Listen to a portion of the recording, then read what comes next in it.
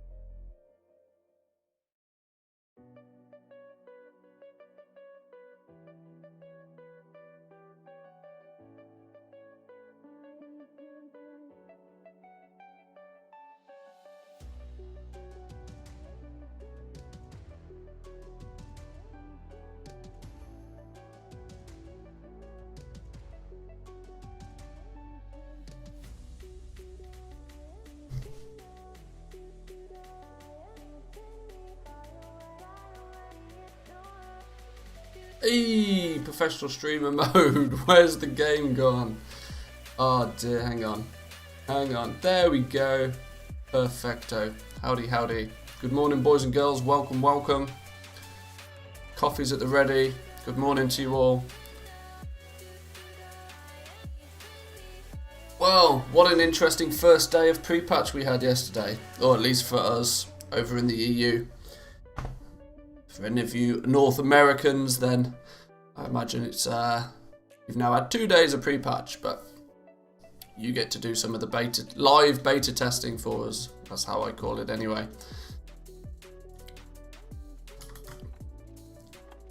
Did everybody get some chance to do a little bit of farming before the hotfix came in for all the loot?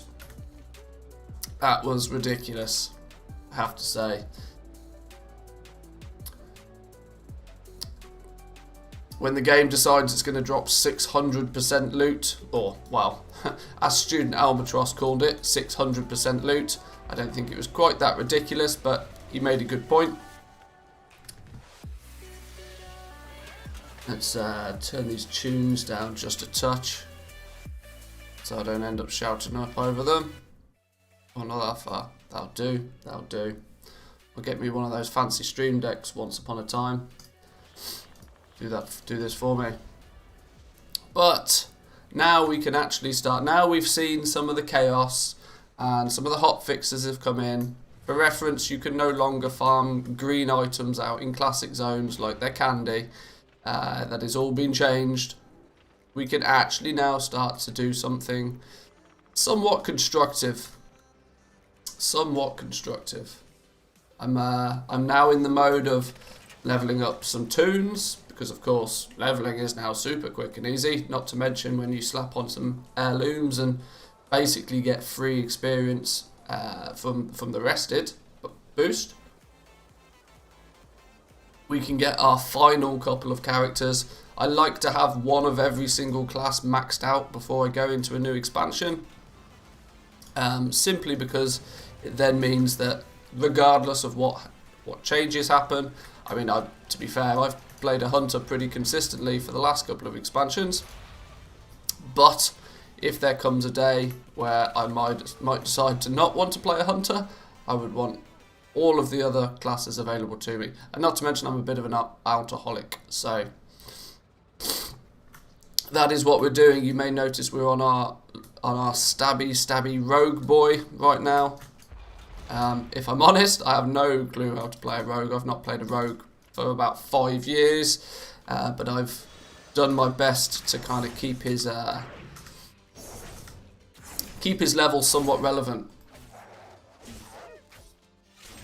But I'm hoping people had a good day's worth of goal making yesterday. Hope they the scribes have had a little bit of luck, haven't they? The trinket for scribes is simming very, very highly.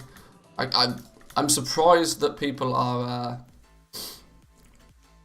I'm very surprised that people are trying to sim for what is the best pre-patch gear. Feels odd to me. It's like, hopefully in a few weeks to a month's time we should be getting into Shadowlands proper, but I guess there's still mythic bosses to down. I guess people still want to top those charts. But yeah, the highborn compendium scroll of somebody doodah or something. One of the scribe trinkets. I can never remember the names of these things. There's too many of them. One of the scribe trinkets was simming really high, and people were buying them like absolute hotcakes. So we might have a little look into that later. Not that I think I've even got any materials on my scribe to do anything about it, but you know, for research. First and foremost though, I want to get rid of this rested experience on my rogue. Just running around doing some gathering. It saves me actually having to kill anything and think about actually how I play the class, because I got no clue. I got no clue what I'm doing with the rogue. So yeah, the plan for today is to take it easy. First thing, let the coffee kick in, because nothing works. Nothing works until we get the coffee on the go. Let the coffee kick in. Then we might start looking at our main character and deciding, right, what are we going to do going forward, profession-wise. I'm quite sure I'm going to keep all my professions as they are. What I do need to do though is start sort of planning out which characters I plan to level. Now, you guys may know I enjoy my multi-boxing. I've spoke about multi-boxing a lot, and I'm in two minds whether to go heavy on the multi-boxing in Shadowlands or whether to just kind of play the game like a regular person. Playing the game like a regular person is always going to be my backup option, because unfortunately, as it stands currently, I'm limited in terms of the fact that I'm not really going to be able to stream my multi-boxing, and I'm quite aware that multi-boxing is quite a divisive subject amongst the community. Some people are heavily against it for some reason. That ultimately is their choice, but when I'm in the process of trying to grow a channel, deliberately going out of my way to annoy people is maybe not the most sensible thing to do. So, and of course, it's not super relevant if I start spouting to people how to make millions of gold, but at the same time, then telling people they need 8 accounts and a high-end PC to be able to do it. So, don't base your decisions off some people. No, that is true. That is true. But I understand how this game works. Social media marketing is my thing on outside of the world of Warcraft, so I understand how it works. Hard Pelican, welcome to you. Good morning. I'm not sure I've said good morning to everybody. I want to say 10 sec. I know it's not 10 sec, but I'm going to call you 10 sec because your name is strange and difficult to pronounce. and 4 megabytes every 127 seconds. It sounds like a 56k modem, just beefed up. I'm going to call you 56k modem from now on. Get the herb, we got the herb. Good. Where's the tunes gone? Now I have no music. Oh, there it is, it's good. Yeah, basing your decisions off other people is never, ever a great idea. But the fact that I'm not going to be able to... I physically can't stream my multi-boxing the way I would like to stream it anyway. My PC struggles to run 8 accounts as it stands with it. I mean, as soon as you start throwing a few add-ons into the mix, it all starts breaking very quickly.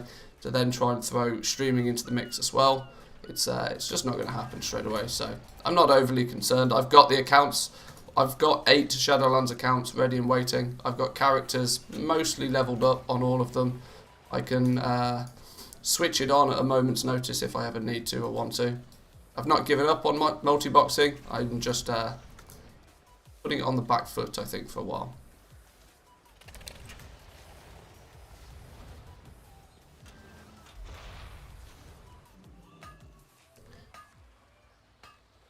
You get really good HDMI capture cards from AliExpress for like $5 these days. I'm sure that's the case, but that would still require 2 PCs.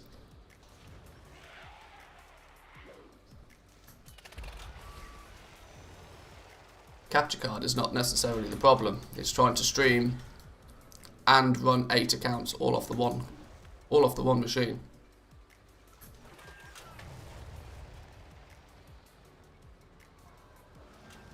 But long term, we'll see. Now, where are we with this dude? He's currently level 48. I also held off a second video yesterday. I've actually made a second video that I was umming and ahhing about whether to put on the channel, simply because it's about the relics. And people's opinions on the relics are kind of interesting. I'm still very confused why people are of the opinion that the relic change is like a huge slap in the face.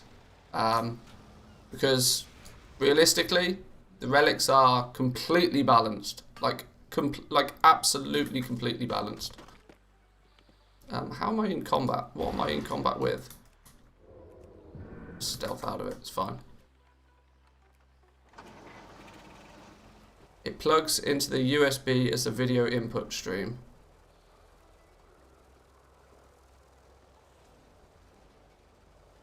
Okay, maybe I'll look into that, but we'll see. The point still stands. My CPU is still going to be processing all of it, regardless if I take it out through a capture card and then back in.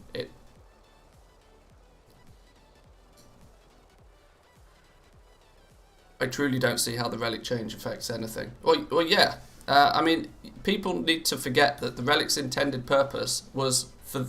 Take this exact character we have right here. He is level 48. He now, potentially, if he actually had... His only professions are herbalism and mining.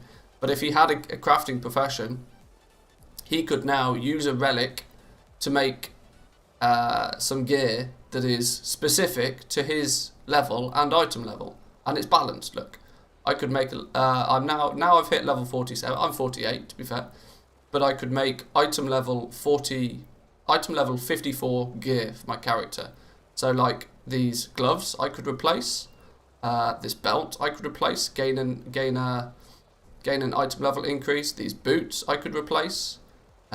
These rings I could replace. There's a lot of stuff that I could replace. Virtually every item that's not an heirloom right now, I could replace it with some crafted gear and gain an item level increase.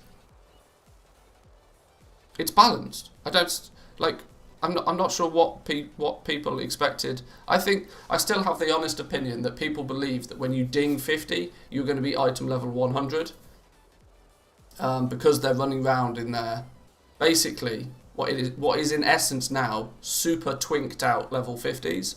Because level 60 is the max nowadays. We just can't get there yet. So you have to consider yourself as like a really decked out, a real twinked out level 50, which nobody through the normal leveling process come Shadowlands is going to do. Once you ding 50, you'll be item level 50, 55, maybe 60 if you've done some dungeons, and then you'll head into Shadowlands. But the outcry to Blizzard, oh please revert your changes. It's like, no, the changes are correct. Why would I use anything else other than heirlooms? Well, Blizzard are trying to phase out the heirlooms. They don't want the heirlooms in the game, given the fact that the leveling speed is now increased dramatically. Out of choice, Blizzard would have taken heirlooms out of the game. But the reason they haven't taken them out of the game is simply for the fact that people have spent hundreds of thousands of gold to acquire them and to level them up over the past expansions. So they can't, I mean, arguably it's their game, they can do what they like, but the outroar would be somewhat justified if they removed heirlooms from the game completely. So instead of removing them, all they did is they take the XP bonus off them, give them a few new set bonus kind of feel to them, and call it a day. But what it means is we go into Shadowlands and new players join, there is very, very little chance that new players will go out of their way to pick up heirlooms nowadays. Over the next couple of years, you'll see less and less characters using heirlooms because the benefit of them is practically non-existent. They're still there, they still do something, they do enough to justify their means, but ultimately heirlooms have very little use now. I mean, if you look at the stats that are on them, I mean, I'm fully decked out. You get, for a 3 set, you get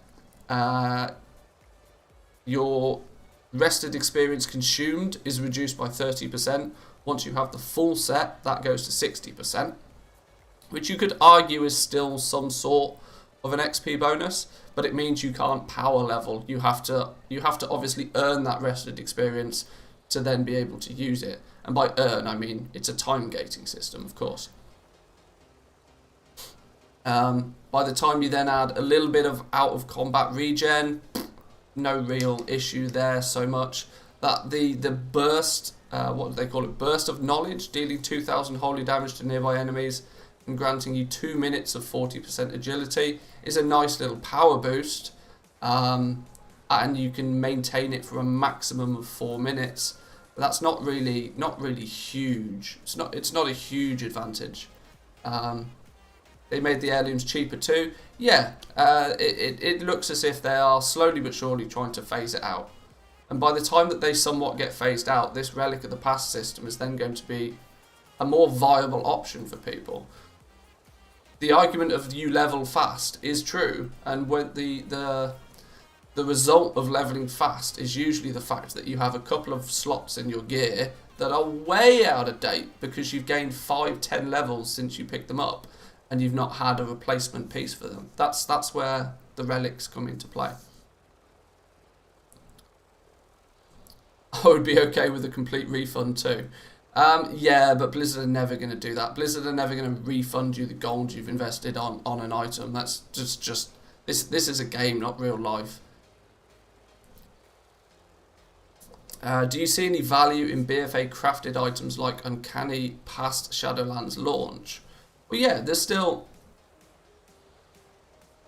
is still some value in them, but the value is going to be dramatically decreased. The issue may be that the crafting cost will be the defining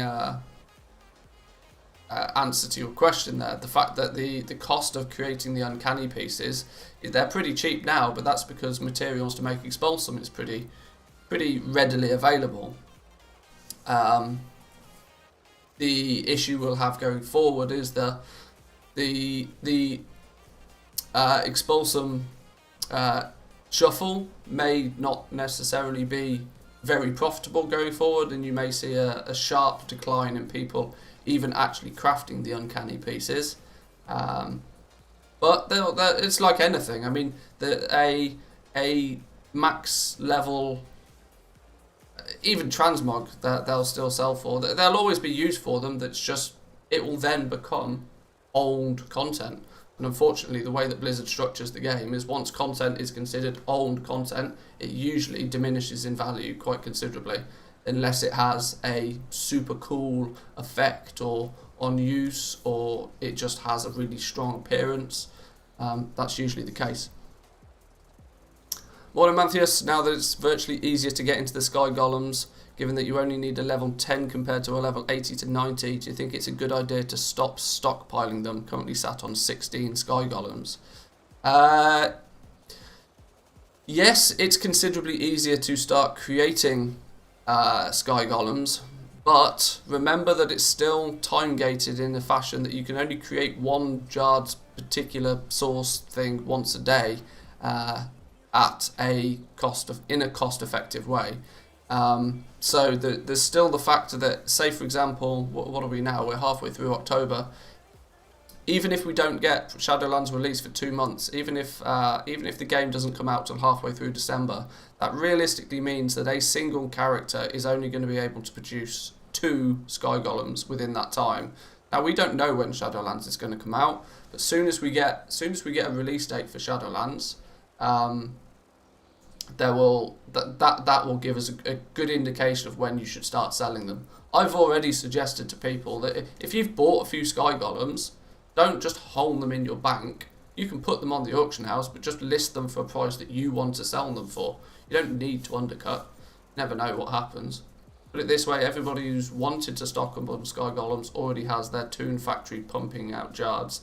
Well, this is it. Like, if you people that are proactive will always be ahead of the game. That's the definition of.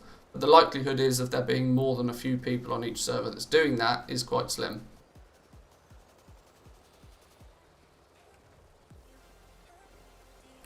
I just feel, I mean, there's no exact answer. There's no yes or no answer to that question. It's just a case of looking at your server and hopefully utilising a little bit of common sense. I have my own operation of 5 alts making Jards every day. Well, there we go. That should be sufficient enough for you to not really need or have the desire to buy them up off the auction house for a flip. If you've got a little factory on the go, then that's all good and well.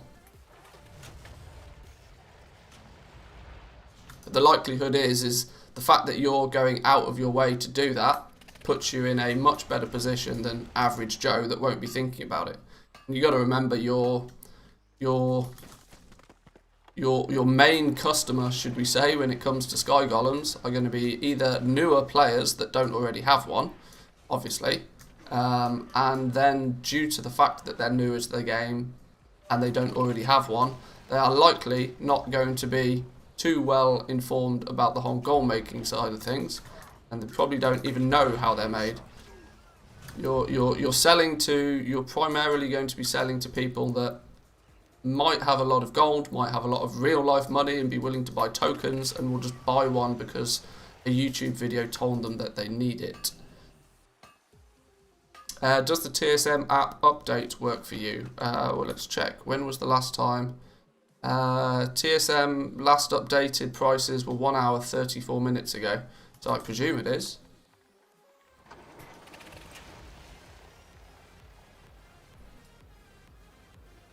It feels like it's yesterday. I wasn't getting price updates for a long time, but the app seems to be working again today.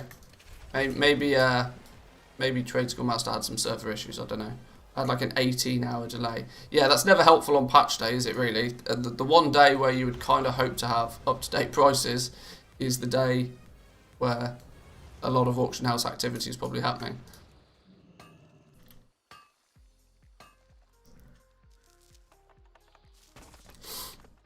One thing I was thinking I might look into today as well is, now that we've had the pre-patch, what you may have noticed is that if you open your professions tab and go into your main profession, the battle.net API was down yesterday. Yeah, they were having massive server issues yesterday in general.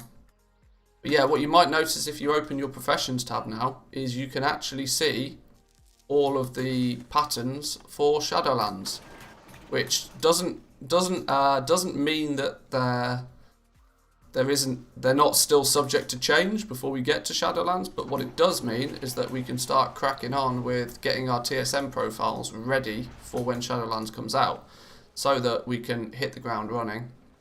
One thing I tend to do at the beginning of most expansions is to completely wipe... Ooh, anchorweed. Is to completely wipe my TSM profile and basically rebuild it. Now, if you use TSM properly, you don't need to do this. But it's just something I like to do, the way that I use TSM. I tend to have everything that's past expansion basically in one group. I don't do too much filtering of groups of old expansion stuff. But then the new expansion stuff, I like to try and be ahead of the game. And especially now that you can search for the items and make groups much more comfortably, I think we should make sure that we get way ahead of the game. So we might look at that on a character or two today as well. Relic 5 only increases the item level to 54 now. Do you think uncanny items will still hold its value? Well, at least until we hit Shadowlands, yeah. Because if people are leveling up their alts and want to get some slightly better gear than your sort of default level item level 50 gear, as one thing to note is once we get the pre-patch event is in Ice Crown is likely going to drop item level 100 loot. So that realistically is a ballpark of where I would like to get my characters geared up to, if possible, so that as and when I decide to level them in the Shadowlands, they're ready to rock and roll. Now Uncanny's, what is it? Uncanny's like 72 or something now? I can't remember exactly what it is. But Uncanny gear is still likely to sell reasonably well during pre-patch because people will ding 50, they'll look at their item level and they'll go, huh, okay, so what can I do to get this slightly higher now that's relatively quick and easy to do? And Uncanny gear is still a good option. Now obviously just going and running a few dungeons, running LFR and doing all that sort of stuff. Like for example, what are the... Even LFR, what are the requirements to go and do LFR nowadays? Raids, Nihilofa, Raid Finder. What's Raid Finder gear now? Raid Finder gear is now 85, 95. We're going to get item level 100 gear from the event. Potentially, they might change that. They might drop it down a little bit. But yeah, Uncanny gear is still, by definition, an element of catch-up gear.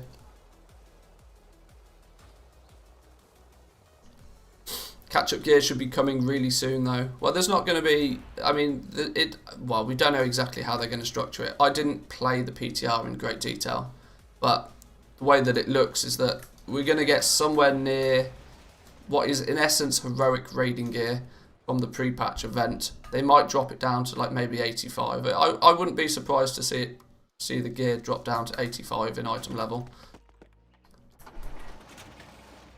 But by the time you add on your legendary cloak and you add on your Azeroth neck that are both potentially going to boost your item level somewhat, I think going into Shadowlands with item level somewhere around 100 is reasonable. Will give you a good advantage at least for the first few levels. By the way, heirlooms cap at 49. Yes, yeah, so their item level is going to be capped at 49. That is simply so that their effectiveness is non-apparent for the very first bit of Shadowlands leveling. It was very deliberate that they chose 49.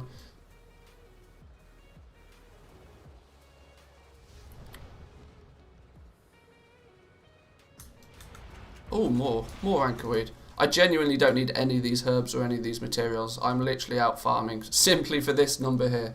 Simply for the easy experience. I probably could just go run some dungeons or something, but that would mean I actually need to learn how to play my rogue. And let's be honest, I don't want to show myself up too much on stream unless I absolutely have to. How easy or fast can you get the catch-up gear with the event? Well, from what I've seen so far, the servers are still very unstable. The herb is still there, but I've gained the experience. Odd. The way that it's looking like is that it's the rare mobs out over in Ice Crown that are going to drop gear And likely if there's any quests or anything you need to do, they'll give you some bits and pieces as well. But I'm guessing the pre-patch event will be your way to, will be your ticket to some sort of pre-patch or some sort of catch-up gear mechanic. Which is why I'm not super concerned about leveling up the my characters just yet. Until we get the event, we'll see what happens.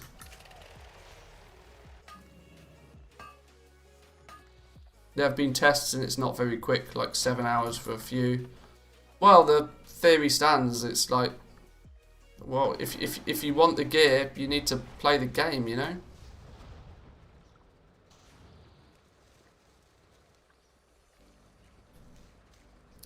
I mean, you should still have to work for your catch-up gear. Just because it's catch-up gear doesn't mean it should get given to you for free.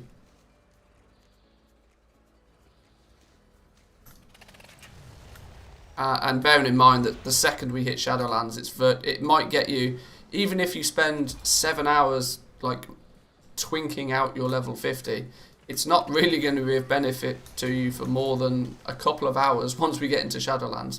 By the time you hit level 53, 54, you'll be replacing all of that gear. So, I mean, and on the premise that it's taking about an hour and a half per level in Shadowlands, you're looking at maybe spending 5 or 6 hours twinking yourself out for the benefit of maybe 5 or 6 hours in Shadowlands. It's a net equal, really. My plan of action is simply to get to a state where all my professions are ready. My characters, I've got at least one of every character leveled up. And the work on that began yesterday. Now, I'm quite aware that in relation to goal making, I'm way behind. What? Oh, okay.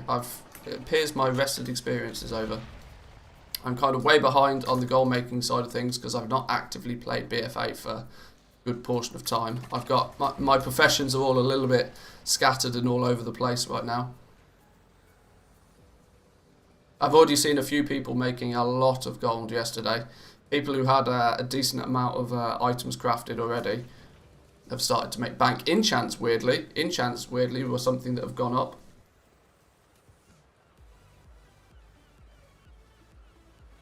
I'm betting on how lazy people can be, especially ones with lots of alts, on buying easy uncanny gear versus farming up the catch-up gear with the event. Yeah, that's pretty much hit the nail on the head right there.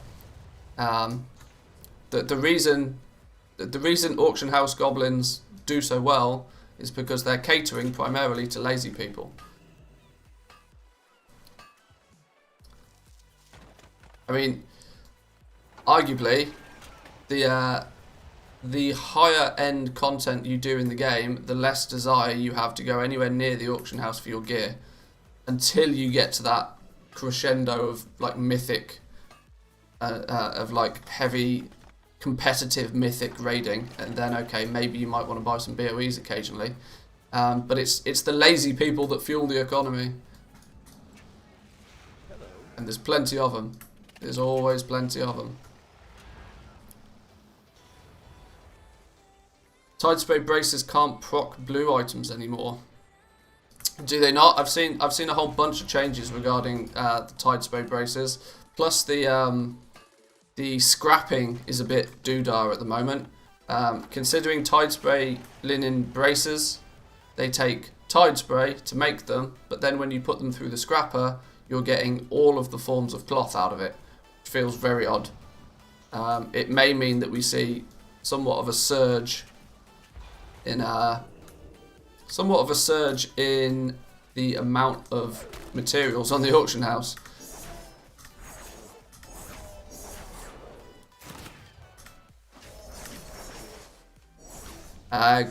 Goblins put in the time for the recipes and then pump out crafts. Well, that's the theory, at least. That's the theory.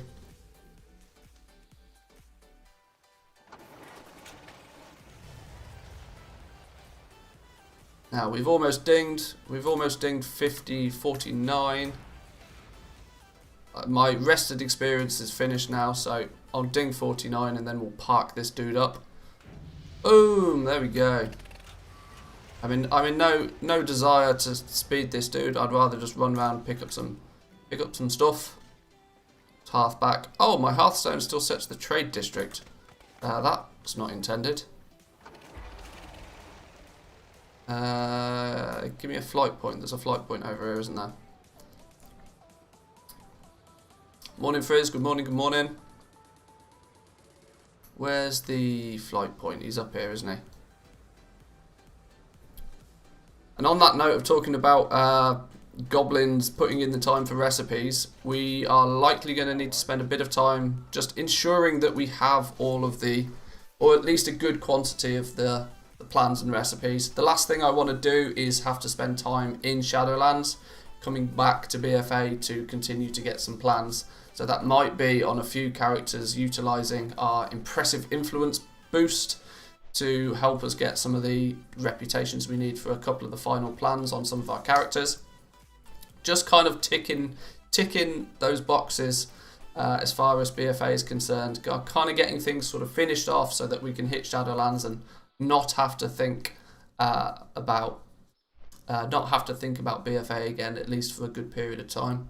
I made the mistake at the end of Legion of leaving a lot of stuff unfinished, and it's frustrated me all the way through my time of playing BFA that I at some point need to spend time go back to Legion to finish the things that are unfinished, you know.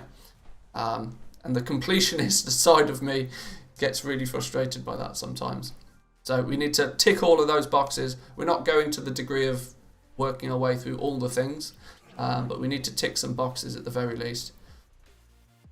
Do you know any resource that reliably shows all of the consumes that I can use whilst leveling in islands? Instance, food buffs, flasks, that sort of thing. I know raiders have like weak auras and stuff set up to show them if they're missing buffs. There's probably add-ons for it. Unfortunately, I don't know of an exact one myself. But there's likely either going to be a specific add-on that tells you which buffs that you are missing if you want to like just max out the buffs that you have. And there's equally weak auras that do the same sort of thing. Oh, I really wish this coffee would work. I can tell my brain just is slow. It really does indicate some sort of a caffeine addiction, which is not great, but... Do we think we should test out leveling in islands as well? Do we actually think that island leveling could be a... I'm talking about from like low level, like level 10 level. I mean, because that could potentially be scary good.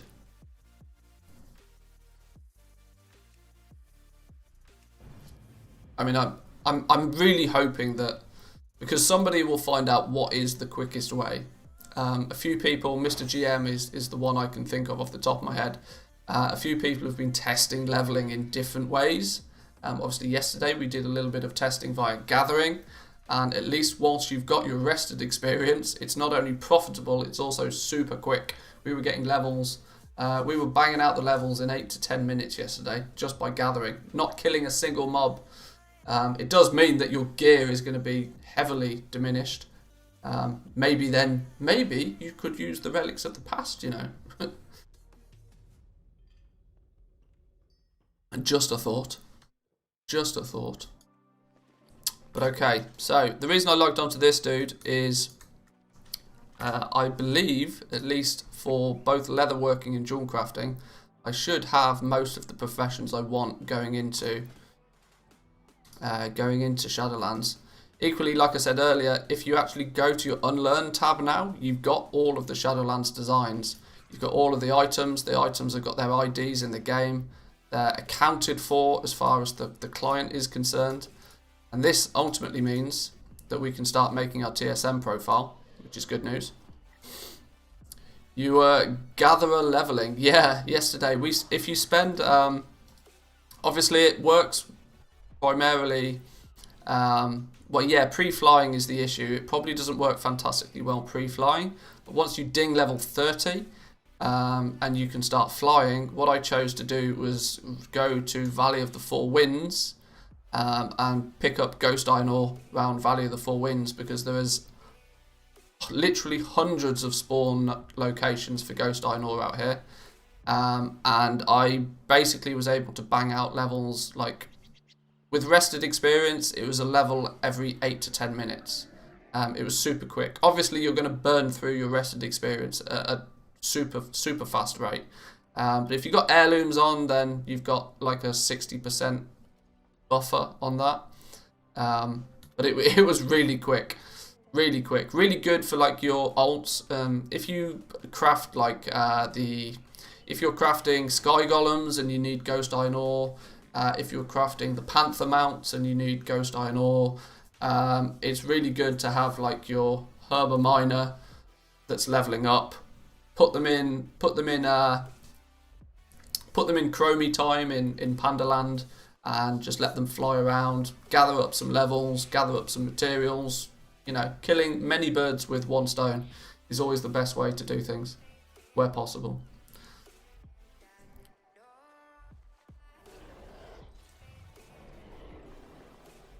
Oh, you meant for leveling in Shadowlands. Sorry, I read that as islands. That's entirely my bad. But even my answer is still the same. There's probably a specific add-on that does it, or some weak auras. The problem is I don't know what they are.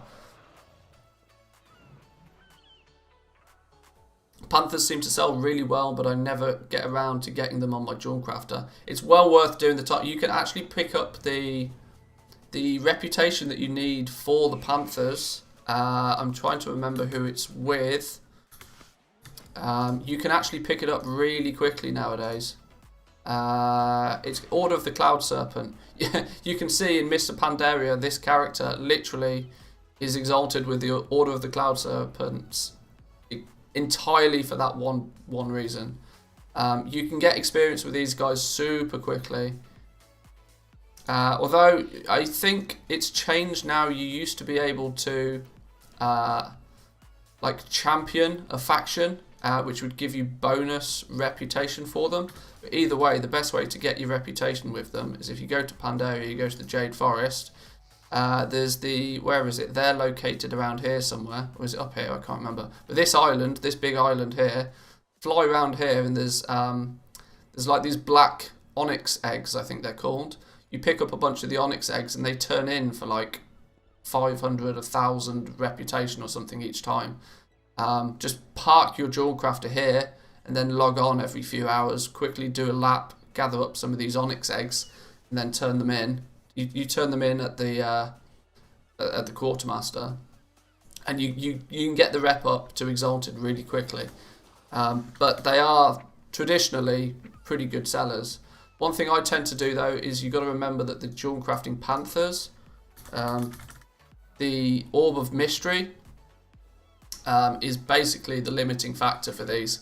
It's a 20,000 gold vendor material.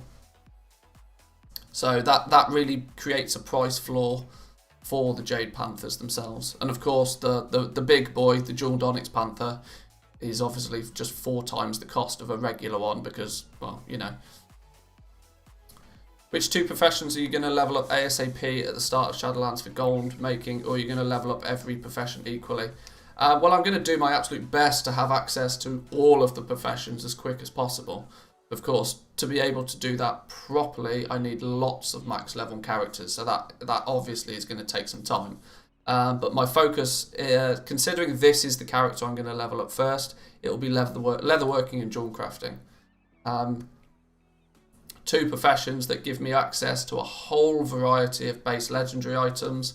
Jawncrafting is just a profession I've loved for years, regardless of whether it's actually super profitable or not. Going into Shadowlands, we may find, if you look at if you look at Jawncrafting's, I don't want to go too much in detail about the Shadowlands, but because I've done specific videos on these, but what you'll find is that prospecting your ore is basically going to mean that all of your gems, your necks and your rings are any gold you can get from these is basically going to cover the cost of finding these essences. Oh, that's really interesting. That's really interesting. This is wrong. The live version of the game is showing incorrect values for the essences. I say wrong. On the beta currently, the essences are you only need 3 of them to craft a rank 1 legendary ring or neck, not 50 like it's showing in here. So interestingly, the version of the game that they've ported into live is a really old version of the beta. This was changed, I want to say, almost a month ago, which in development terms is light years away. So yeah, that's interesting. So that definitely means even though you can see the Shadowlands crafting stuff in live right now, be aware that it's not finalized, and that it is even though the items are in the game, the item IDs are in the game, it's still subject to change. Who knows? The argument still stands is that these could be the right values. Or Blizzard doing another I hate the player base move. Look, until things go live, we can't throw any shade at Blizzard until things go live. When things go live and then they have to apply hotfixes, then there is some justification for throwing shade at Blizzard, because we pay for the game, and on top of that we pay a monthly subscription to the game. So they at least owe us the fact that they release a game that is fixed and not broken. But when they make changes on a beta client or a public test realm, and then they don't make it to live, we've genuinely got nothing to say. Blizzard don't necessarily need to give us the beta. They don't need to give us access to a PTR. There are many games out there that don't have any of these systems in place. Until things go live, nothing is final, ever. If you choose to act upon stuff you see on the PTR or the beta, it is entirely up to you. And it will always come with great risk.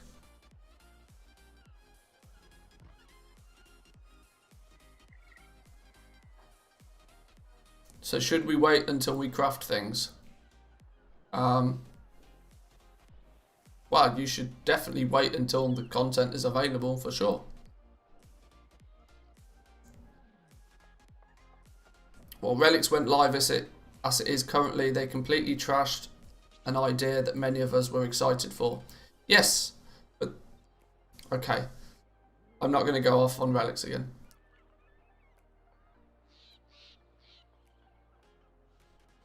But so what we can do at the very least is we can start putting together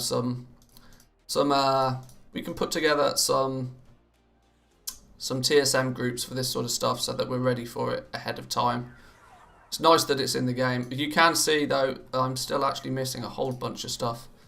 These are the ones I'm missing. These simply because you have to craft one to get the pattern for the next one, and that's a whole bunch of expense I never decided to go through, especially with drawn crafting, because getting hold of the items was super expensive. Hang on. What the hell is a Scarlet Diamond and a Larabole? Were they the original? Maybe they were the original ones. See, this shows just how little I've actually played. Oh no, that's why I'm getting confused, because that's way back in the day. This is all way back in the day stuff. Ignore all of this business. Holy smoke. Yeah, these come from crafting the previous version of them, and just simply getting enough of these materials back in the day was super expensive. I wonder if these are cheap on the auction house. I wonder if it's going to be possible for me to just craft these up simply for the purpose of being a bit of a completionist. That's probably the case. I think I've got yeah, I've got I've got a whole bunch of work still to do with leatherworking. Uncanny gear, at least I've maxed out my uncanny gear, so I could start cracking on. I should probably have some of this crafted and listed on the auction house, if I'm honest.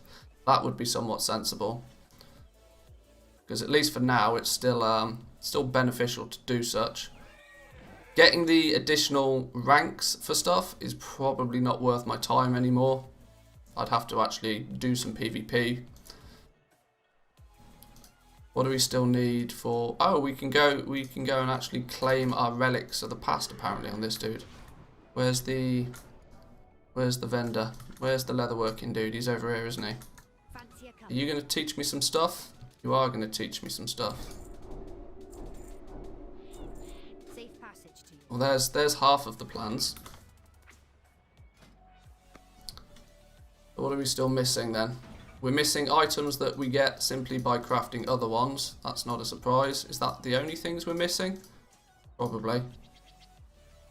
Yeah, 8 copper. Nice and cheap. Love that. Love that. Yeah. At least for leatherworking, we're only missing stuff that we haven't got simply because we never, like the sanguicells and the Onswandi potions and whatever the fuck they were called. We never picked up enough of to craft these items. I'll get these eventually one day, but these are not ones that I'm too fussed about, because they're all bind. Anything that's bind on pickup, I'm not totally fussed about getting. Crafting them for the transmog is one thing, but I'm never going to be able to craft these to sell them. So if I'm missing bind on pickup stuff, I'm unlikely to really care about it. And these, unless I'm just checking that crazy stuff hasn't changed. But these are all, at least, all bind on pickup, so we're good in that regard. Still missing quite a few of the old... Why am I still missing all of these relics? I thought I picked up all of these. That'll affect the amount of uncanny gear being churned out. Yeah, you're probably right.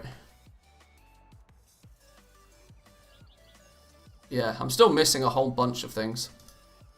One day when there's less stuff to do, we will go back and we'll pick up a whole bunch of these. I mean, getting honoured with Cenarian Circle we could probably do in about 10 minutes. CS Killing, thank you for subscribing. Welcome to the channel, my friend. Hope you're enjoying. Warbear Woolies. In fact, I've not even got...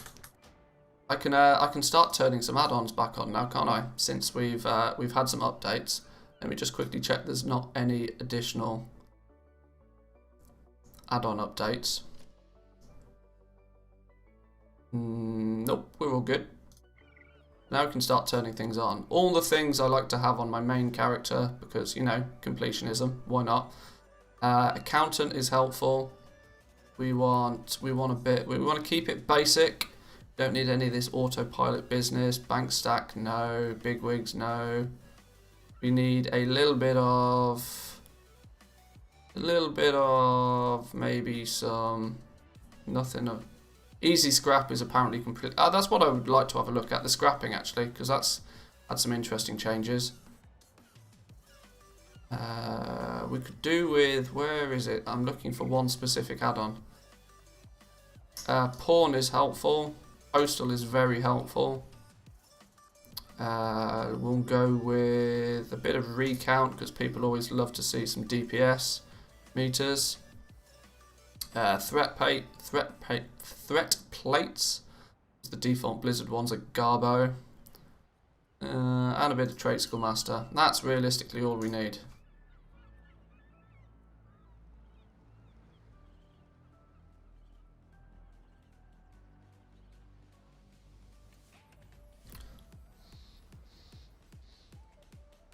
Okay, we can throw that up in the corner there. That can stay nicely out of the way. What have we got in the mailbox auction house stuff? Now we should be able to see some TSM. There we go. We got some proper tooltips again. How is the price of these things looking nowadays? What is my expulsum crafting cost on TSM? What does TSM think Oh, I suppose we need to do it through here, don't we?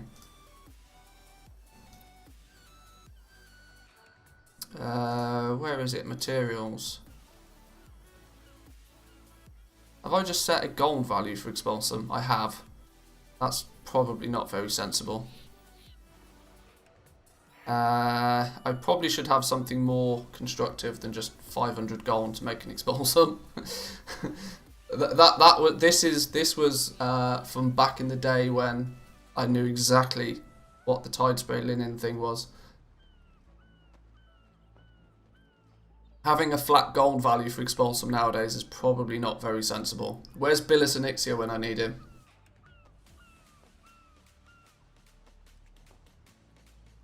I'll leave it at 500 gold because I still think that it's probably much cheaper for me to get Expulsum than 500 gold. Simply because, well, let's do some maths. What the Tidespray Linen Brace is at? Let's do some Tidespray Linen Bracer busting up. Because I reckon things have changed quite heavily there. So let's craft ourselves 100 Tidespray Linen Bracers. Because I've seen it reported that you can turn Tidespray Linen into bracers, and then you can put those bracers through the scrapper, and the scrapper is then going to give you things like deep sea satin out of it, which is a real odd one.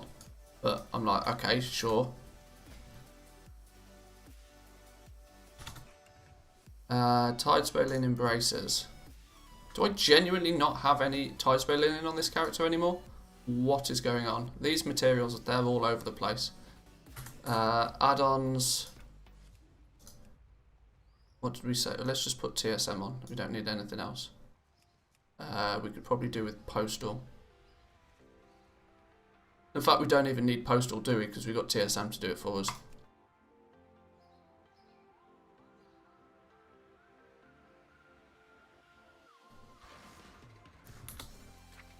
It's not a case of that I don't have any Tidespray Linen, it's just a case of the fact that the game doesn't know I've got lots of Tidespray Linen. Crafting. Tidespray Linen Bracers. Let's go, we want to craft 100 of them. Queue those puppies up. Clear that list first. Gathering. Right, where is all of our Tidespray Linen? It's probably sensible for me to head over to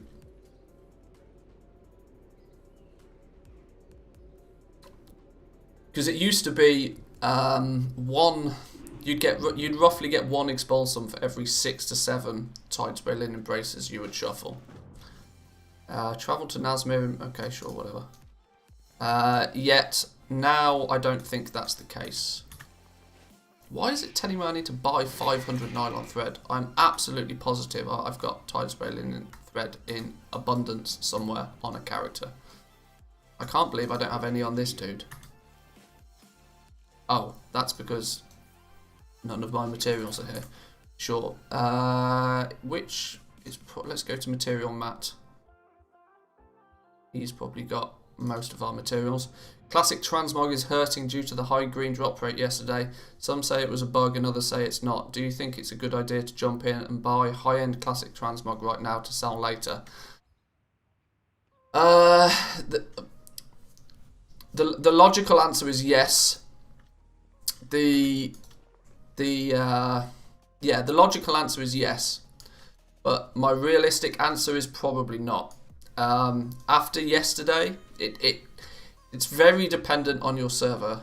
Yesterday, people were able to farm up like literally 6 times as much transmog items as they should have been able to, which has meant that yes, on some of the high-end stuff, there's probably now a huge influx of things like Glorious, the Glorious set, the Jade set, that sort of stuff, the high-ticket items. The likelihood is that there is a lot of it that is now readily available. Why does it say this dude's not in a guild? That's because he's not in a guild. Now, the problem is that the seller rate on this stuff is so ridiculously slow The fact that people were able to get like multiple pieces of it yesterday probably means that these guys have enough stock to supply their realm for multiple years, meaning that buying it to just try and flip is still somewhat risky. This is the thing. It's going to take you can, yes, potentially buy some cheap items now, but the likelihood is that the people that have got it in bulk aren't going to be selling it all in bulk. They'll be listing one on the auction house, probably quite cheaply, to try and like entice people to buy it. But on the flip side of that, they will then have multiple pieces still lying around in a bank somewhere.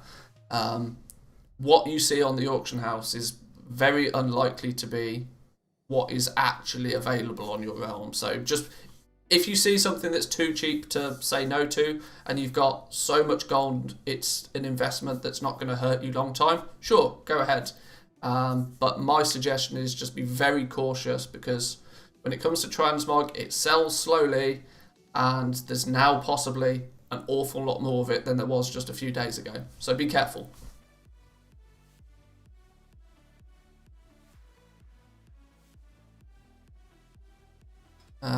I knew I had nylon thread somewhere. Why was it telling me to buy it from a vendor when I've got boatloads of the stuff here? There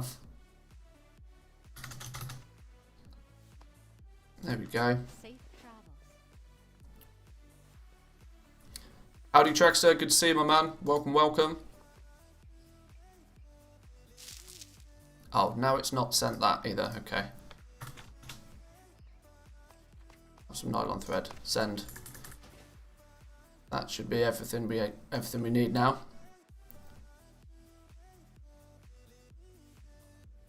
You didn't enable data store. No, I didn't. I've never. What's data store for? Data store's part of Alcoholic, isn't it? It's got nothing to do with TSM.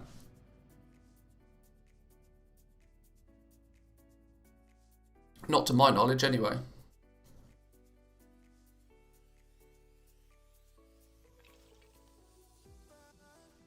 Right, so let's craft up some of these braces and do some shuffling and see what we get. Some not shuffling. You know what I mean.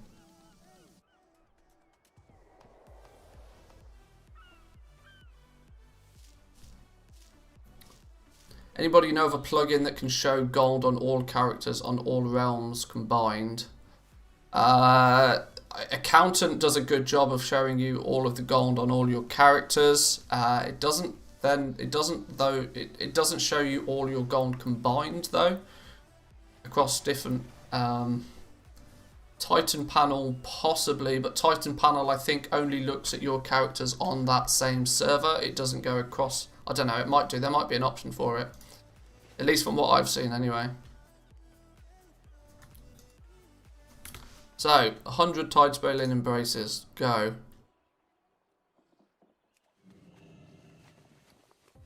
Have we got bag room? We do. We've got plenty of bag room.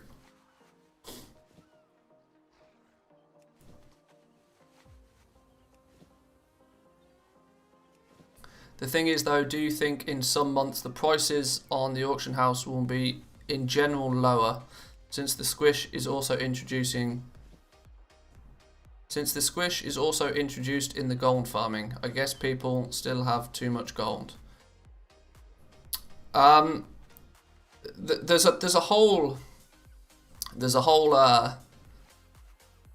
conversation going on right now regarding the fact that are we going to go into another expansion where we see rather than an inflation in the amount of gold, a deflation in the amount of gold. I genuinely don't think, I mean, at face value, BFA looks like it's had a deflation, but in reality, I don't think it has. I think it's just that people's use for gold has been slightly different in BFA than what it was previously.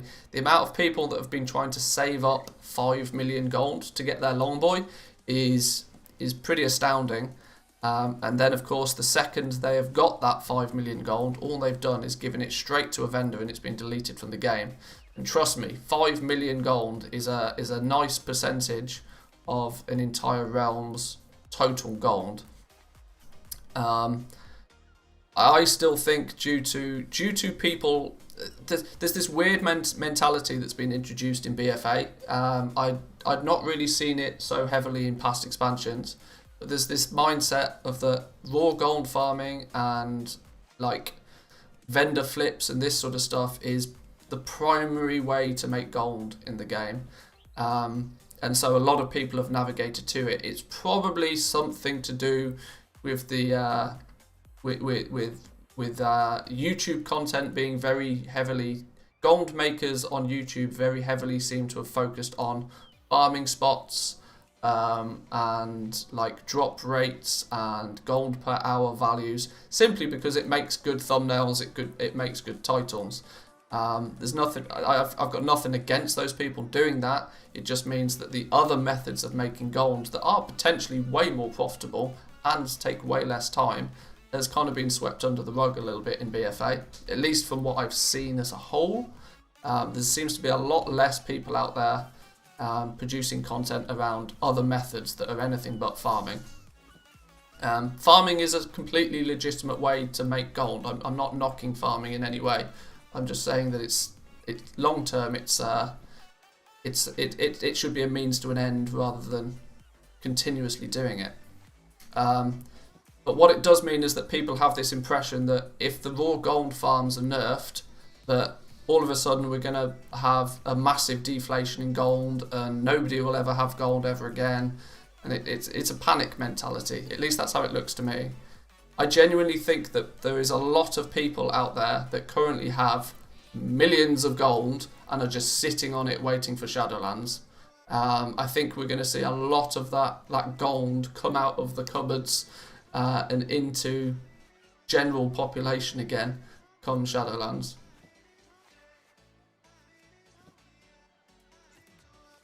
But farming is the way you introduce gold into the economy. Everything after that is just gold changing hands.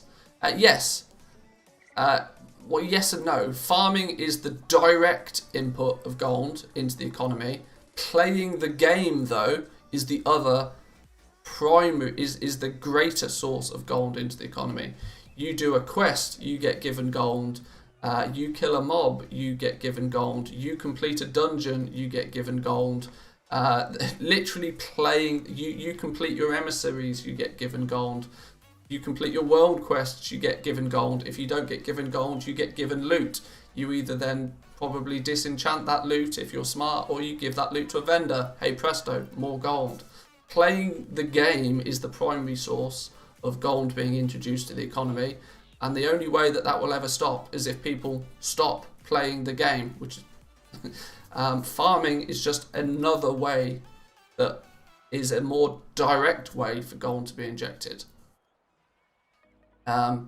This is where the misunderstanding comes from, I think.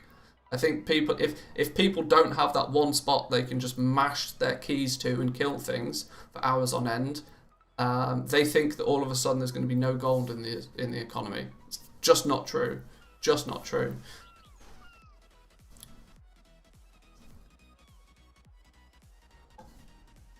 I found that the only kind of valuable gold farming is through the garrisons, cards of omens and such.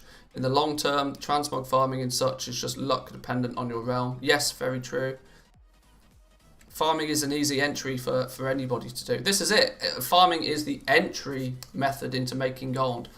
If you have more than 1 million gold in your bags, there is very little reason why you should ever be farming anything, because you can use that gold to buy the materials you need to craft things, which you can then sell on the auction house, and that then continuously like moves the gold around the economy.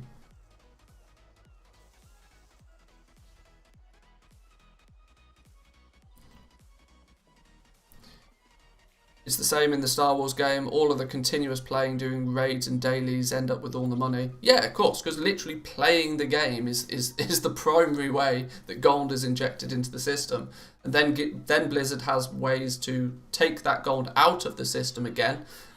in terms of things like repair costs, consumables, buying mounts from vendors, buying items from vendors, buying nylon thread from vendors. Anything you buy from a vendor is directly taking that gold out of the economy again.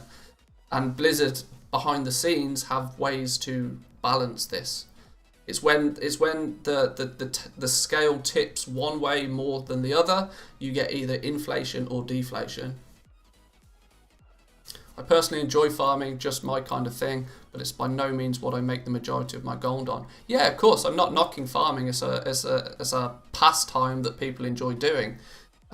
Like Student Albatross, for example, he does his loot appraiser challenges, and they look really fun to compete in.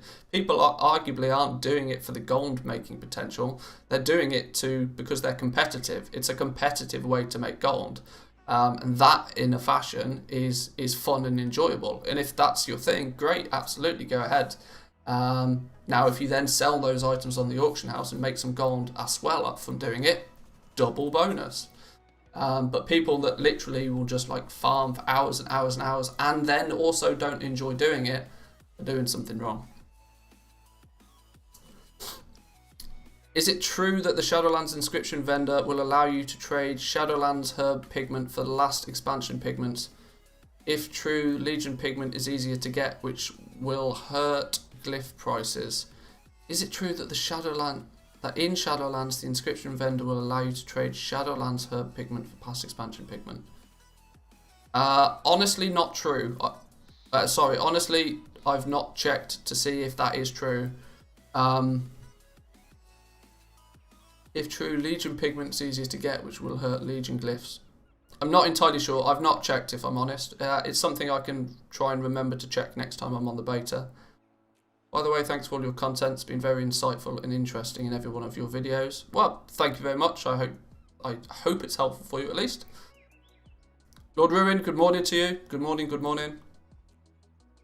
I do farming when mats are overpriced and want to get in on the action.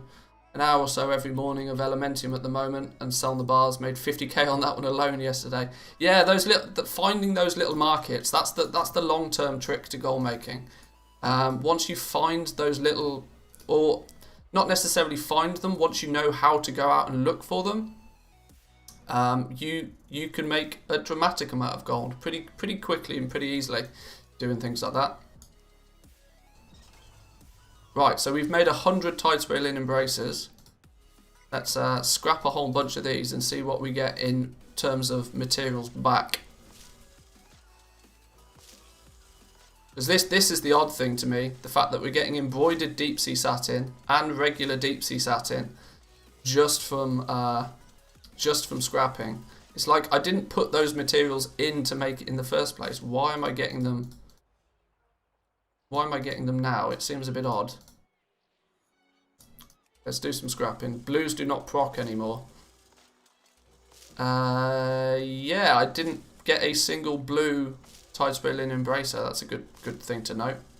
So the craft to DE market, should we say, is going to be somewhat affected.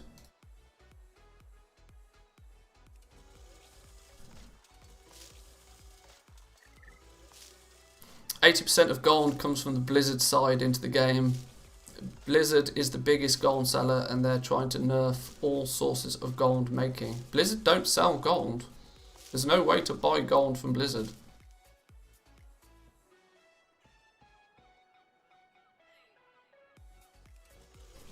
And if you as much as mutter the word token, I suggest you don't, because that's wrong.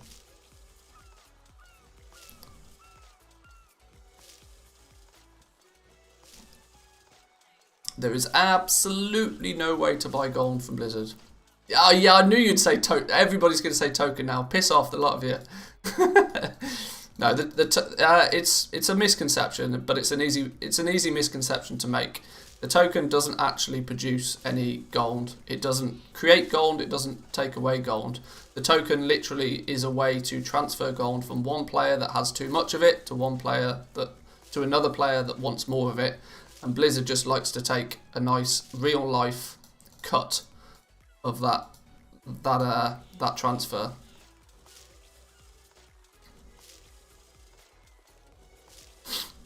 Because when you buy a token for $20 or whatever it is, then what happens is you sell that on the auction house.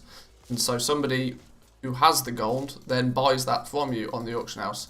The only thing that Blizzard do that doesn't actually aid, Blizzard provides you the gold instantly, or virtually instantly.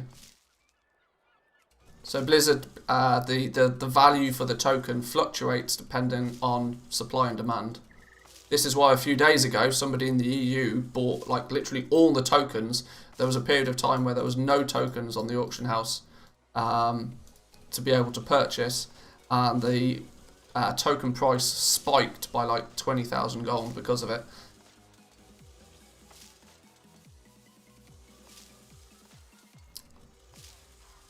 Farmed an entire Glorious set for myself with a few spare pieces to sell. Yeah, the drop rates were a bit crazy yesterday. It has been hotfixed though, so if you're one of the lucky ones that spent some time farming yesterday, then consider yourself lucky that you got probably an entire expansion's worth of transmog to sell. Blizzard have to control the WoW token price. That's what the long boy was for and things like that. Without the long boy, the WoW token price would go up. The token price closely mirrors the level of inflation in the game. There are systems behind the scene. Blizzard have explained this at some point. I don't have a link to the blue posts for it, but Blizzard have explained in the past that the token, they have some tuning knobs, or what should we say? There's some sort of algorithm to the token so that it doesn't spike too much too quickly, regardless of the supply and demand. But it is intrinsically linked to the region's economy as a whole. Why have we ended up with one bracer left? Oh, because it's 9, isn't it? Okay, 9 times 9 is or 10 times 9, or 11 times 9, sorry, is 99. So there's the extra 1 for 100. So from 100 Tidespray linen, bracers, shuffled, we got ourselves 18 Expulsum, 18% chance to get Expulsum. We got 152 linen back, 145 deep sea satin back, and 153 embroidered deep sea satin. That's a crazy amount, you know.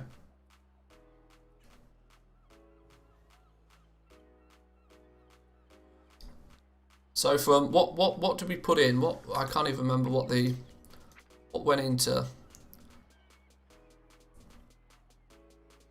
Tidespray linen bracers. It's 10 per, isn't it?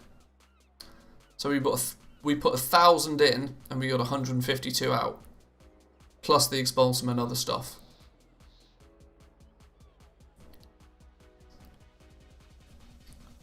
Expulsum is up. That is way higher than I got last week. Well, an 18% proc chance.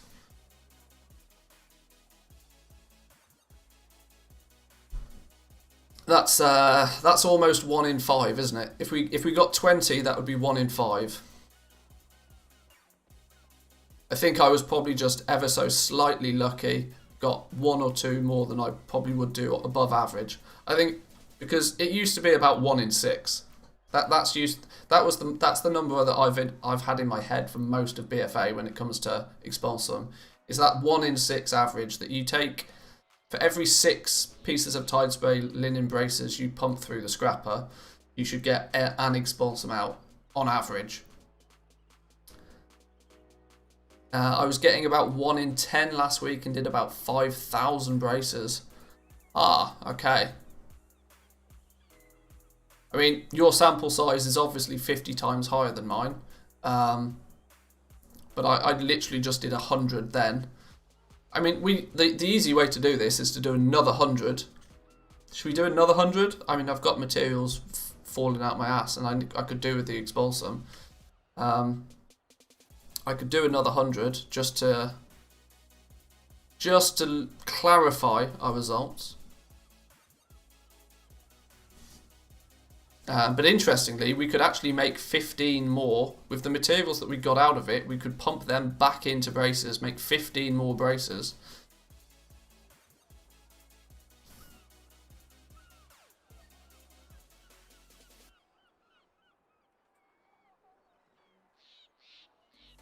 Players sell their gold for £10 and Blizzard sells the gold again for £17.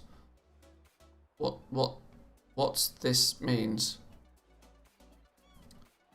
Yeah, Blizzard are just the middleman on the transaction. It means for every token, Blizzard are making about $7. So when that gold is transferred from one player to another player, Blizzard make 7 real pounds. Or like, what is it, or like €8 or $7 or whatever the transfer rate is. But yeah, Blizzard are just literally the middleman between the exchange of gold from one player to another.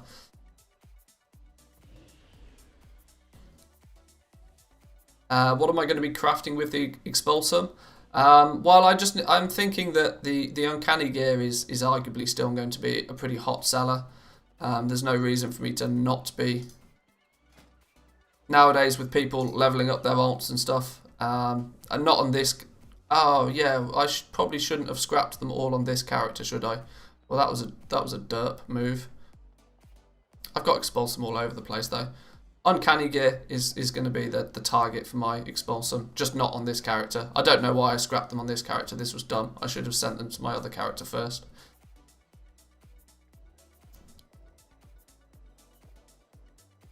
I was only getting Tide Spray and Thread back then, nothing else besides the Expulsum, so that is new. Yeah, the fact that we now get Tide Spray Linen, Deep Sea Satin, and embroidered Deep Sea Satin when we scrap the Tide Spray Linen braces is a bit weird. Almost too weird, because you're not putting in any Deep Sea Satin and you're not putting in embroidered Deep Sea Satin, so how can you be getting it out? I don't understand. It's not logical in any shape or form. Can you explain how to approach BOE flipping? I'm making 99% of my gold via crafting professions right now. Would like to move into flipping. Don't know which BOEs are good sellers. Yeah, Sam's pretty much hit the nail on the head there when he's saying that BOE flipping right now is rarely worth it. The best time to do BOE flipping, at least when you go high end, is to look at the new raid. Any raid that drops BOEs, which historically is all of them, will have significant value on the auction house. Now, the nature of the way that the system works is that the players that get those BOEs from the raid are rarely goblins themselves. But they are usually raiders, because hence how they get them. What usually happens is that somebody will get a BOE drop in a raid and they go, whoa, yay, great, excellent, whole bunch of free gold. They go to the auction house, and now unless there is lots of that item already on the auction house, they then have to decide what that item is worth. Now the problem for them is they're not a goblin. They don't necessarily know what that item is worth. They could go onto the Undermine Journal, they could look it up on other servers, they could go to Wowhead, they could ask their guildmates. There's a whole bunch of things they could do, but they're raiders, they're not goblins, they're not likely to do that. They're going to pick a number off the top of their head and list that item on the auction house. What goblins then do is they see that that item is being listed, and they know, because they're goblins, they know that that item is worth more than what it's been listed for.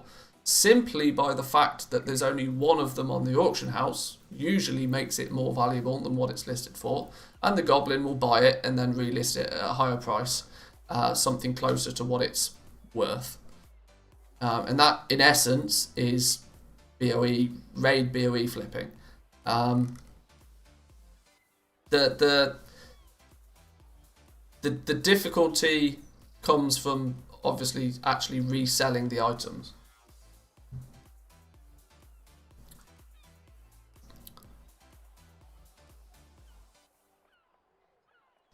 Right, we're going to make another 100 braces because it's already appearing to some that this is...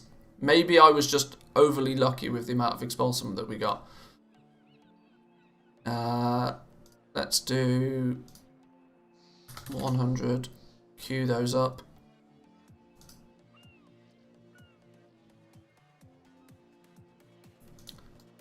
I don't need to buy any more thread. I just need to log out to material, dude. People were flipping decent corrupted items, and now that's gone. Yeah, that was a thing, that people were getting the BOEs from the raids, and they didn't really necessarily know exactly what their value was, and so they would just throw them up on the auction house, and then people that did know what their value is bought them and then tried to sell them.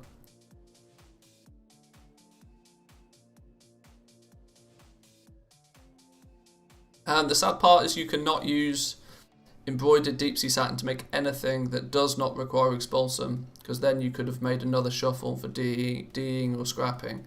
True. Well, the embroidered deep sea satin has been basically useless for the longest of time.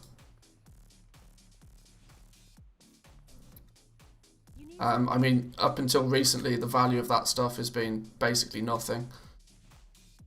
2, 4, 500 of that, and we need 2, 4, 6, 8, 10 of that. Safe travels.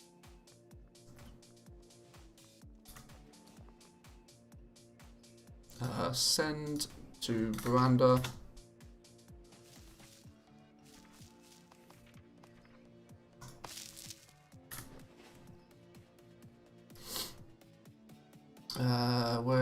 Where's my character gone? Too many characters on the list.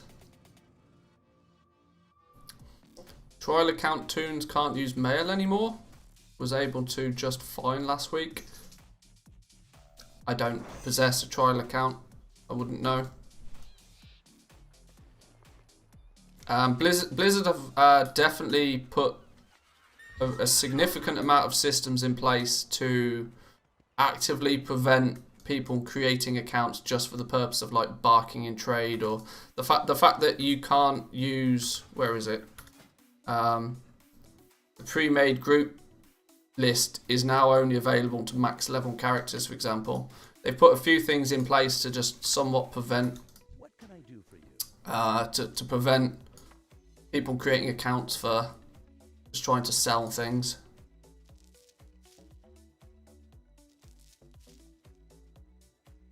Every account is a trial account if you let your subscription run out. Well, that is true. That is true. See you around. Right, let's go grab those materials.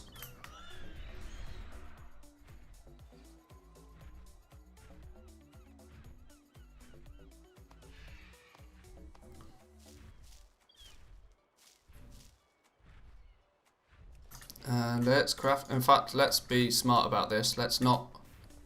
If we craft up the braces here, let's remember to actually send these to the right character before scrapping them this time. Because I could do with the expulsum on my leather worker, not necessarily on my tailor. Being a guide is amusing. You can run around and see all of the proper new players. It puts a murloc above their head when you're a guide. Really? So, oh my god, that's like a noob target. Holy smoke.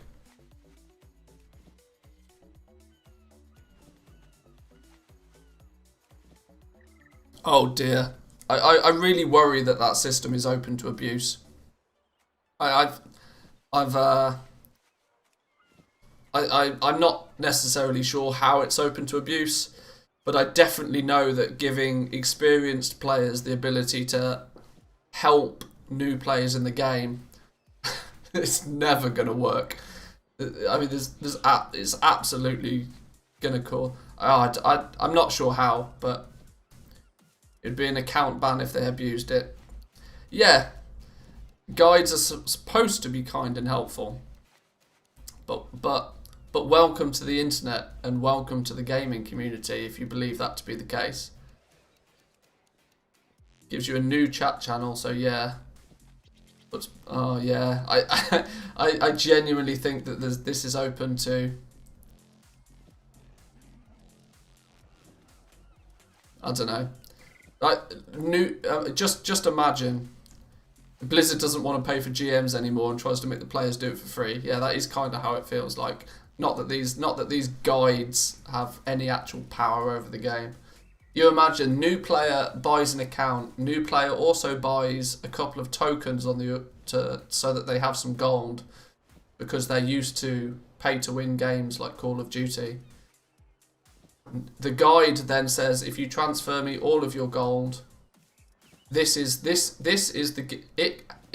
costs 400,000 gold and I will sell you this mount.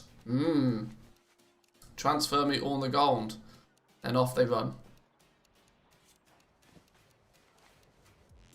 The system is so open to abuse.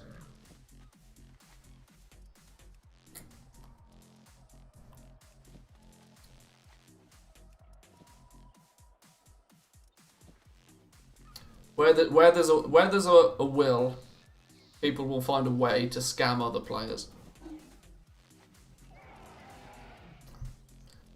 I mean, what are the limitations to? Isn't that griefing though? That's a permaban on TOS if I recall. Oh yeah, it probably is. But guess what? People don't care. But people genuinely don't care.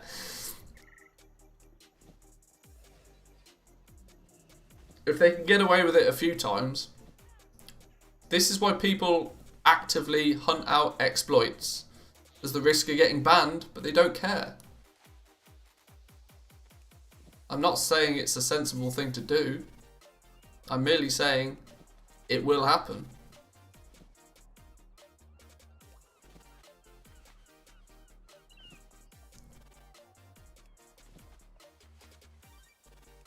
I mean, not that I want to go into detail about it on stream, but the gold dupe that was found in the game yesterday, I guarantee you people who've had their accounts for 10 years, have got hundreds of mounts and all the pets in the world, will have abused the living shite out of that on the hope that they then don't get caught or banned for it.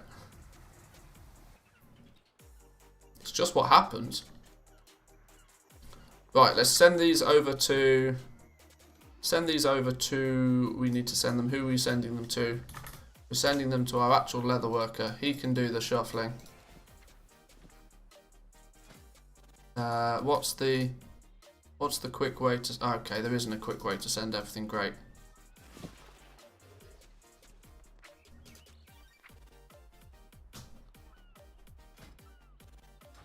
No, I thought you could shift click. Is that something to do with postal? It probably is. Hang on. Was that fixed, by the way? Absolutely no idea. It's so absolutely definitely insta ban sort of exploit that I don't even want to look into it. Where's postal? Where's postal?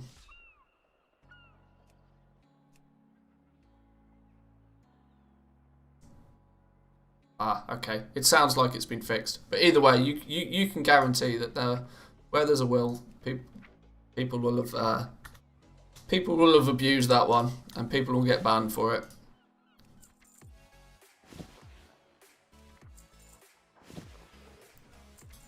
So this should be 100 braces. Hopefully this time on the right character. Let's go scrap those up then and see if we get similar results.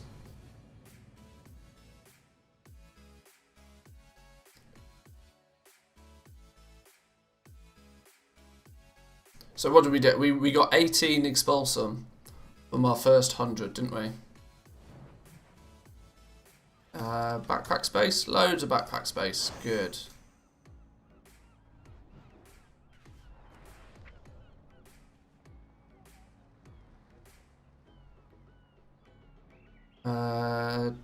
All cancelled or all other. That should be just the Tidespalian embraces. Oh god, the mailbox is slow today. Why is the mailbox so slow?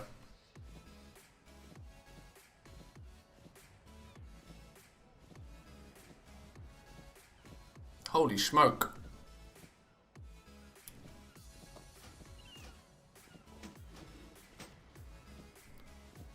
Are there any expulsum type mechanics in Shadowlands? Not currently, no. No. Not to say that we won't get something in later patches, but at least the way that it stands right now, nope.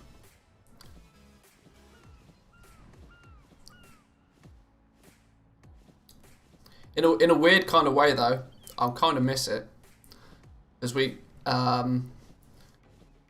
it creates an uncertainty about the price of items, which is good for the market and good for the goblins. When everything is just requires straight materials, everything has a very solid value to it very quickly. And that means that it just pushes all of the profit out of it very quickly. Now we should have 100 Tidespray linen braces on us. Yes, we do. Due to the fact that the methods of gaining expulsum was simply from this dude. And as you can tell, the ratios and how much it costs to get a single expulsum varies across player to player. Which then means that any item that was crafted with it had a variety of different potential prices. It was very solid to say, right, this item costs this much to make, so hence I will sell it for this price. That level of uncertainty is actually good. It's a bit of a pain. Admittedly, expulsum is a bit of a pain in the ass to actually acquire in the first place. But generally, overall, expulsum is good for a system like expulsum is good for the crafting market.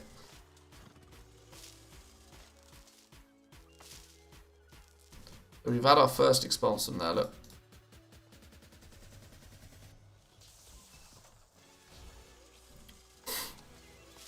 My honest answer about when it comes to professions in Shadowlands is I'm not super psyched about them. Now that I've looked at them all in great detail, there's some. I like the base legendary system. I like the fact that you have to craft them to be able to craft the better ones. I mean, in some way it's kind of like the bind on pickup gear that professions have had in BFA. The fact that you don't get access to the higher level pattern until you've crafted the entry level one. But of course that was all because it was bind on pickup, that was a very personal thing to everybody. Legendaries are now, now that they've expanded that into the legendary system going forward, is somewhat good for crafters, but I think long term it's going to mean that there will only ever be two base legendary items that sell. Rank 1s are likely to sell throughout the entire expansion because it will be the cheapest way to get that legendary power. So when it comes to like alts, that sort of thing, regardless of whether we're in patch 9.0, patch 9.1, 9.2, 9.3, whatever, the original base legendary item, the rank 1 base legendary items, will always have some place in the market. The issue will be is that rank 2 and rank 3 will go out of fashion per se very quickly, and everybody will then want rank 4s. They'll either want rank 1 or rank 4 because they'll either want the cheapest or they'll want the best. There's no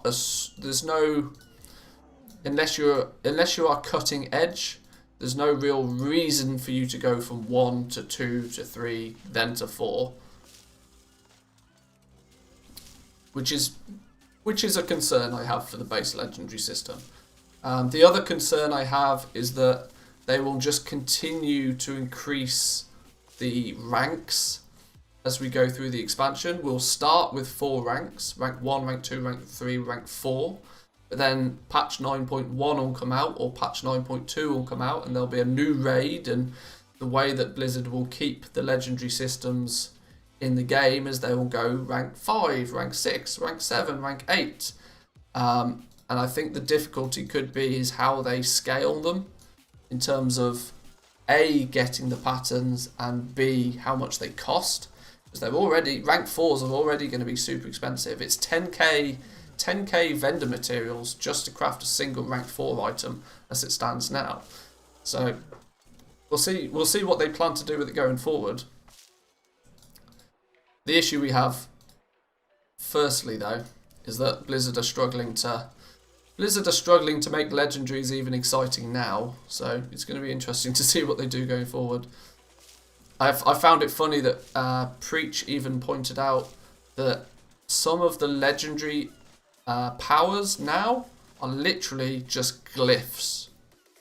They're that dull, they're that boring, they're literally just old glyphs that is now apparently a legendary power. That's not going to get people excited, unfortunately. Hang on, are we effing? What's going on? OBS says we're still live. YouTube is just having a special moment.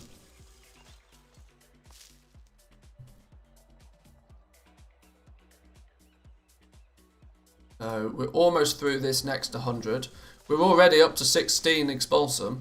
Now, unless I'm either just really, really lucky, or some other people are just really, really unlucky. I just got booted from NA Realm. Servers are doing absolutely crazy things today. For the next few days, expect huge amounts of server instability. I remember the time legendaries were limited to certain classes. Good times. Yeah, legendary doesn't really mean legendary anymore. But, oh well. 19 Expulsum. And the last one for good luck. Will we get an Expulsum off the last one? No. But there we go. Virtually exactly the same results. We got 18 off our first 100 and 19 off our second 100. So it's basically a 20%. Let's say the drop rate on Expulsum hasn't changed. It's still 1 in 6, roughly. I got 18 from 100 Tidespray Linen Braces, craft another 100, scrap another 100, got 19 the second time. That's enough data for me to say that nothing has really changed with the amount of Expulsum you get. Your results may vary, but 200 Tidespray Linen Braces in my mind is enough to say that it's basically exactly the same as what it was before. The only weird thing is that we're getting not only are you getting nylon thread, Tidespray Linen and Expulsum, you're now also getting deep sea satin and embroidered deep sea satin, which is a bit strange.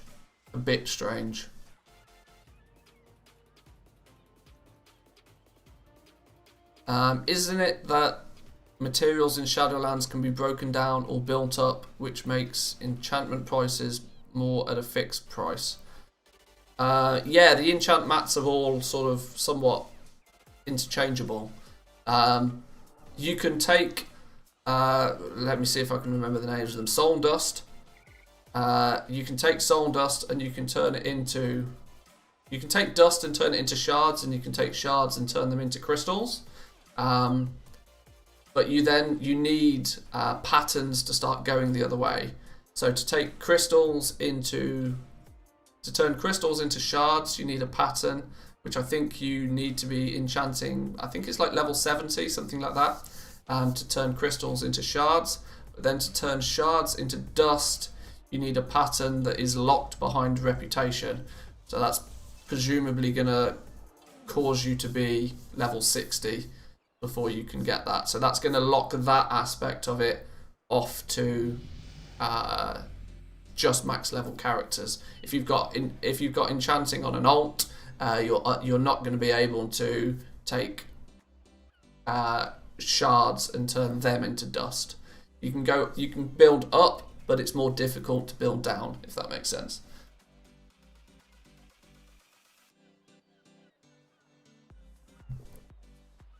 What we should probably do is look at pumping some of these Expulsum into some uncanny gear. I I should probably put uncanny gear. Let's as considering I basically deleted my old TSM profile and I'm starting again. It does mean that any current content is now merged in with all of the old stuff. So let's do a subgroup.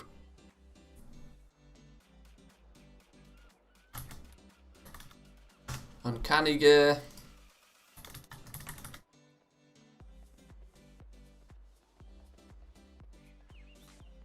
We will ignore item variations actually.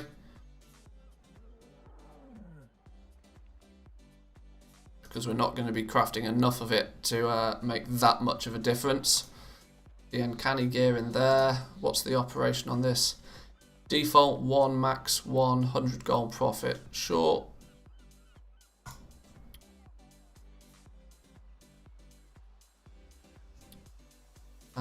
Restock uncanny gear. Gather. Where's our materials then? Buy from auction house dredged leather. Do I not have any dredged leather? Really? Sure. No problemo there then. Let's go get some. Material mat is likely to be standing at the auction house anyway.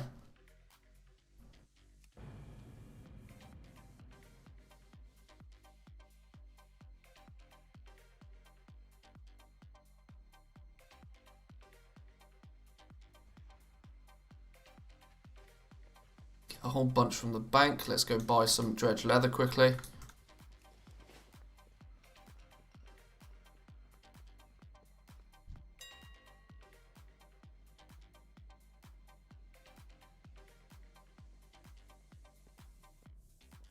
Ooh, it's not very cheap. Why is it so expensive all of a sudden? Arguably lots of people are doing the same. Only need 64 though. It's not a lot. It's all good. It's all good. Might as well use up some of these materials that we've had lying around for a while anyway.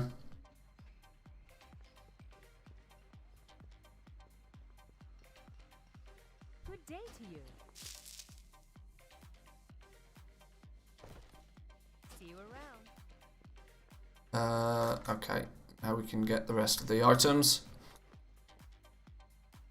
This is one thing I decided to do, is I've created a character specifically just to hold all of my old materials.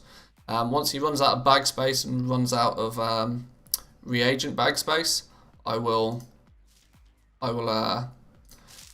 get him a guild so he can fill up a guild bank with old materials as well. But as we go into Shadowlands, I didn't want my main auction house alt to also be holding all of my materials. So I've made specifically a dude called Material Matt, who's simply going to act as my dude that holds all of my materials. You can see his bags are slowly filling up. His reagent bank is full of just stuff, but it's simply just materials. So that as and when I do crafting, I hopefully will then only need to log on to one character when I do some crafting to grab all of my materials, and won't have to be dancing between 5 to 10 different characters just to grab things up. That's the plan at least. I bought around 100k ghost iron ore and planning on buying all the spirits of harmony off the auction house, as they're only 40 gold each at the moment. Damn, that's cheap for spirits of harmony. When it comes to spirits of harmony, it's an item that is very heavily botted. I don't know how it slides under Blizzard's radar. But very often you'll see a lot of Spirits of Harmony get botted.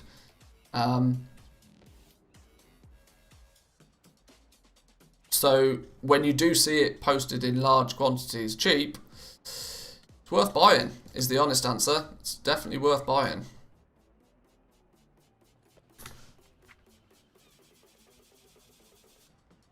I mean, 40 gold's really cheap. And the fact that people are going to want to get their sky golems on the go, and there's a whole bunch of stuff like that. Buying up some ghost iron ore as long as the price is cheap. Excuse me, holy smoke. I think Ghost Iron Ore was down to about 4 or 5 gold on my server as well, which is crazy cheap.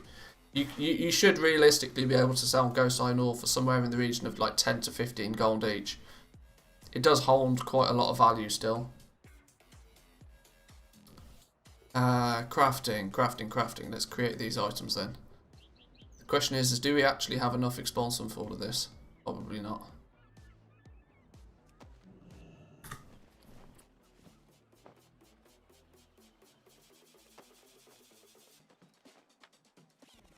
Don't you run the risk of getting banned by buying from botters? If you buy from the auction, there's no way to get banned by buying anything off the auction house. If they're posting it on the auction house and you buy it, it's all fair game.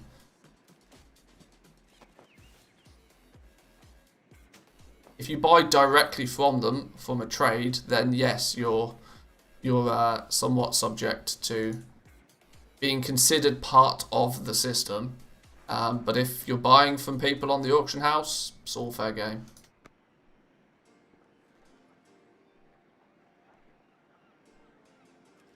I've seen things that would scare you to trade. Needs to be at least 2 centuries old. Get these uncanny gear. What's the uncanny gear going for? 2,500 gold a piece. That's actually still pretty reasonable prices, to be fair.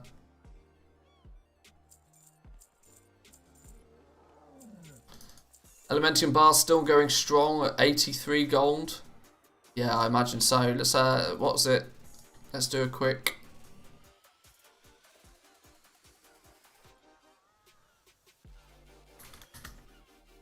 Let's just search for Elementium and we'll quickly find the bars. Elementium bar, Elementium ore. Elementium ore is currently still 50 gold on my realm right now. We look at Elementium bars. Elementium bars are still 80 gold. Yeah, price is still holding pretty good on these. I imagine that the sale rate on these is not too bad either at the moment.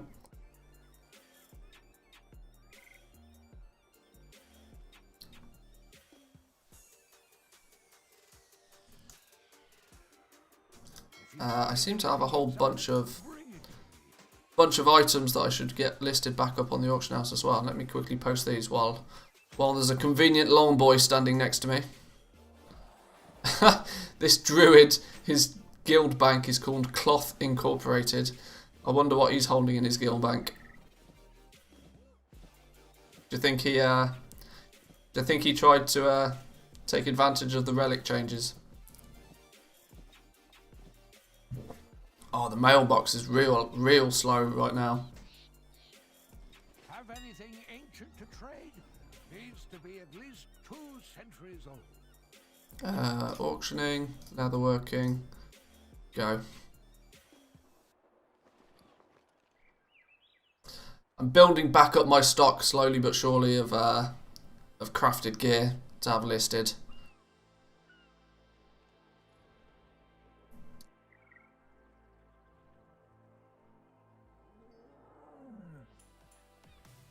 Not got a lot so far. But this is some of the things I want to get back into. Like over the last few months, I purged a lot of my crafted gear because even when I wasn't actively playing BFA, I would still log on, like try to log on at least once a day and post stuff. And it's just meant over the last few months that my stocks on everything is dwindled to basically none. I'd pretty much liquidated. So now we can get some stuff back up on the auction house. Get going with the old crafted business again. Let's send these materials over to material mat, because of course I don't need them. We did use all of that expulsum actually. Oh, why have we got a load of mage weave and silk weave? Send those over. Good.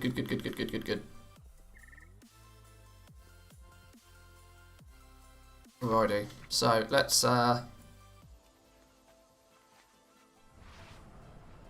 look at what we're missing. What we're missing here. It's easier to do it from this pattern. So we obviously can't get access to Shadowlands stuff right now. Contiran patterns, these are all things that we just need to craft other items to get hold of them. That's fine. Let's go to, then we're not missing anything from Legion, which is nice. Geniosec. I've probably butchered that, but thank you. Welcome to the channel. Thank you for your sub. Panda patterns. We need to go get the panda relic patterns.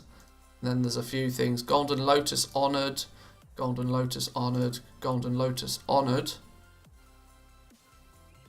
There's a few things we still need for our leather worker. Magnificent hide pack. Pandera leatherworking. I just picked this up from a vendor nowadays. Ah, interesting. Let's head over to Pandaland then, because there's apparently a whole bunch of leatherworking stuff I'm missing. I've probably not got enough gold to do much about it, but let's have a look. Want to try and get that unlearned list as small as possible. Although to be fair, before I go back and do all of that, I should probably make sure I've got, because I should make sure I've probably got all of the BFA stuff out of the way. So, BFA, we know basically everything that we can learn. This, what about jewel crafting? Is it the same situation? These, we only pick them up by crafting the previous one. These are all good. And then we go back to Draenor, the stuff I'm missing from Draenor.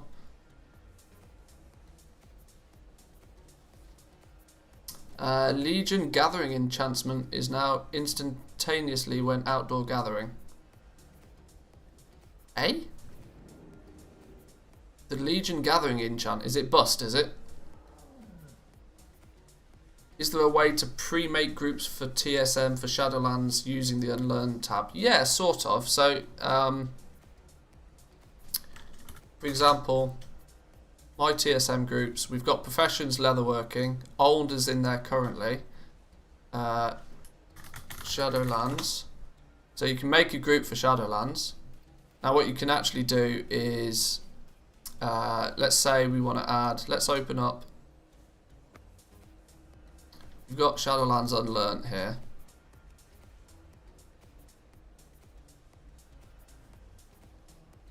Shadowlands Unlearned. So we know that we're probably going to want necklaces as a group.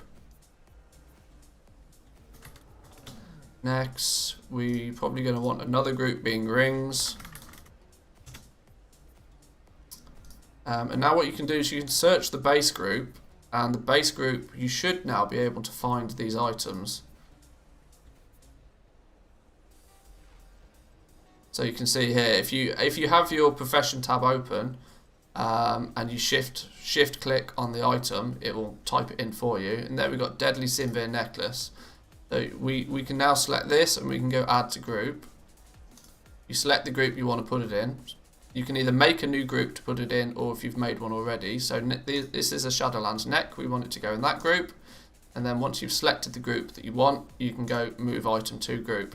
It's a bit of a slow, laborious process, admittedly. But now we can see that the Shadowlands group within the necks, we have the Deadly Sinvir necklace.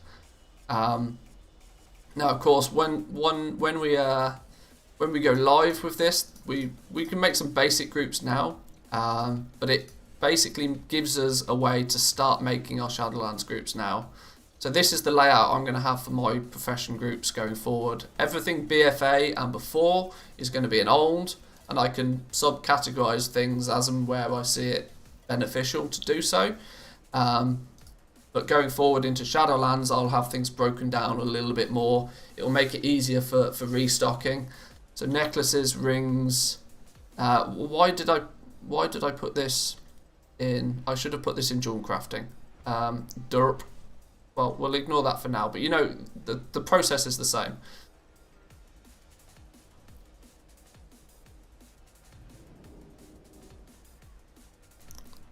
So I should, for my example, I should have probably just used something in leatherworking. So we can have leatherworking. You can have the Unlearned tab open. Shadowlands, we're going to have, let's say we're going to have base Legos. Base Legos, then we're going to have we'll have a subgroup of male, and we'll have a subgroup of leather. Now what we'll likely do is want to split them off into ranks as well. Rank 1.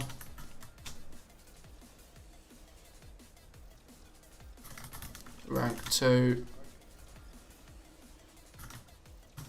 Rank 3, because of course what we will want to do is once we've crafted the different one, we'll want to make sure that we're selling different ones at different prices.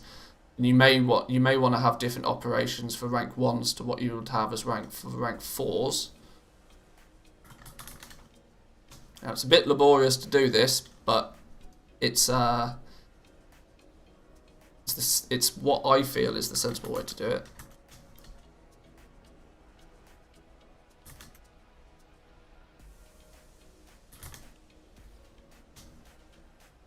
And rank 4. So that's the base Legos. So we can go Bone Shatter Arm Guards. These are, which ones are these? These are the male ones, aren't they? So rank 1 bone. Can we actually, we can only actually see rank 1 items. Bone Shatter Arm Guards. Move that to, what did we say? Bone Shatter was male, was it? Male. Male rank 1. Select group, move. Then unfortunately you just basically have to repeat the process. Bone Shatter Gauntlets. Move the item. Bone Shatter Greaves. Move the item. If you're putting stuff into the same group, you don't need to select the group every time, which is kind of helpful.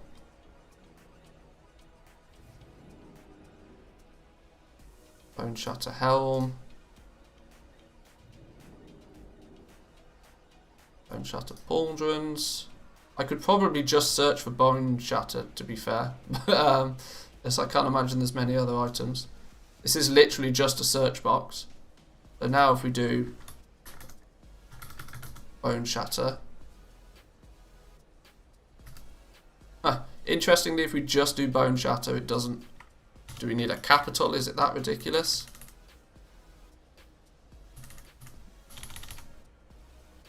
Bone Shredder. Yeah, interestingly, like the default search isn't great. So you have to put the full thing in or shift click an item before it finds it, which is odd.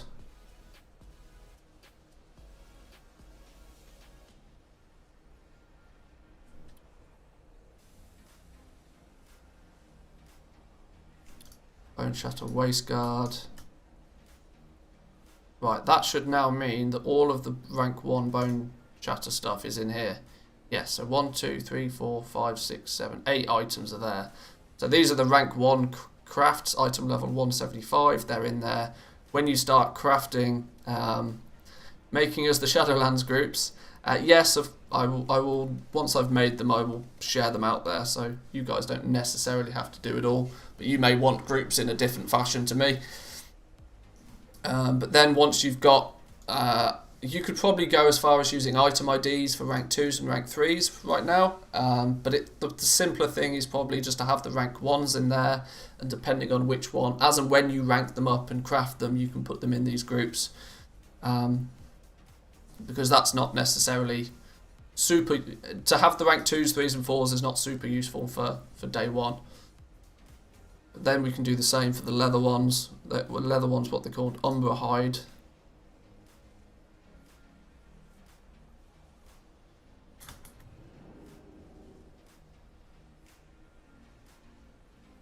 It finds some of the Umbra Hide stuff, but not all of it, which is weird. The pauldrons, the treads, the vest, and the waistguard,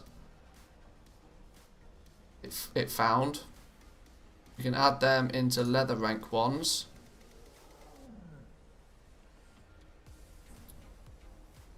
And now we just need the arm guards.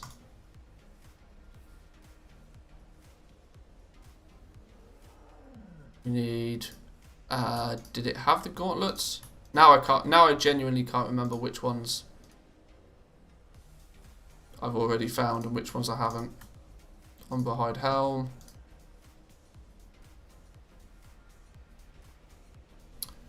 Umberhide leggings.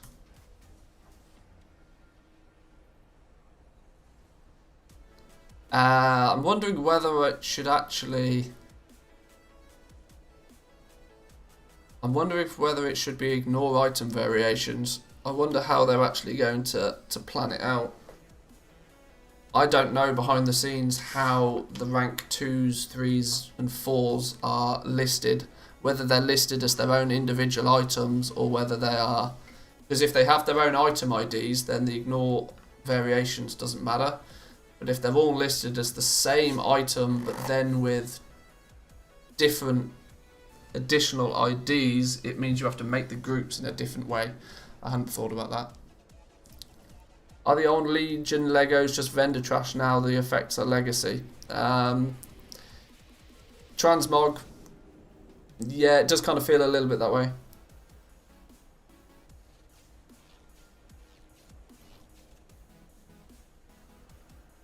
I think I might make demon hunters for my crafters that need Torghast. They'll level faster and have high damage output with good self heals for Torghast. Their high damage output has demon hunters have taken a bit of a knock in Shadowlands. I've not tested one, but they're not the powerhouses that we currently know them to be. Yeah, Havoc is one of the lowest DPS right now. Yeah.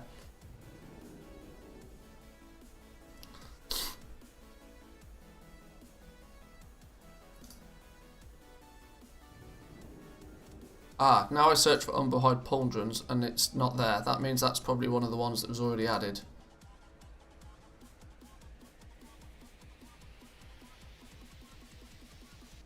Same with the treads.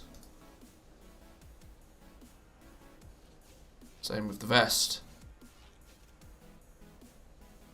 Same with the waistguard. So now that should be, if I check in male rank 1, we've got all the bone shatter and then the leather. 1, 2, 3, 4, 5, 6, 7, 8. Okay, yeah, so we've got all of the basic rank 1s in there. So that's how you'd have the Legos set out. Now I'm probably just gonna make the base groups as it stands right now rather than actually assign operations to everything.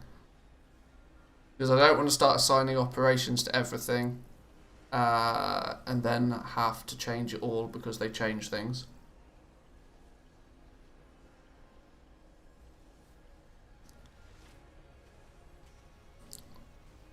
I think Ret Paladins are the way forward for high damage and self-heals. Well, yeah, Paladins have always got that self-heal ability. They're self-heal kings. Pretty happy with Boonkin, high DPS and AoE that moves with me. Allows me to cast while moving. Yeah, because Starfall follows you now, doesn't it? Shadowlands is still many weeks away, so things will change. Oh, well, yeah, absolutely. Like, literally, the balance changes are happening, like, constantly. Literally constantly. Materials, I'm going to have a subgroup for old, which should be everything. How do I select all parent group items? Select all, there we go. Not the Warcrafters kit. All old stuff, in you go. Then materials, we will have Shadowlands materials, and then we can put in the materials that we're going to use for Shadowlands. Let's be smart though, and let's categorize it leather. There's a crossover on materials, so we won't go profession specific, but we will go cloth, herbs, or let's spell it right,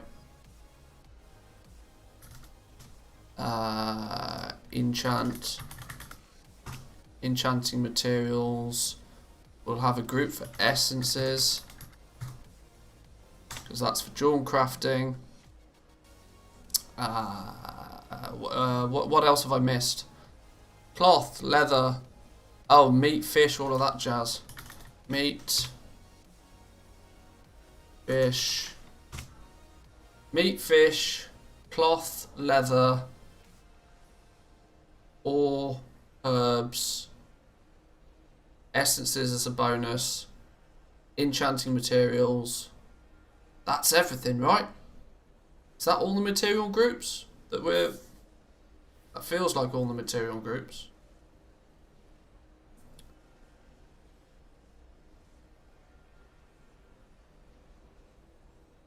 I'm torn on what to use your boost on. Hunter or Rogue, never played either.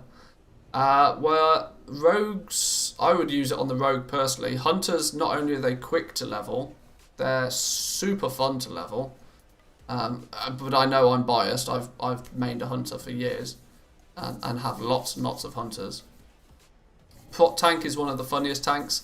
If I'm going to have a tank in Shadowlands, it will probably be a Prot Paladin. Because they're just always fun. Invested in a reins of the tamed Bloodfeaster for times 19 for an average of 17k gold each. Can't wait to cash in later in the Shadowlands expansion. Be very careful. 17 gold each sounds... 17,000 gold each for the Bloodfeaster sounds expensive to me. Sounds expensive to me. And don't underestimate the amount of them that people have in their guild bank.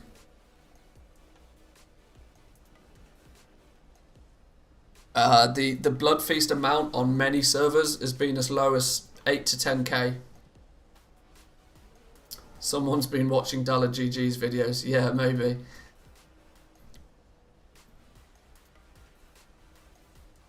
Just bought one for 8k. It's already now 13. Aduket1, thank you for subscribing. Welcome to the channel. Welcome, welcome. Anyone got any investment ideas or suggestions? I mean, the one I've focused on somewhat heavily recently has been the Sky Golems, because historical data indicates that we'll definitely see a rise in value of the Sky Golems, regardless of whether people have got hundreds of them available or not. Yeah.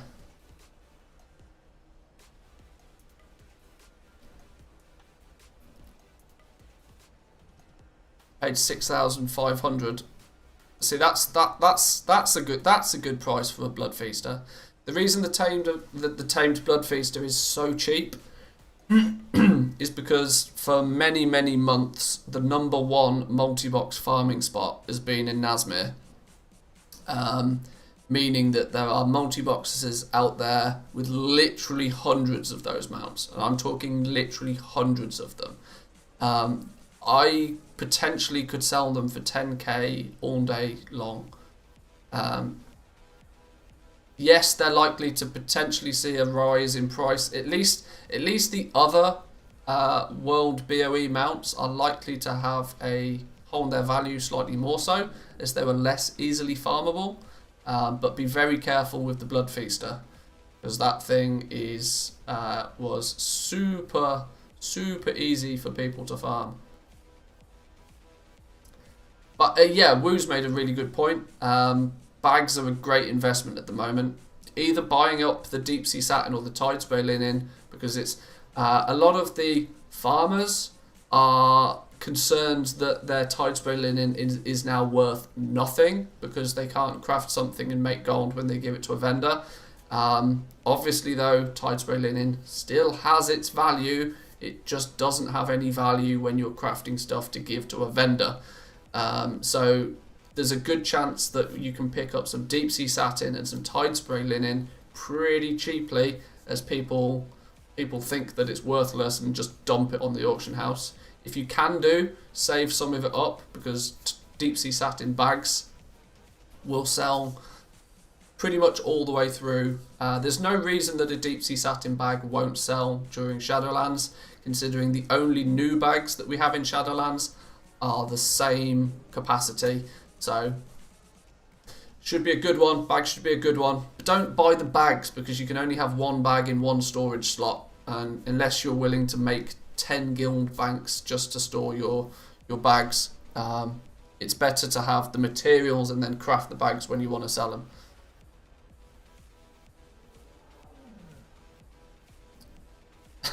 Sold 350 bags yesterday. Bags are also heavily contested and only give like 50 gold profit per bag. Yeah, but 50 gold profit's 50 gold profit. Profit is profit, my man. Remember that. Deep sea satin. Deep sea satin is better to store than tide spray linen.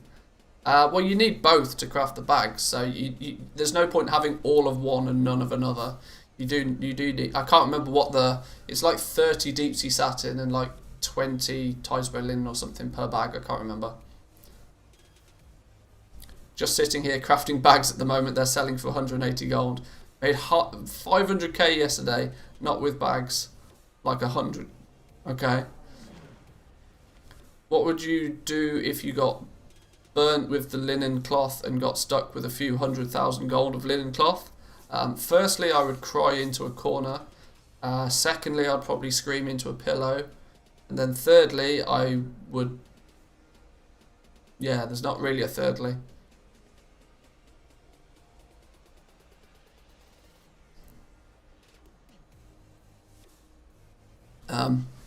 I got distracted with chat again. We need to add some, add these leather items. So we need desolate leather. We're going to add that into the leather group. Desolate leather, we need desolate hide. Huh. It's not even called desolate hide anymore. It's called callous hide. It's interesting to see what they've ported to the live version of the game is way out of date. Like way out of date. It's not called heavy desolate hide now either. So some of this is pointless. Okay. Morning Nax, welcome. No tide spray braces for expulsum shuffling.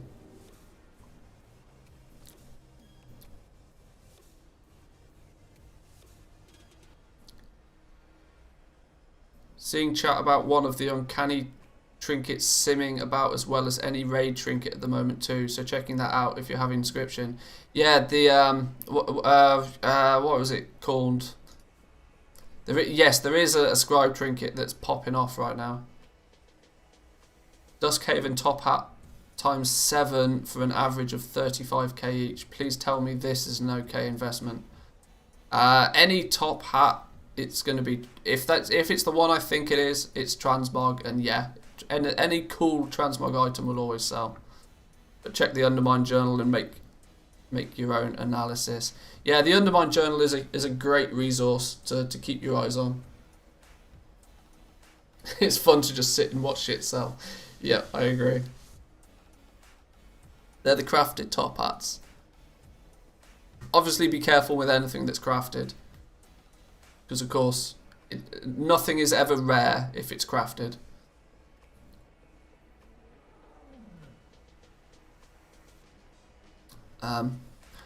Okay, so I'm not necessarily going to be able to fill out the materials because these are still wrong.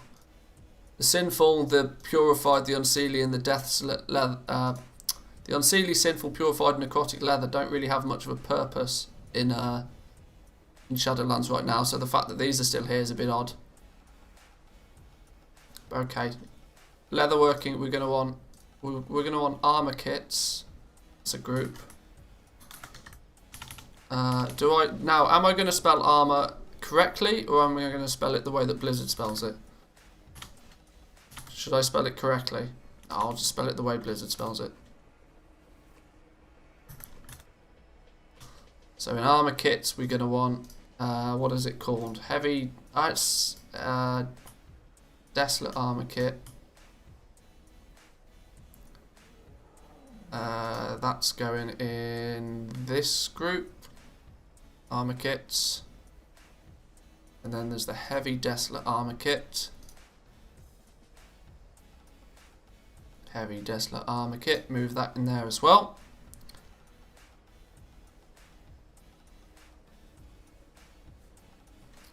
What else we want? Drums. Drums is a group we're going to need.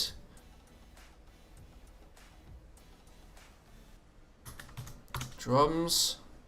And in that group we're going to have, where's the item for drums? Drums of deathly ferocity. That's going to go in our drums. Where is it? Where is it? Where has it gone? Drums, there it is. Select group, move item. Do we think crafter's marks we're going to craft to sell? I mean, there's argument that we might... Well, if they're on the auction house, I think... I do think we are going to craft crafter's marks to also sell them on the auction house. If yesterday's pre-patch is anything to go by, then people are buying the relics off the auction house. So I don't see any reason why people wouldn't buy the crafter's marks off the auction house as well. Assuming the price is right, of course. Because there might be some fluctuation in the price of these. So I guess we should probably have a group for crafter's marks. The likelihood is you might want to even split these down even more depending on which ones. If you get crafter's mark rank 2, for example, there's a good chance you might actually be able to sell these for a profit on the auction house come Shadowlands, simply on the premise that not everybody will want to get the Avowed to Revered, and so some people may actually look to buy these rather than craft them themselves. I know, you can't sell these because they're bind on pickup. What am I talking about? Well, scrap that whole idea then. I totally forgot they were bind on pickup. Why did my entire screen just flash? Did anybody else see that? Okay, delete the group crafter's marks. I forgot they were bind on pickup. It's because the relics are not. That's what threw me. So yeah, simply put, your crafter's marks, you're going to have to do the farm. Am I just going to buy stuff from the auction house to get your leatherworking up in Shadowlands? That's pretty much my plan with all of the crafting professions. As little gathering, as little farming as I can get away with. If I absolutely have to go out and gather something or farm something, then I will. If the auction house prices are ridiculous. But for the most part, it will be a balance between, like, what... Man, that will be expensive. Probably. But it will only be expensive until I sell the item. Because I'm never going to sell it for less than it cost me to make it. I will always make my profit. It's called an investment. This is the thing. To go heavy into crafting, you need... This is why I keep saying to people, you need a big pot of gold to sit on. When going into Shadowlands, if you want to do it this way. Otherwise you have to trade your own personal time to go out and farm stuff. Now the demand for the items hopefully will be high enough that I won't have time to go and farm stuff. It would be way more worth my time to buy stuff, craft it and get it on the auction house and make a small amount of profit on each one that I craft. Rather than farming all the materials myself.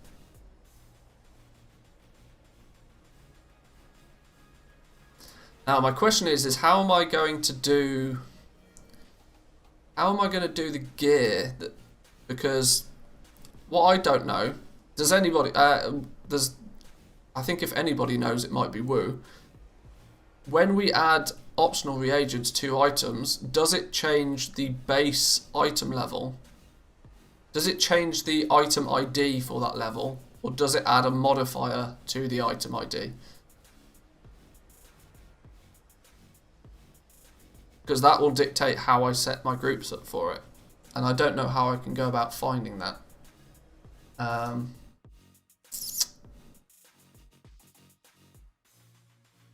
I would imagine it's just a modifier rather than a brand new item ID.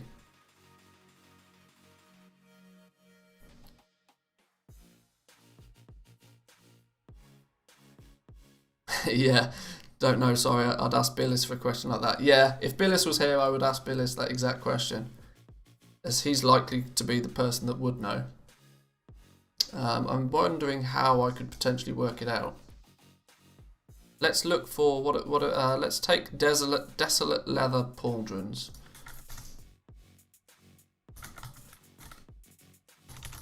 Desolate leather, whatever, desolate leather pauldrons. Desolate leather pauldrons, they have the, oh, that's the spell. I want the item it crafts. Crafts this item.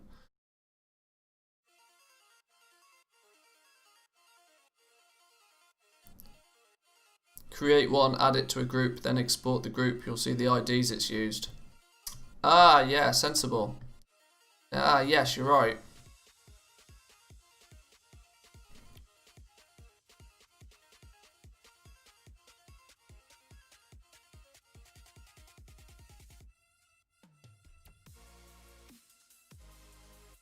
Let me just see if there's any way I can do the same on Wowhead. Probably not.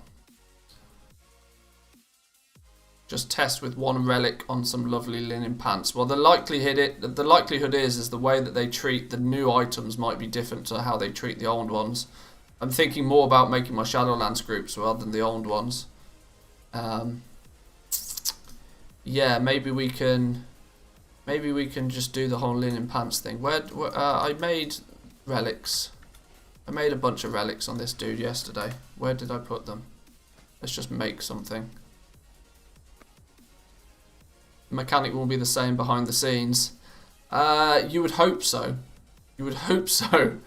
But my trust in Blizzard to be consistent with things like that is not great. And I just craft something cheap. I've not got any low-level materials.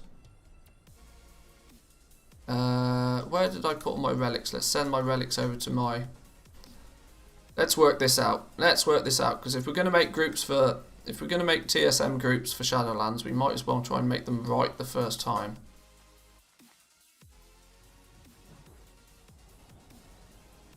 Because I don't particularly want to have to do it all twice.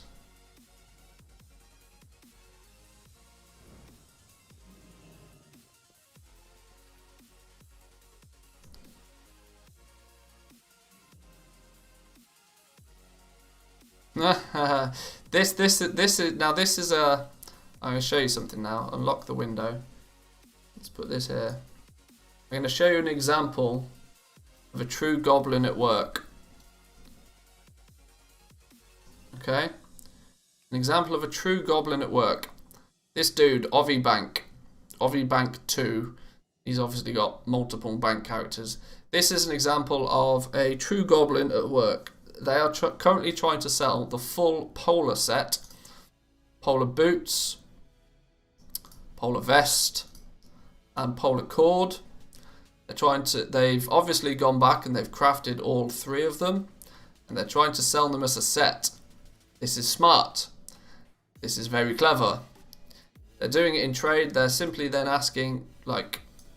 He's doing it for a whole bunch of crafted items, to be fair. But what he's doing...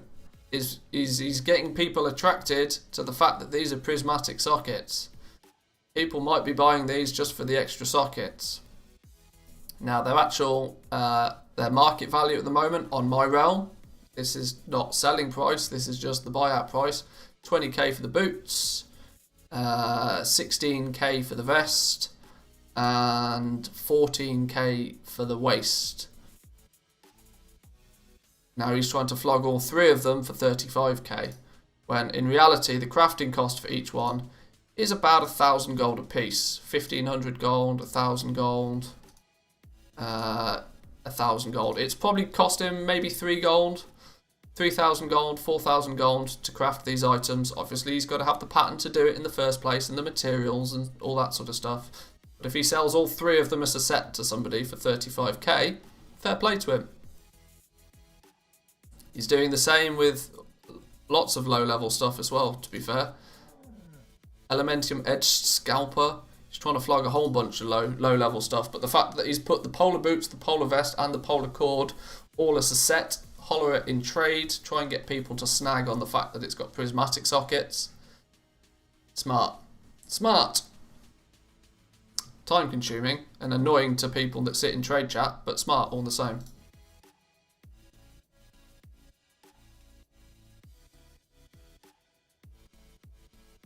Let's put this back out of the way though.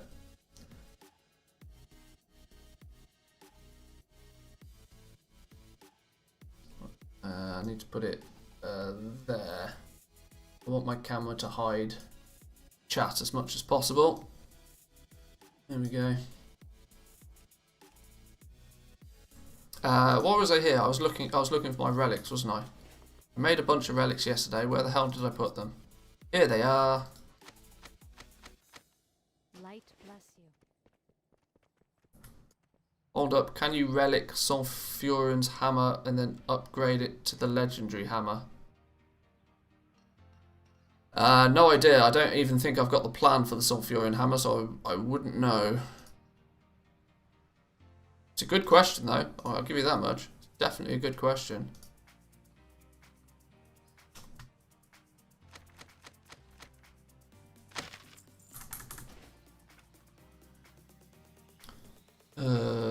This dude.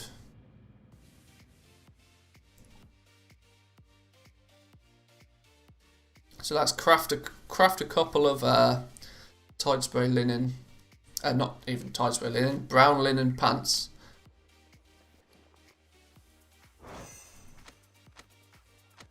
And see if the item IDs are different. Now here's to hoping I actually have the materials somewhere.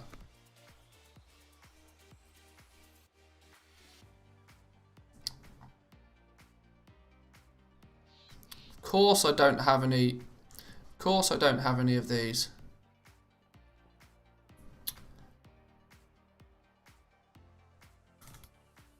Brown linen pants. Interesting thing actually is I wonder if TSM are gonna do anything about this. The fact that using the TSM interface by default doesn't give you the option anywhere for the TSM interface doesn't take into account optional reagents at all. Which is I mean, obviously it goes kind of against the whole queuing system and stuff. But I'd not thought about that before.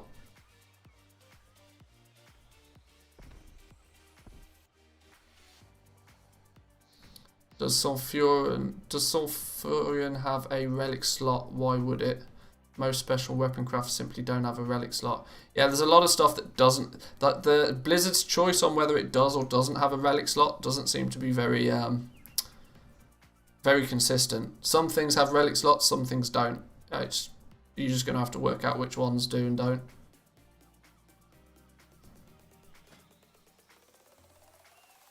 I can't believe I don't have any linen cloth on this dude.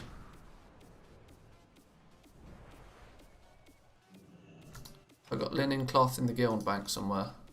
Cloth and leather. Ah, Jesus, I've not even got linen cloth. Where's all my linen cloth gone? You need something? I can't believe I don't have any. Ah, it's probably on my material, dude. Of course it is. Of course it is. Holy smoke.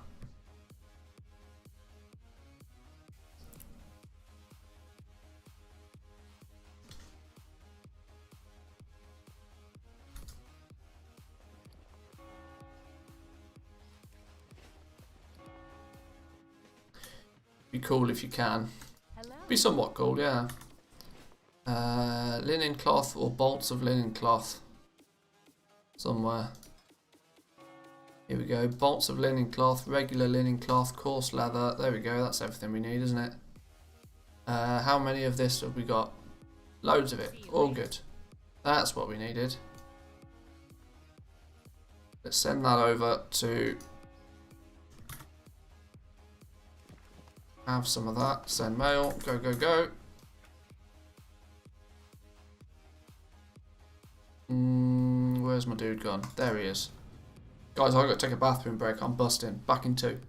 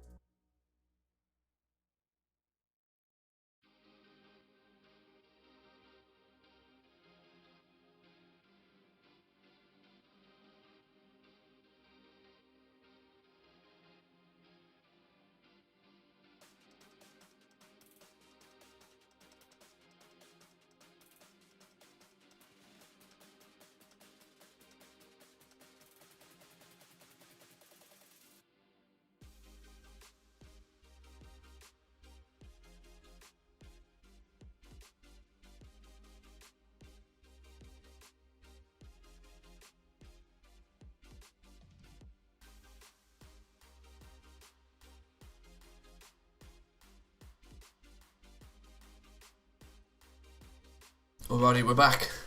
Woo! Feel like a new man.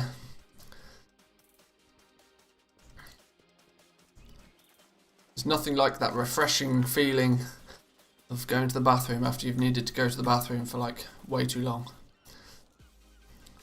Or is that too much information? I don't know. Right, so let's craft up some of these brown linen pants then. And let's see if we can get an idea about whether... Brown linen pants. Oh, I need to craft some bolts of linen cloth first. Bolt of linen cloth. Craft a bunch of those quickly.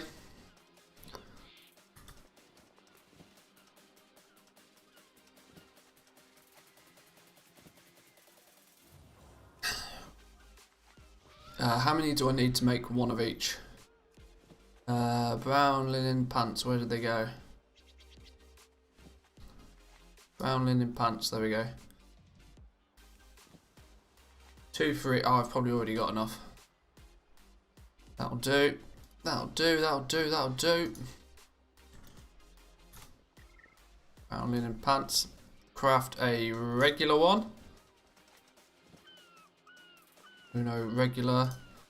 Craft one using a relic.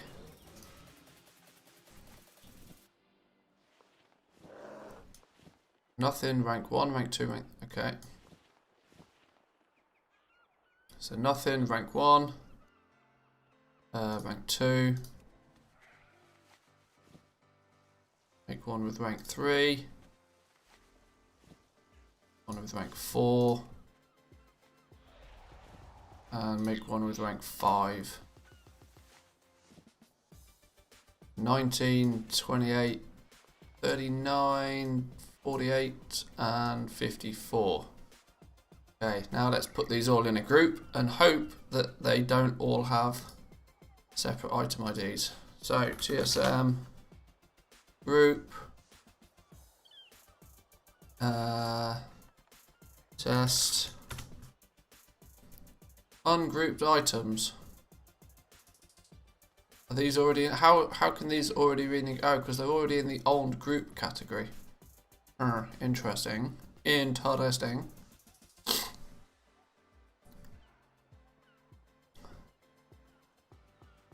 Now the interesting thing to note is as far as in fact, the way that it looks like, the way that TSM seems to do it, if you look, when we hover over each one, it's got the exact same pricing for each one. Which leaves me to believe that there's no way to easily distinguish between them in TSM right now.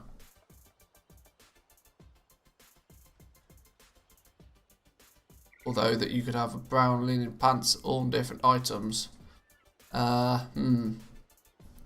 Do have ignore item variations on the old item groups? Possibly. That is something that is a possibility.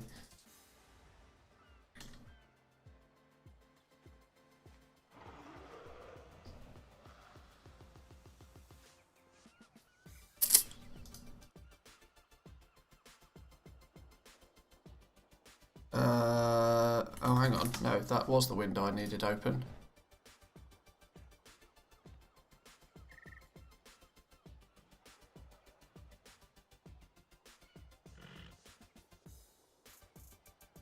Hang on, where's my search gone? There it is, brown linen pants. Now, if it's already in a group, okay, this is annoying.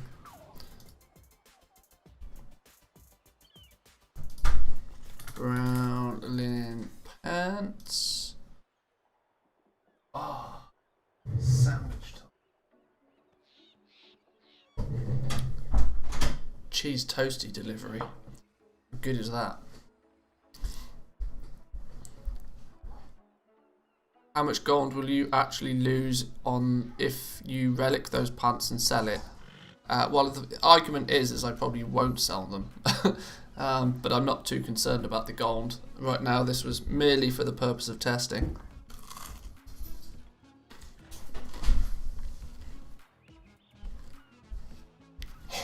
Hot. Holy shit. Molten cheese. Mmm. Been sitting listening to the stream. Making bags have sold 349 in the past hour. Wow. With 65,000 gold ready for pickup. That's pretty impressive. I did tell people bags are going to sell like absolute hotcakes. Literally. I didn't have ignore variations ticked is the weird thing for this, but if I remove that item completely and then we go to our test group, ungrouped items, it literally only has one individual variation for the pants. So I really haven't, I genuinely don't think you look like the happiest man in the world right now. Wow.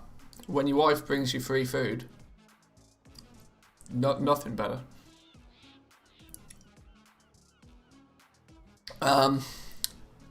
Yeah, it genuinely looks like TSM's got no way to deal with this as it stands.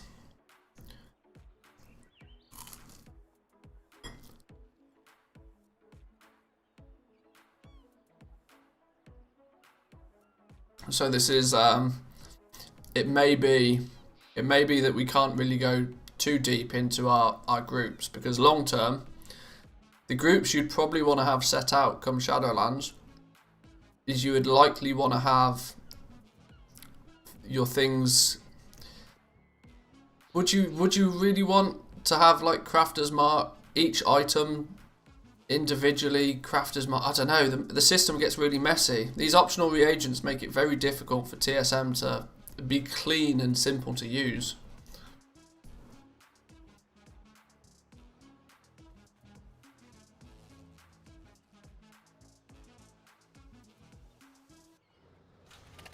Might be worth raising or asking the question in the TSM support Discord. I'm sure it's something they've considered. Yeah, I'm quite sure they're aware of it. I'll do some research on it later. But yeah, currently the way that it stands, TSM doesn't differentiate between a regular item and one that's been relicked, should we say. And then of course as we go into Shadowlands, it won't be relicked, it will be crafters marked.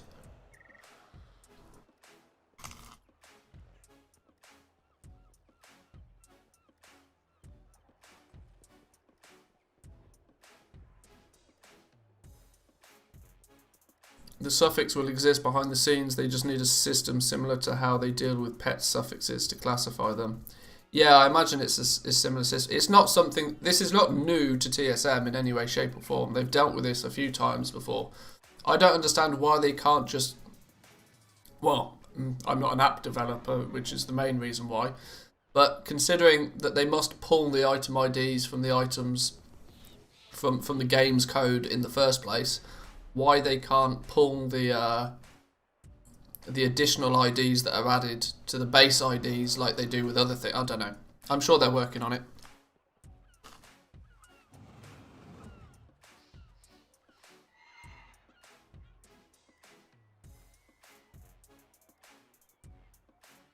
Yeah, that's it. It's just like the base item ID and then a smaller ID to tell you whether it's exactly how it's worked with like Warforged gear and like Titanforged gear. It was just a single item ID, then with an additional ID on it to tell you what item level it was, and then an additional item level, an additional ID on top of that to then say, right, well, it's got this secondary stats, this secondary stats. Yeah. Yeah, I know how it works behind the scenes. It's just, it surprises me that TSM doesn't take into account that by default. It seems that every time that a new system gets added where that is used, that TSM breaks. Why they don't just make that the, I don't know. I'm not an app developer. I should shut up.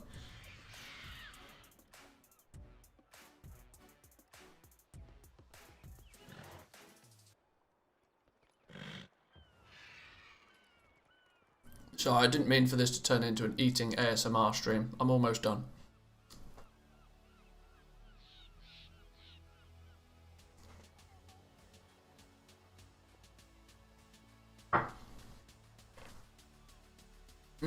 But that was a good cheese toasty anyway. Excellent job.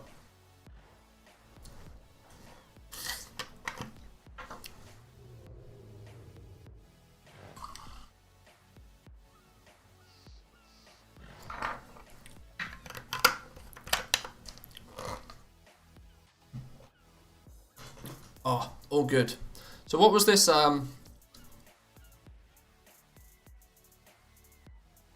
So what was this inscription thing that was popping off?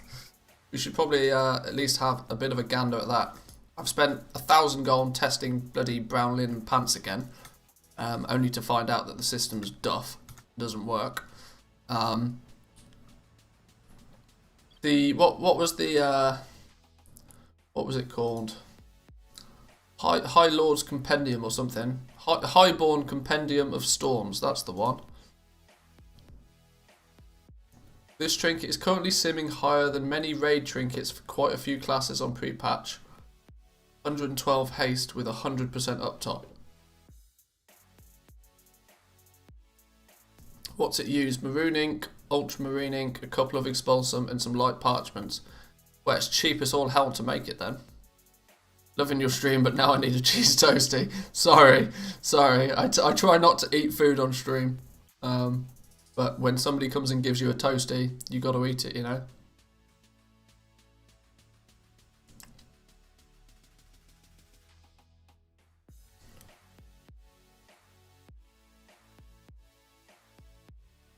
So it's a scribe item, this thing, right? So Impendium, the Highborn Compendium Doodah. Who's me scribe currently? This dude, I think, is me scribe.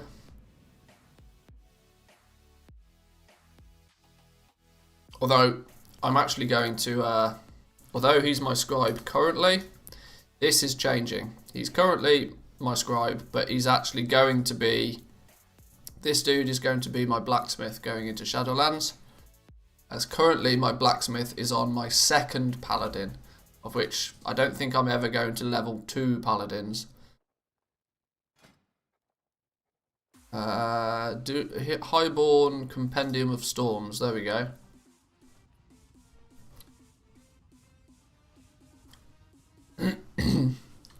Oh, I've even got a whole bunch of expulsum sat on this dude. Well, what do you know? Ultramarine ink. We need a bunch of ultramarine ink though. And we need a bunch of light parchments. Well, there's oh, I don't even have TSM. Okay. Let's put some add-ons on. I forgot I disabled all of my add-ons on all of my characters. Just because, you know, patch day, break stuff. Okay, now it's on, sure. So now we can go inscription. Now we can go TSM, and now we can go High Compendium of Storms Doodah. We got enough expulsum for a whole bunch of them. Should we just craft 10, shall we? Queue up 10. Gather. Yep, task list, go.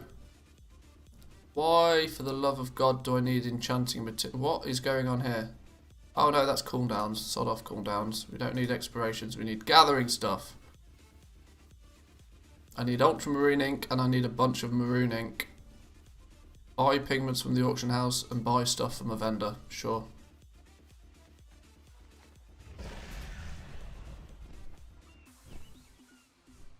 Can you do the leveling in Najatar? Because that's the only place those herbs drop.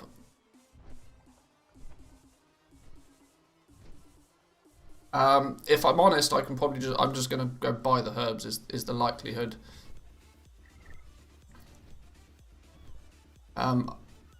Yeah, I'll probably just buy the pigments or buy the...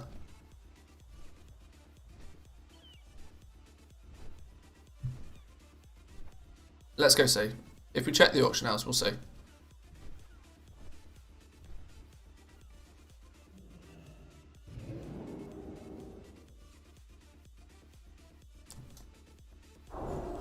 Oh, hang on. Key bindings are wrong. There's me trying to use my hunter key bindings again.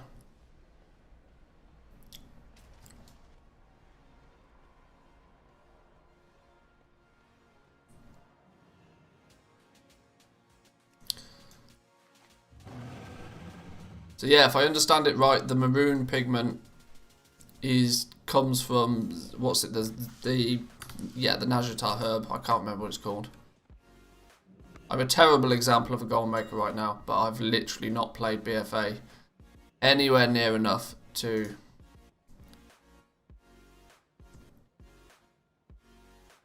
Right, well, ultramarine pigment is cheap enough, so cheap that I genuinely just don't care. I mean, that is... What are people doing here? I mean, it's literally so cheap, I just don't care. How many do I need? 242. I mean, it's 100 gold. I'm really not bothered about 100 gold. Maroon pigment, on the other hand, though. Zenithid, that's the one.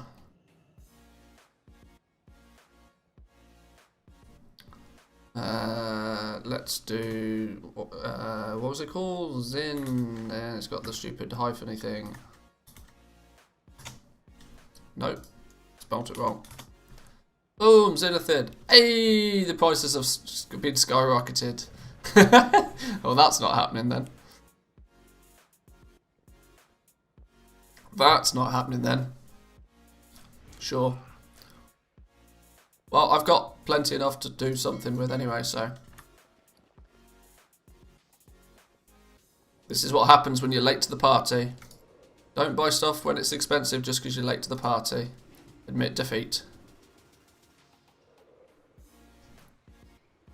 So I need more ultramarine ink. I need more light parchment.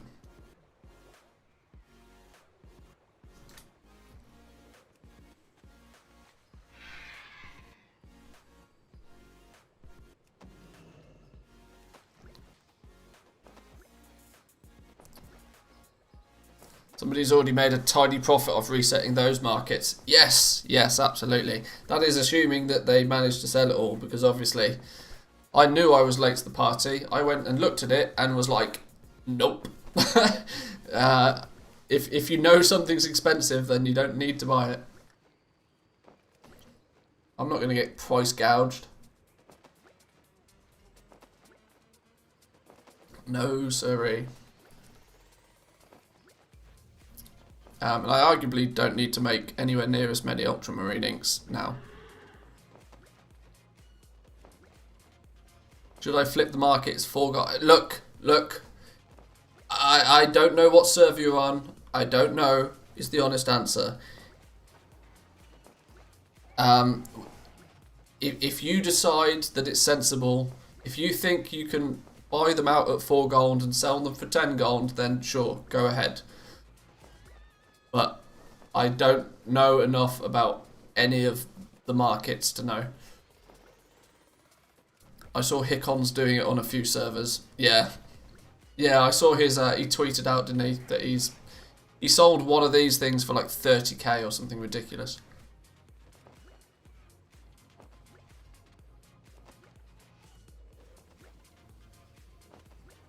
But unfortunately, I play on a large enough server that I am very rarely the first one to the party.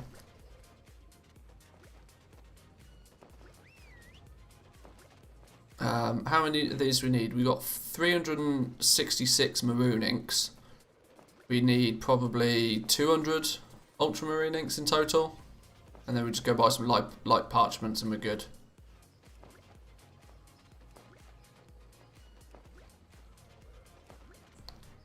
The current that's interesting. There's currently 39 auctions up for these, where the regional market average price is 2,000 gold. Currently, they're listed for 20k on my server. This of course was an hour ago. Luckily, I had a whole bunch of maroon ink lying about for some reason from some point. I have no idea when.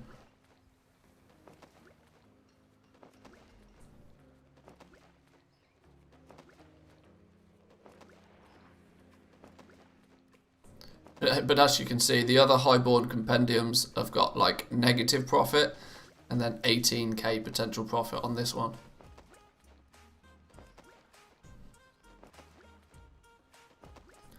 Spells have a chance to conjure a typhoon that travels towards enemy, dealing 157 nature damage and granting you 28 haste for 15 seconds, up to 113 haste.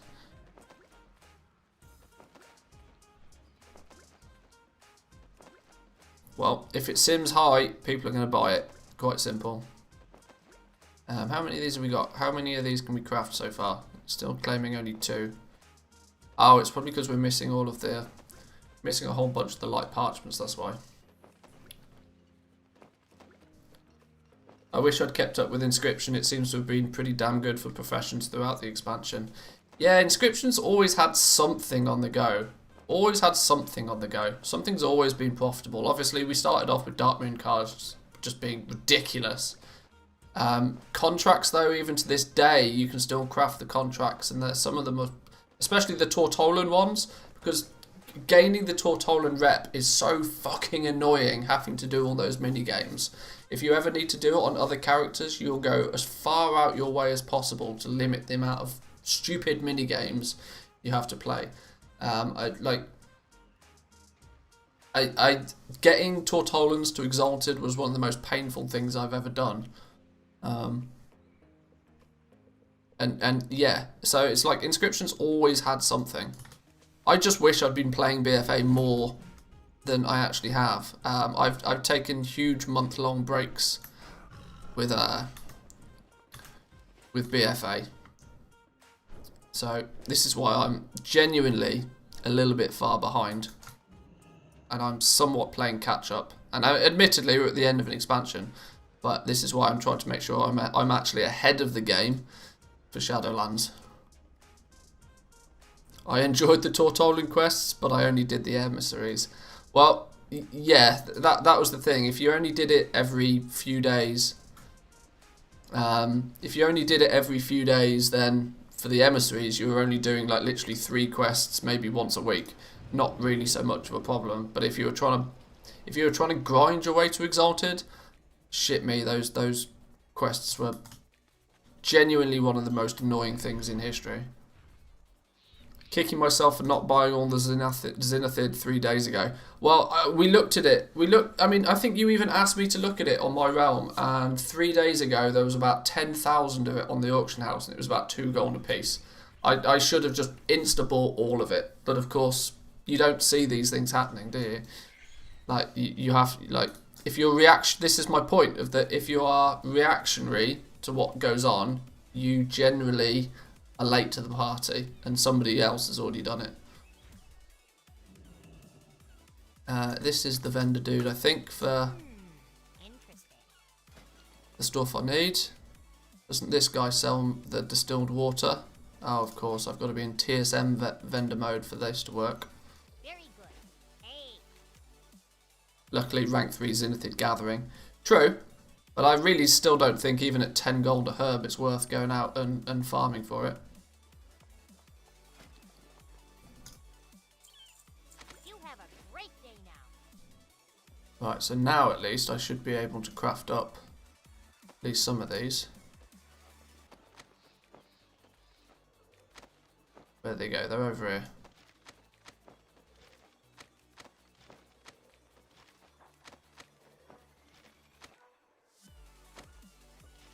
Now, the other issue is, unless I actually choose to babysit these on the auction house, I probably won't sell them. But, you know, what are you going to do? Legit dropped BFA from 8.1 because of Classic. Then I have nothing because I sold everything for Classic game time. Well, yeah, to be fair, I did something very similar. Like, I played Classic for a while, and that was a solid reason for me to stop playing BFA. And then after Classic, I played a few other games, and I sort of touched on BFA for a bit. Then I got back into my multi-boxing and was multi-boxing for a while, made a few multi-boxing teams. Didn't really use my multi-boxing for actually making gold though in any way, shape or form. And so it was like running 8 accounts with tokens, just like cut through all of my gold really quickly. Then I decided I was going to multi-box in Shadowlands and bought 8 copies of Shadowlands with gold and tokens. So hence I'm now back at a point where I've still got about 2 million gold scattered across the place. I'm not broke by any stretch of the imagination. But in terms of like getting all my professions and stuff in up to scratch, I am quite behind.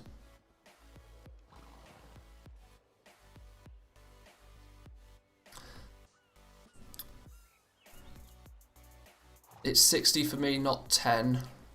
If I don't do it myself, I ain't profitable, I suppose. Yeah, gonna get the 5-box multi-box team out and go pick up some herbs in Nazjatar. That's probably not a bad plan of action, to be fair. Greetings, fellow goblins. Hello, welcome to you. Welcome. No need to babysit them. They sold the moment I put mine up. Well, let's see, shall we? Let's go try and flog some of these and see what goes. Seems EU has another maintenance at 3 to 4 a.m. tonight. Oh, really? Well, to be fair, they probably need to do full server resets to implement all of the hotfixes. There's only I don't know enough about how they implement the hotfixes, but some of them actually require like hard server resets to implement, and at least client-based resets need to happen. So, yeah, it doesn't surprise me that there's another short maintenance.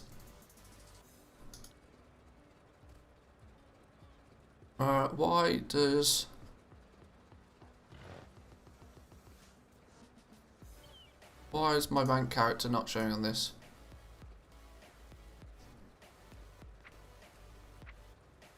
There we go. Let's load up my second account. Well, let's see. We'll throw them up on the auction house, and if they sell, they sell.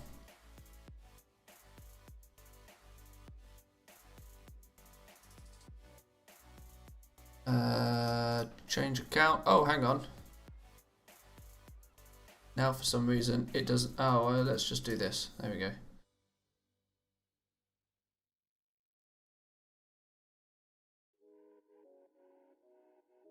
Hello? There we go.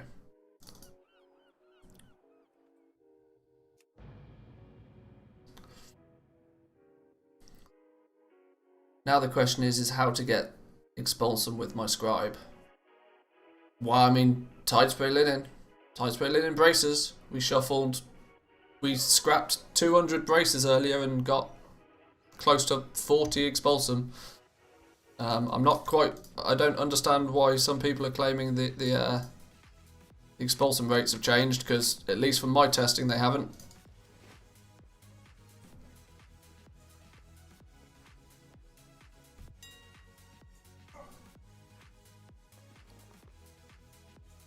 Let's see what these are actually being listed for right now.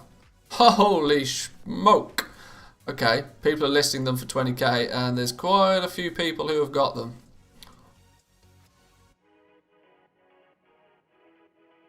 Is getting stuff out the mailbox way slower since P-Patch, or is it just me? Yeah, I've noticed a sharp decrease in mailbox speed, but that's probably just down to the fact that there's more people playing right now, and it's just server load.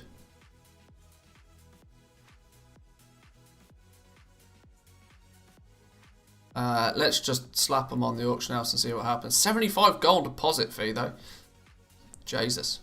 Well, let's just do it for 12 hours. If they don't sell in 12 hours, we'll try again. Boom, there we go. It's terrible on high pops, but okay on some. Yeah, it really does surprise me that something as simple as a mailbox Blizzard can't get right. Like, I don't know, just assign like certain amount of I don't know what they have to do to fix it, but it seems very odd to me. Oh, my Elementium bars haven't sold though, look. Cancel those, we'll get those back up on the auction house. And those volatiles that I was double level cheeky trying to sell them for 150 gold a piece.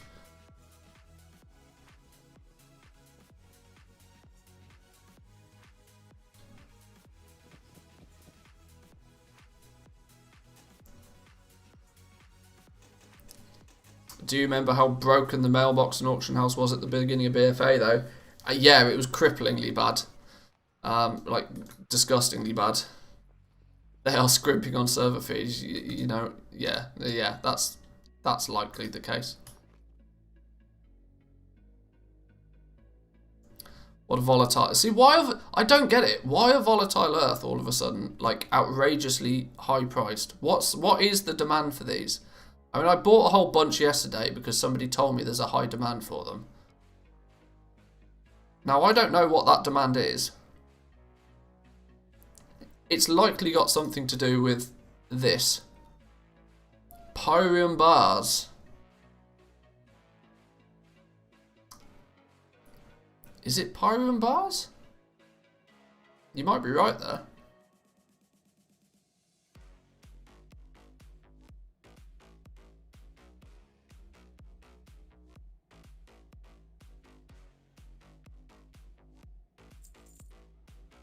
For the Vial of the Sands.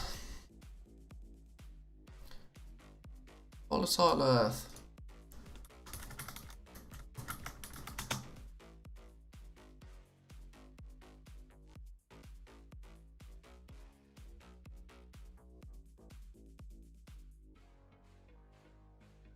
Because it's used to make the rank 2 and rank 3 for Warlords of Draenor crafting transmog, which became unobtainable now after the pre-patch launch. Is that maybe what was causing it to pump up its price? People leveling Cataclysm Engineering in general might push it up. Turning Pyrom into True Gold maybe. Possibly. Possibly.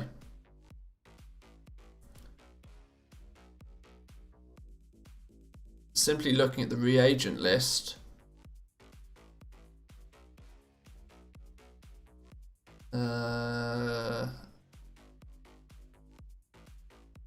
It goes into smelting hardened elementium, but that's only 4 at a time, and you only need the smelted hardened elementum to make the Looterang in the first place. A single elementium bar and a single volatile earth to transmute into a pyrum bar, but that's on a 1-day cooldown, so I can't imagine people are doing that on the reg. That's literally just a 1-day cooldown.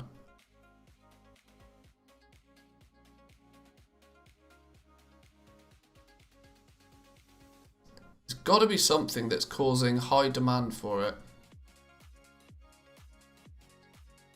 Elementium toolbox, that's crafted with engineering at 70.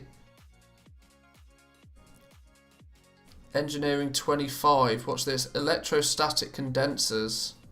Obsidian bars, bolts of obsidian, and then 4 volatile. Oh, hang on, I'm talking about all of this and you guys can't see, can you? Need to be that big, hang on.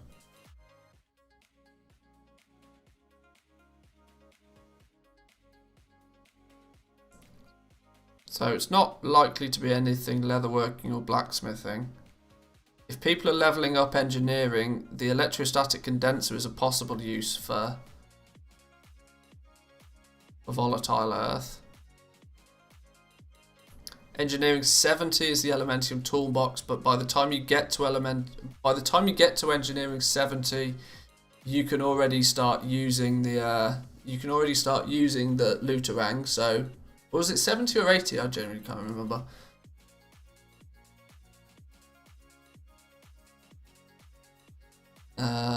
There's nothing else that stands out as a reason why.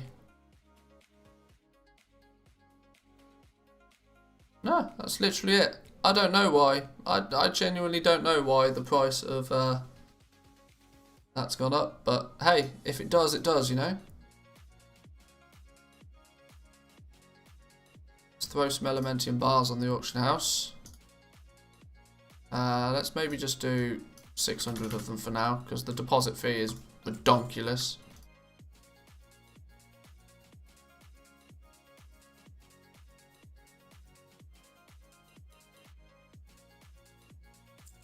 There we go. There we go. Posting one auction every 5 seconds. Did they throttle or just because more people online? Well, don't forget there is still the auction house throttle in place. If you start doing a lot of auction housing, then it will naturally throttle you so that it doesn't throttle everybody, if you know what I mean. Filter by engineering, bet it's just on the leveling path. There was only that one thing that was on the leveling path, and even then it only used 4 of them. The electrostatic condenser.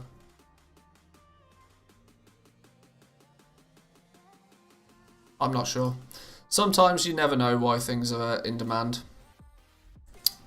But for reference, my highborn compendiums of storms have not sold, people. What's going on?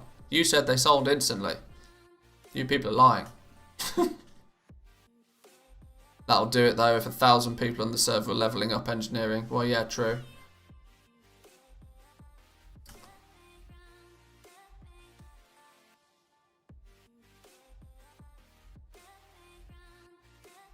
That's because I've instantly been undercut. There's a surprise. Yeah, Alright, cool. We'll just leave them be. I don't like sitting camping the auction house.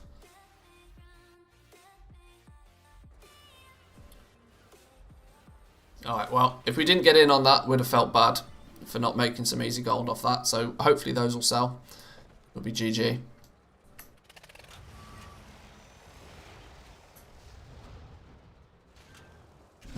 Okay, so let's now, we've done, our main dude is pretty much set up. I think we're safe in saying that jewel crafting and leatherworking, apart from me doing some TSM work, the professions themselves are where they need to be, and I'm happy with them.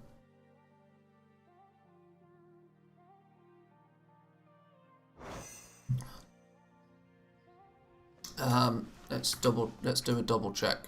Leatherworking, good. Jewel crafting, good. We're Shadowlands ready in that regard. Unlearned stuff from Tyran Designs. It's literally just the stuff that we only get these crafts by crafting the previous one to it, and they're bind on pickup anyway, so long term I genuinely don't care about these. If I never get these patterns, it's not the end of the world for me. So yeah, jewel crafting is good. Why is my dog whinging so much? Hang on, give me 2 seconds. I need to find out what's the problem with my dog.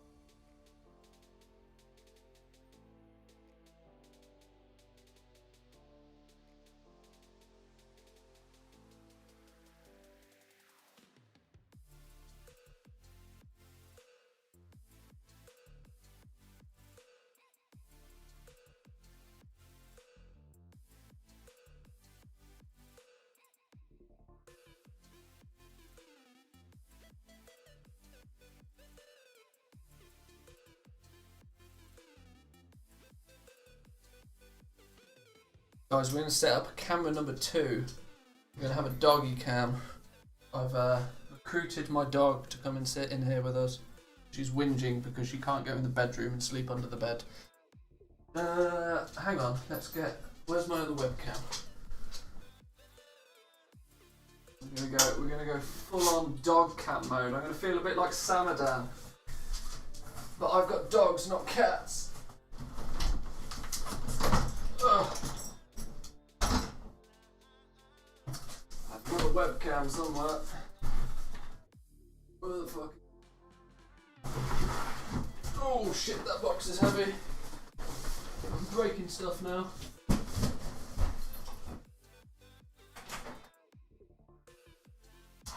At least I thought I had another. I've got a C920 webcam somewhere. Where have I put it?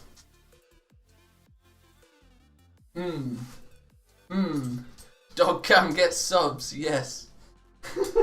That's how it works. Here we go. Here we go. Doggy webcam business, let's roll. So let's see if I break my computer by plugging this in. It's just sold some more. What are we selling? What are we selling?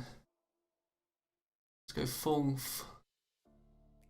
camera mode for the moment while we figure this out. Una memento. You're likely going to get to see all of the random shit that's in my room as well, but let's see if this works. Hide this one. No, Logitech camera doesn't work. Una memento. I'm still here. Oh no, now I've ballsed up my other camera. This is not good. HD Pro webcams. There we go. Oh, hey, look, here we go. There's a dog. Boom. There's a dog. Say hi, Papa. She winked at you. That's all you're gonna get. You're gonna get a wink. Okay. Let's Yeah, look at my terribly messy room. Ignore all of this business for a second. Let's switch a Rooney to this one while I set up my... Oh my god, what is this? No, I'm not installing shit. Go away. I've got a tripod mount somewhere.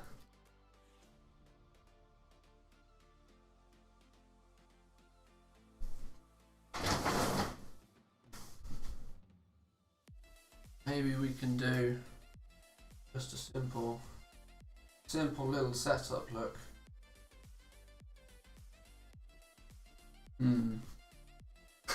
That face, what you doing? Yeah, exactly what her brain is saying.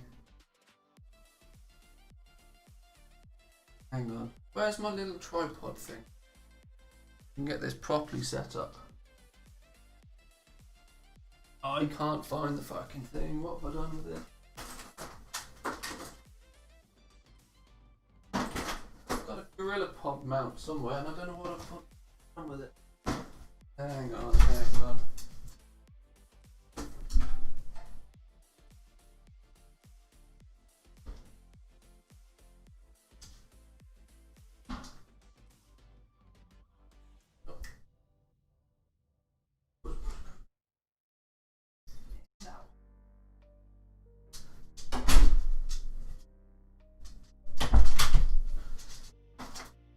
We'll get back to our regular scheduled broadcast in 2 minutes.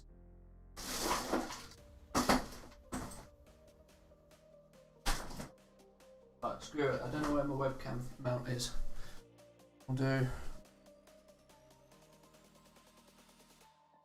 Oh, I know what. There's. Okay. Okay, this is ridiculous. So there's me looking for my gorilla pod mount. There it is. That's why I can't find my gorilla pod, because it's holding my actual camera up. What an idiot. What an absolute idiot.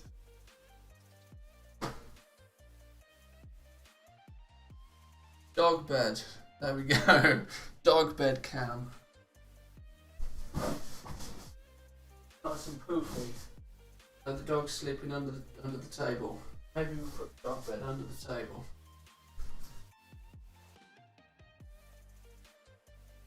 Who's in your bed? Go get in your bed. Go girl.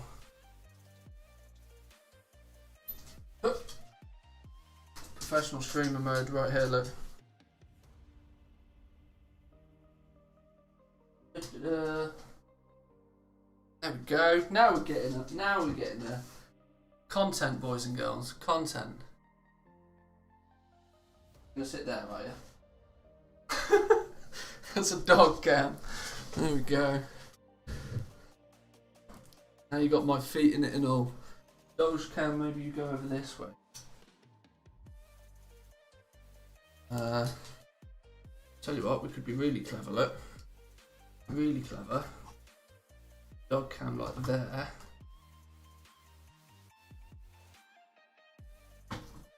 Getting seasick. Sorry, my bad. Hang on if everybody's getting seasick.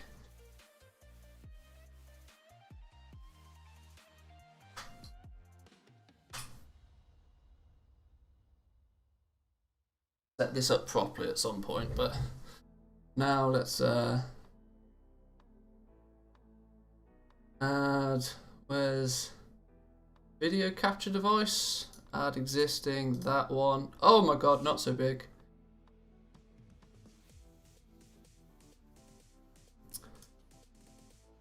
Oh, now I'm moving now I've ballsed everything up. Oh my god. Why did I decide to do this? We'll put Doge Cam on top of me.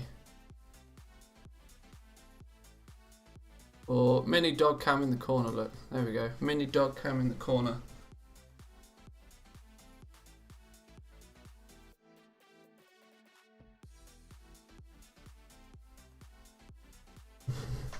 You're going to have to live with my feet though, unfortunately. There we go. Put your legs under... What if I put my legs up here? There you go. They now you can't see.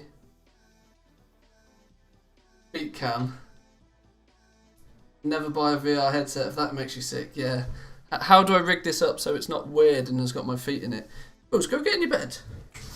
Go get in your bed.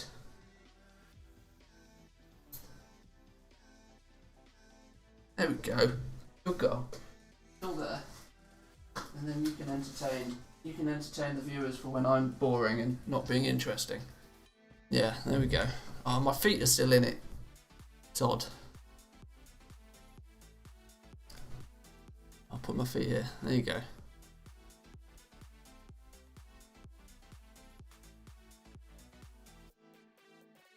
It's not perfect. It's not ideal. Right, where are we at? Let's do something at least somewhat interesting. Now we've got a dog cam on the go. I feel like a professional streamer now. Now we've got a dog cam.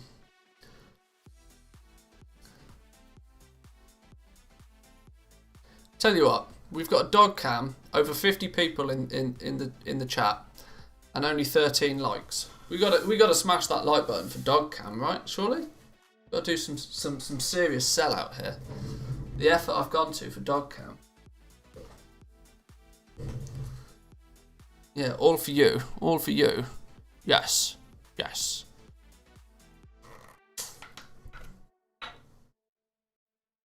There we go. That's better. Fine, you've earned it.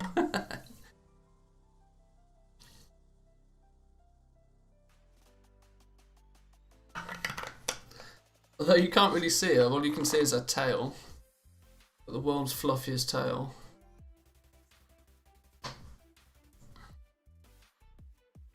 So yes, sir. Look, if you don't do a little bit of sellout occasionally, the camera is flickering though, isn't it? My Doge cam. Why is the Doge cam flickering?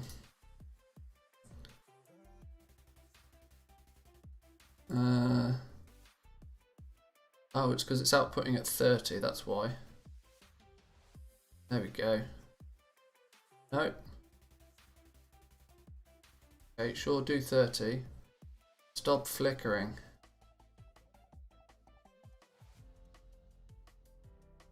Why is it flickering like a beast? Oh, okay. I'll fix this when I'm... there we go. 60 hertz lights. Yeah, yeah. Obviously on my camera, I've got the shutter speed manually adjusted, but okay. Well, anyway, let's get back to the actual game. You've got dog cam if that's your thing. So we were looking at jewel crafting, weren't we? I think I'm done with jewel crafting. I think we're safe in saying that this actual first dude is fully set up and ready. I think we're good.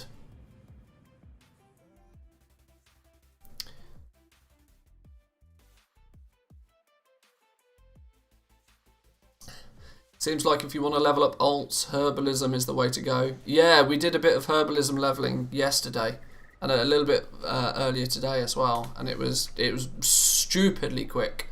Like ridiculously quick. Yesterday we were doing, if you go Missa Pandaria and you go Valley of the Four Winds, there's so many nodes out here for Ghost Iron Ore that you can I was getting a level every, I want to say every 8 to 10 minutes. I think maybe 12 minutes if you have to kill a few things occasionally. It was a bit of a madness. So this dude is enchanting. For starters, his enchanting is not even max level. Boo hiss us. Bad human. I've not maxed out even my Waveblade and Cohen are needed to get revered to get the last of these. Well, I'm not entirely bothered so much right now.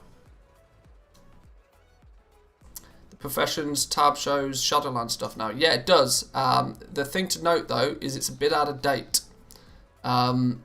There's not the stuff that's on the beta right now is considerably more up to date than what is in the live version here. So expect stuff along this to still change. It's a bit of a weird one. But for example, the jewel crafting based legendary items, they in the live version right now, on the Unlearned tab, it says that they need 50 essences. 50 of each type of essence, whereas currently on the beta they only need 3. So the live version of the Shadowlands things is a bit weird. Now obviously we don't know what the case is with that, but just take what's here with a grain of salt right now. Yeah, of course, it's just a small indie company, you know. Let's cut them some slack here. It's not like they're a multi-billion-dollar industry or nothing, but hey, what you gonna do? So, what do we actually still need to get our Contiran stuff done? Notorious Combat Sorcerer's Scepter. We never picked up one of these from Nazjatar, apparently. It's probably because this dude has probably never been to Nazjatar. A multi-dollar company. Yes, that's the best way to describe them. They are literally just multi-dollar. I need Marks of Honor to even pick these up. This is probably why I've never done it. Uncanny Combat Sorcerer's Scepter. We get that. Literally, it costs us 100 gold, and we apparently get it somewhere here. Well, why don't we have that then? Where's the Enchanting Trainer gone? The Enchanting Trainer's one of these ones, isn't it? Is the Enchanting Trainer? No, that's skinning, leatherworking. Where's the Enchanting Trainer gone? That's engineering. That's tailoring. Why can I never remember all of this? Yeah, here you are. You train me. There we go. There's one of the last things we needed.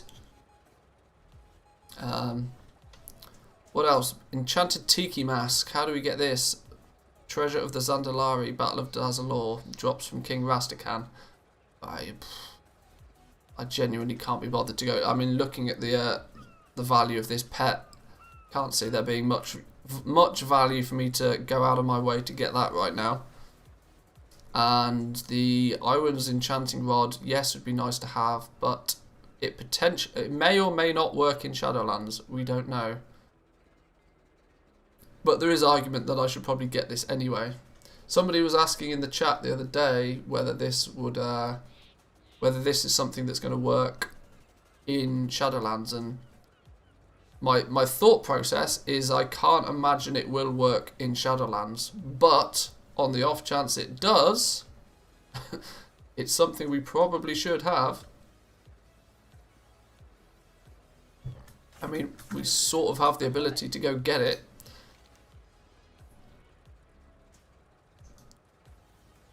Look always to the sea. Keep the wind in your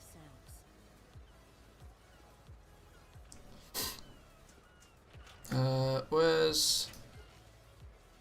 So, putting it all together, I've literally just started that quest. Where did it go? I don't know. We'll come... What do we need to do? I mean, you guys probably have got this 10 times over. You know 10 times better than me right now. What's the starting quest? Where do we get this? We get it in Drustvar, do we? What gear have I got on this character? Oh god, nothing. Nothing is the answer. Sure, fine. Let's head over to Drustvar. What do you want? Aim waits for Gnome 1. Okay, this character's not even been to... Where are we going in Drustvar to pick up this quest? Got all the daily stuff on the go. Where's enchanting? Come on, Wowhead. Be useful for once. Iwan's Enchanting Rod. Not essential, I get this now, but on the basis that it may or may not be useful. Chances that a 120 with 150 skill can get the tools of the trade. Pick up the enchanting quest starting at Enchantress Quinny in Zoldazar or Emily Fairweather in Borealis. Okay. Full walkthrough of the enchanting quest, which explains the lore of the Thorn Speakers and the Drust, can be found here. Well, we'll see what that here is then.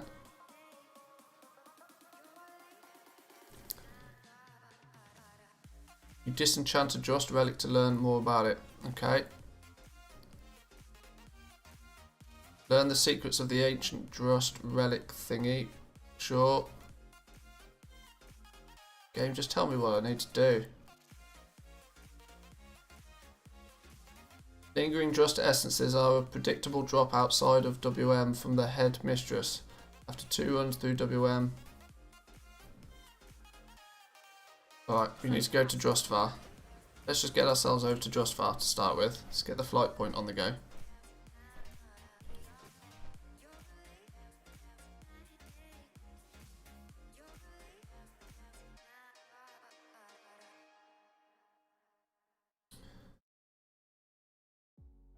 What does it actually say? Carefully remove the enchantment from the ancient Drust relic to learn about its construction. Learn the secrets of the ancient Drust relic. Ahoy Manthieus, if you have a moment, I could use your assistance. I've recently received a large shipment of Drust relics that I've been processing. Most of them have been nothing out of the ordinary. There's one that is kind of special. Just holding it makes my hair stand on end. You being my best pupil, I was thinking it would be fun if we disenchanted it together. Oh, so I've been given it, have I? Where is it? It doesn't seem I have been given it. Unless I'm being double level dumb, which is entirely possible. Carefully remove the enchantment from the ancient Drust relic and learn about its construction.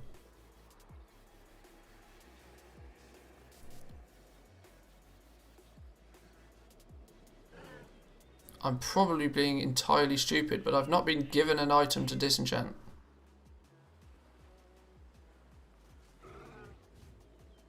Nope. Huh?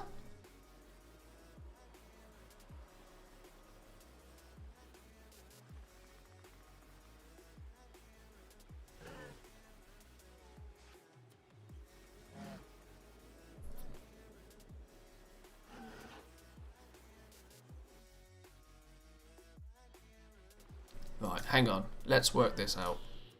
What am I disenchanting?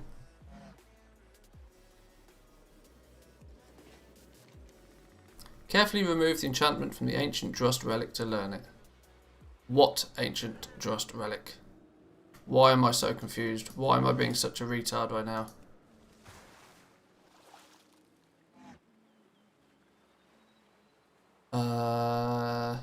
Hello?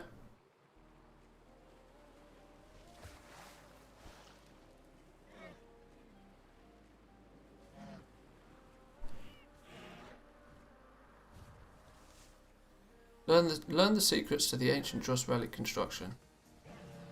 Doesn't tell me anything. Literally doesn't tell me anything.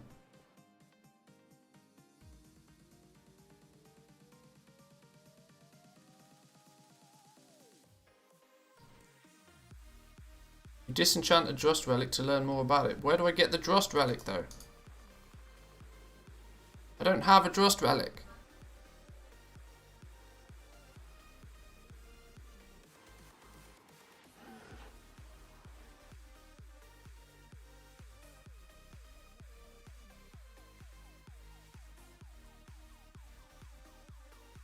Is something? Am I genuinely just being really stupid? But I don't have a relic to disenchant. Why do I think it's something stupid? Like, why do I think I'm doing something really stupid? It was still in Borealis at the enchanter.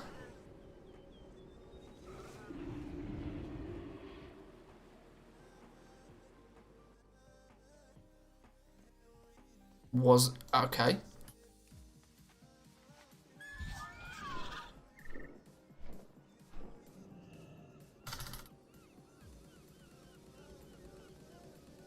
Good day to you.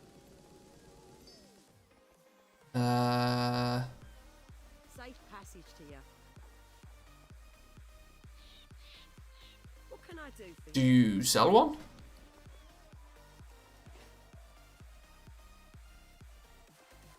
Apparently not. Smooth sailing.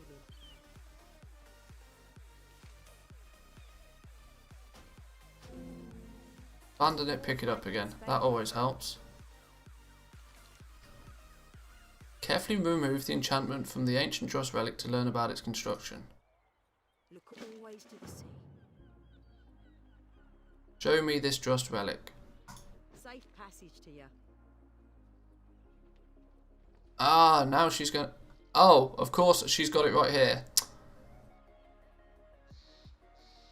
Ah, okay. That wasn't there before, was it? And if it was, I'm being...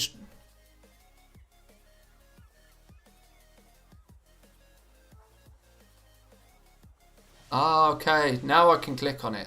Holy... What a ridiculous game. To be fair, I was just being stupid.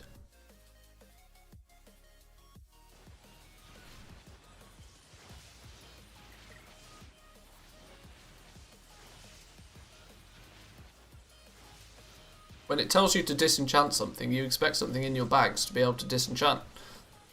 I wasn't looking for a tiny little stick on the ground. Right, okay, now we're good. Ancient Drust Relic Dust, sure. Now we're cooking. Now we're cooking.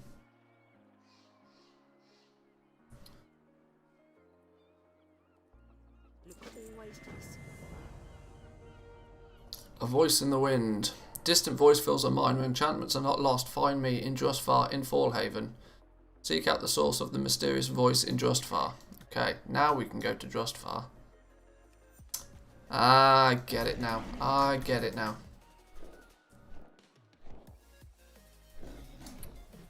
Ahoy! Smooth. That makes a lot more sense. That makes a lot more sense. The main reason I want to do this now, though, to be fair, is that so once I've got it, I can actually transfer this character then over to the beta and see if it makes any difference over there. I really hope it doesn't, if I'm honest. I really hope it doesn't.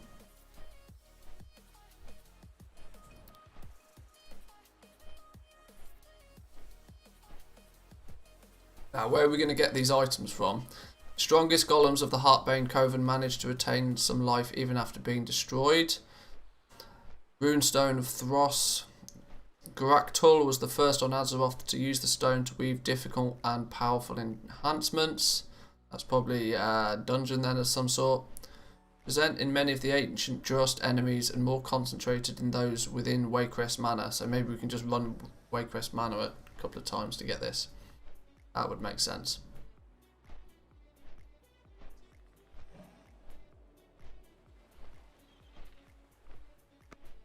I guess we need to get the quest chain on the go first anyway. Oh, we've not even got talent points. I genuinely don't know what we're doing on this. Yep, sure. That one, that one, that one, that one, and probably Crusade, maybe? Ah, sod it, we'll get that one.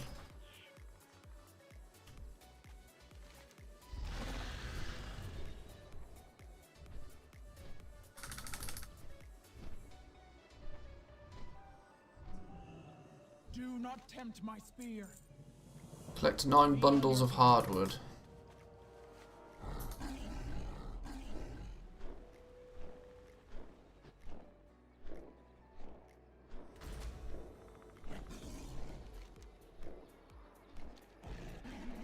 Find me some hardwood. Here we go. 1.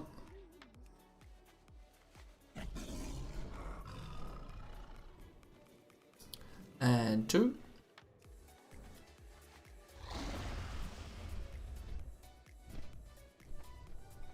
A third one. Oh, hang on. What's going on here?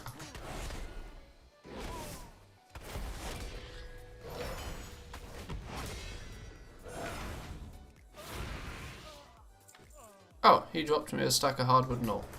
What a gentleman. What an absolute gent.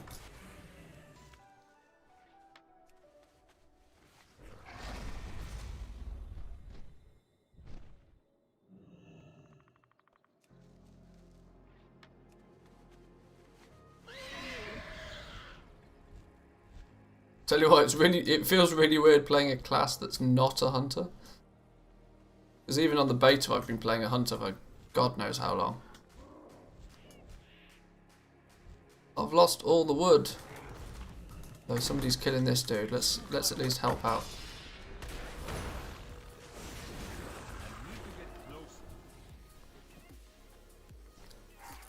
be a good guy and help out. Oh, there's an anchorweed there. Shame I can't pick it up.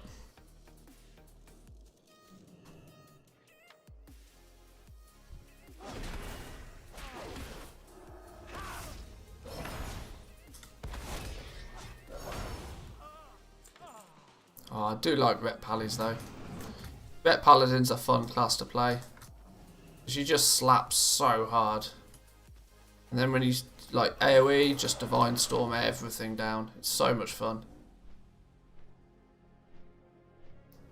I'd quite happily main a Paladin, to be honest. I did main a Paladin for the most of, well, you can see by my reputations actually.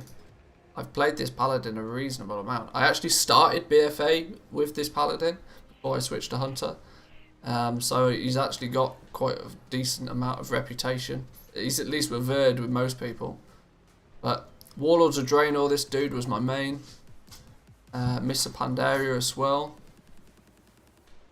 Before that I was a Hunter, and I've switched back to Hunter since, but Paladin's probably my second most favourite class. Escort somebody to their grave. Okay, sure. Go, go, go.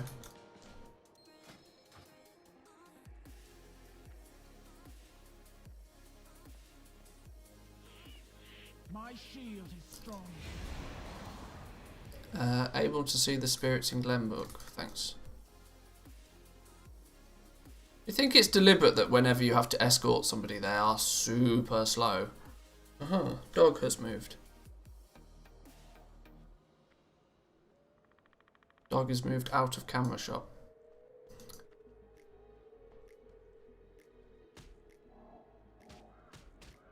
The dog's moved, and yeah, we're saying goodbye to dog cam. Say bye, dog cam. I'm constantly cautious. My feet are on stream, and it's just weird.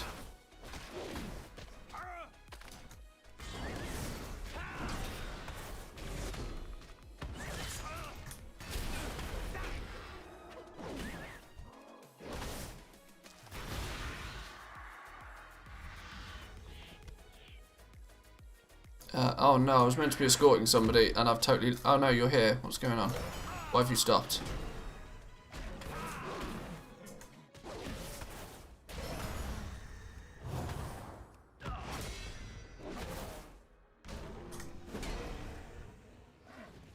Why did you stop? Do not tempt my spear. Sure.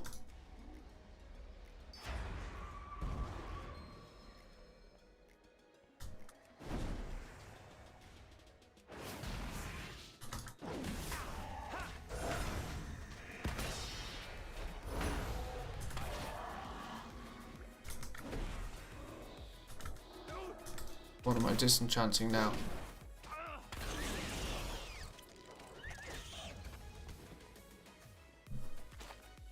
My shield is strong. Where is it? Where's the thing to keep you moving? Is it there?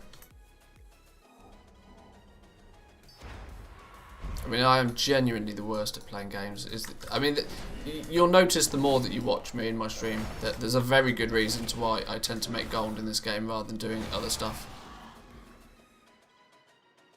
Because I consider myself somewhat of an a well-educated guy, somewhat sensible.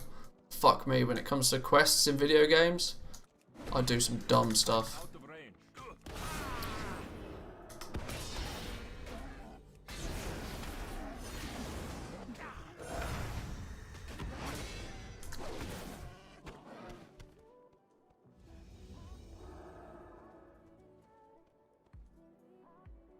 Find the ward and disenchant it. Well, it's here.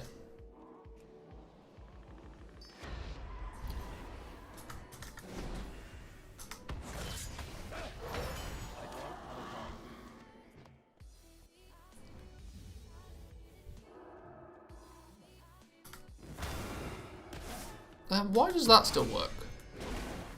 I thought essences were gone as well. Apparently not.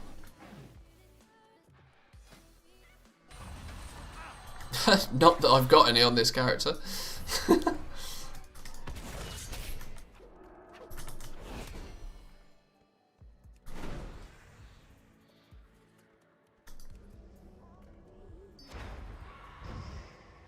Okay. And now she runs.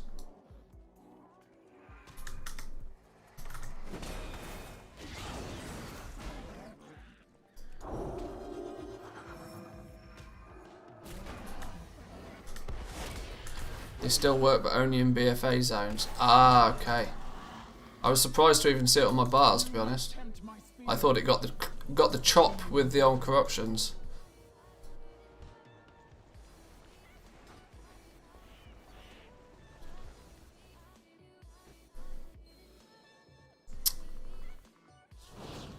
My shield is strong. Collect 55 durable spider silk. Alright, where's these spiders at then? Let's roll.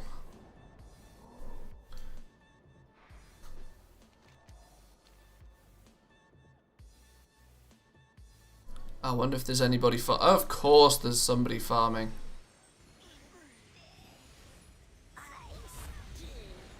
People are still on those mount grinds though, look. Mount grind is still strong. There's how many people? We've got 4 dudes out here. That means there's going to be 4 dudes in here as well. Here we go. Here's 2 of them, look. Ah, he's missing a trick. He's only 5 boxing. He should have 1 downstairs.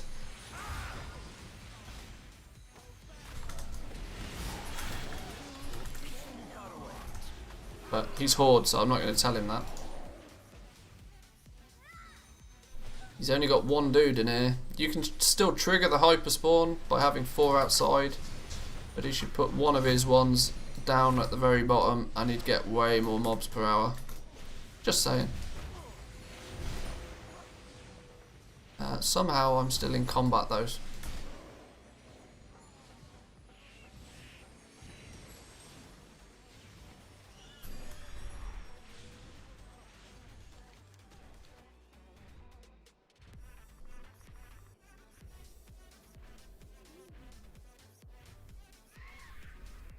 You get the, what's it called, the Terrified Pack Mule from that place.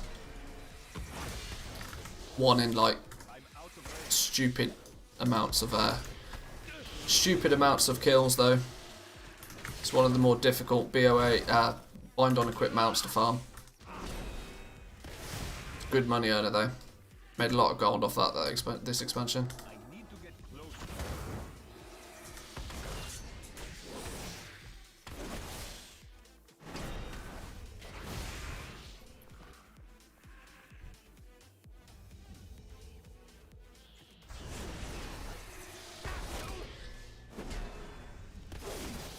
How many spider silk we need? We needed 55. There's another 4. I'm out of range.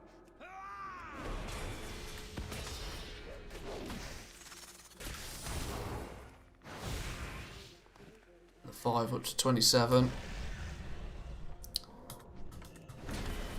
Probably pull a bunch of these, to be honest.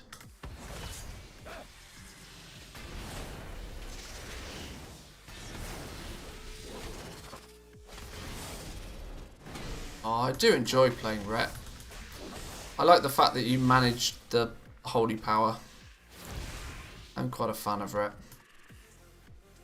I'm very tempted though, because at the beginning of an expansion I always like to have a tank available, because everybody always needs a tank. And I think Prot Paladin is my #1 go-to for tank right now.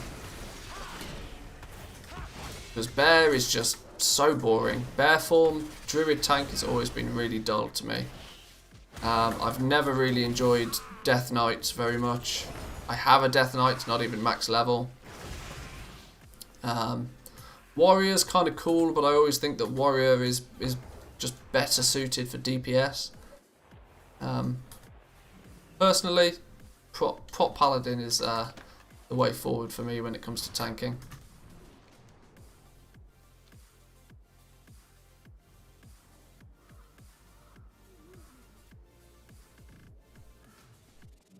What is it? There you go, have your spider silk. Give me this pattern I need. Create a runic power core and charge it from the corpses of awoken guardians and vengeful bones. Alrighty. Brewmaster Monk is fun too. Yeah, I'll give you that actually. Brewmaster's kind of fun. The whole sort of mitigation stuff is quite fun on a Brewmaster. I like that. Did I multi-box in Classic at all? Yes, of course I did. I had a bunch of mage. Well, I wanted to make I made a bunch of mages like up to level 10 or something. I didn't play mage that much, but I had a whole bunch of hunters. Multi-boxing hunters in Classic was quite fun. Oh, TSM destroying. Do we want to destroy these? Yeah, absolutely. Why not?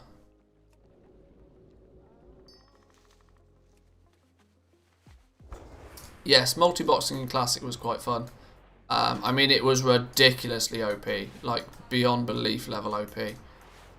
I never got them to 60. I never like PvP'd much at all, but holy smoke, it was ridiculous. Hang on, where's my quest gone? Enchant the... okay, collect Smooth Riverstone, enchant Runic Power Core. Where did the stone go? There we go. How do I enchant it? What am I enchanting it with?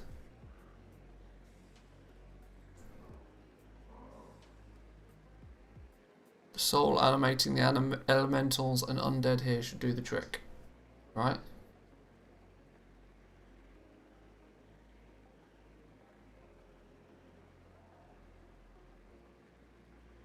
You know, assume that I've got materials now, are you, game? What am I oh, okay. Some veiled crystals. Oh, sure, just go.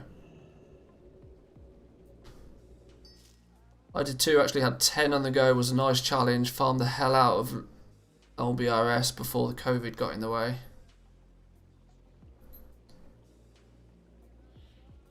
I think I just cornered a market nobody's in yet, and I'm making 10k per hour just posting a couple of items.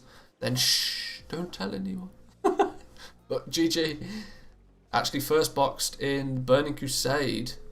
Looking forward to revitalising my Pot Pally 4 Chamois team when it comes out in Classic version. Yeah, that would be quite cool. Pot Paladin 4, yeah.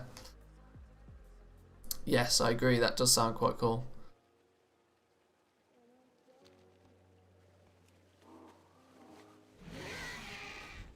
Legion was the first time I actually multi-boxed. I've had multiple accounts for basically forever, but I've had like a second account simply for the purpose of auction housing.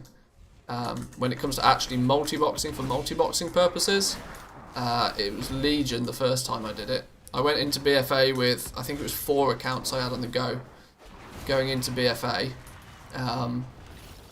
Then it was...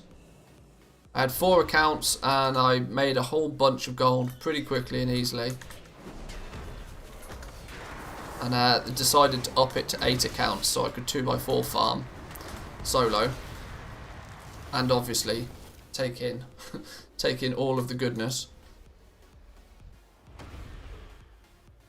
And yeah, I've then been 8-boxing through most of BFA. Or for when I've been playing BFA, should I say. I used to love my 4 FPS in Shattrath on a 2.5 grand PC. Yeah, yes, the game was not, well, back in the day at least, running more than just a single account was very, very taxing. Nowadays, you can run 8 accounts on an average PC. I mean, my PC is about 3-4 years old at this point, and I can still run 8 accounts. Not quite like at high settings or anything. And still not quite as well to be able to stream it at the same time. But it wouldn't take much of a... I reckon probably $700-800 bucks worth of PC nowadays can probably multi-box 8 accounts quite comfortably.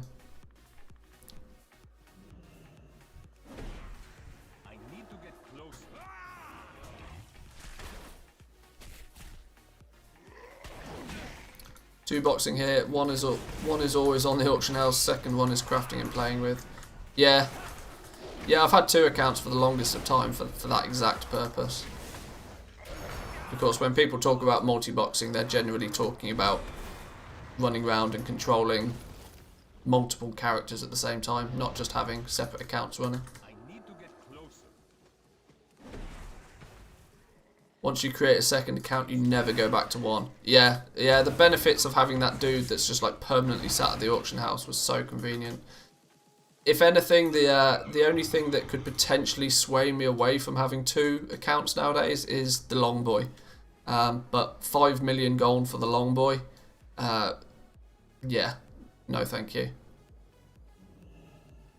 Which is ironic considering I'll probably pay 10 million for it in Shadowlands now, but that 5 million gold went as far as basically paying for my entirety of time multi-boxing in BFA, and it's paid for 8 copies of Shadowlands so far.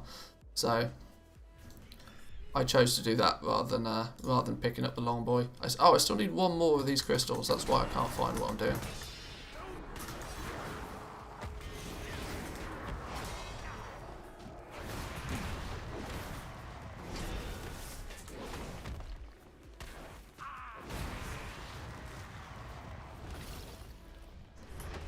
There we go. There's 12 of 12.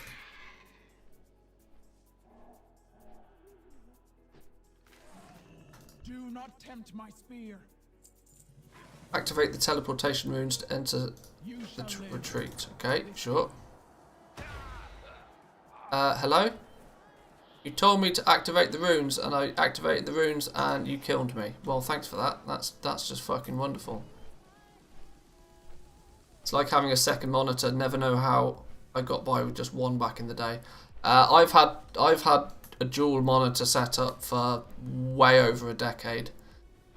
Yes, I entirely agree. When you go to 2, you never go back to 1.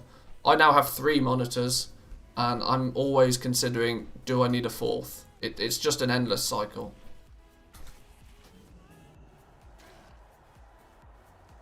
So how am I going to activate these without getting... maybe this rune...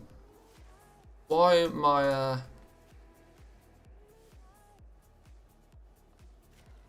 there's a K on the floor. Why do I think there's a trick to this? Maybe I've got to do them in this order. It's this one up here. So top left. A up, top left. Now, the annoying thing is I can't fucking see this one because it's in the ground. That's not fair, Blizzard. But K is the last one, which is this one. This one I can't really see because this is also in the ground. So I've now got a 50-50. This one's got a long... this is genuinely a 50-50 now. Thanks, Blizzard. Let's go with this one. Please don't kill me, please don't kill me, please don't kill me. Okay, well it wasn't that one. So this one we start with. Let's heal up in case I do bad again. Then, if it's not this one, it should be this one, right? Aha! Which means it must then be this one, because this one is last. Yes, there we go. Applying some common sense to the situation. There we go, how about that? Do you have top or sideways, and if sideways, do you center them or one in front, which is best? In terms of monitors, I just have 3 next to each other. Boom, boom, boom. Hey, I'll tell you what we can do. We can use our... No, not that one.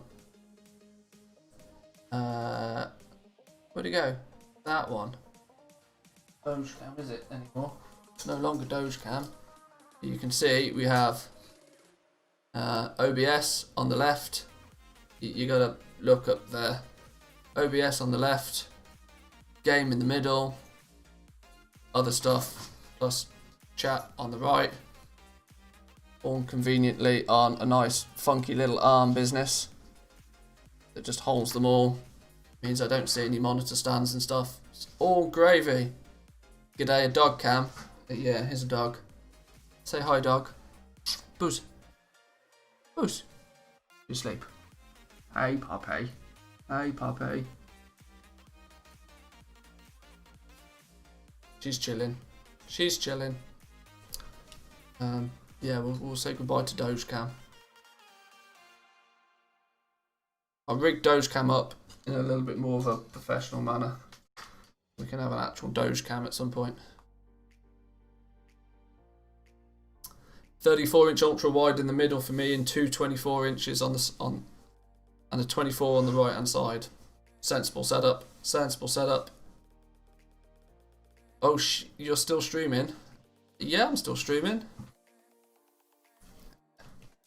Usually we stream till about 3 local time for me anyway.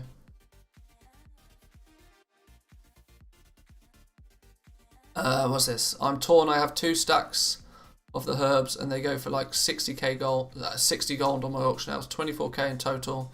Well, the trinket is 2.8k and can craft 4 with my 2 stacks. Maybe the trinket will go up this evening. Well, dude, those trinkets are currently listed on my realm for 20k a piece. So let's see if we've sold any.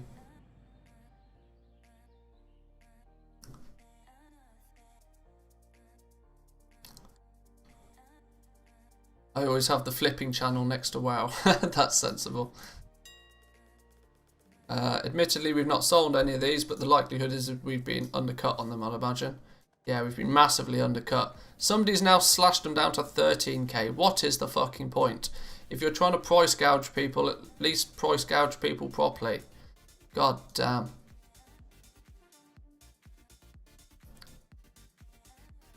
Sorry, just a slight rant there, but I'll leave one up at the higher price.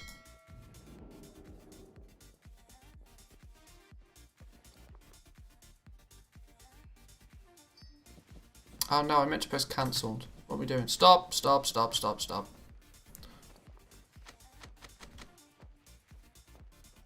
Hit the like button right away. Good job. Well done. I like that theory.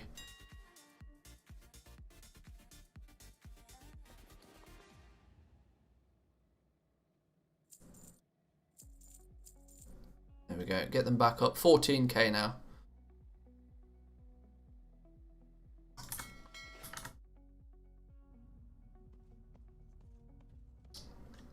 What do you miss today? Well, today we've done a whole bunch of little things. Really, it's just we're in preparation mode now.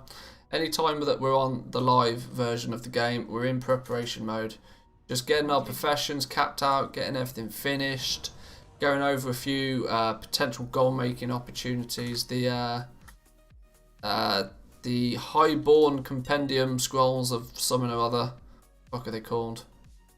There we go. The Highborn Compendium Scrolls of the Highborn Compendium of Storms, should I say, is simming like ridiculously high on the pre-patch right now, and so scribes are making these and selling these for, or at least attempting to sell them for outrageous prices. It's simming better than most raid gear, which is ridiculous. So assemble the golem for Seth Iwen, sure. Is that literally why we needed all that wood to make this? Oh, Jesus. This is like making a voodoo doll, you know. Empower the golem.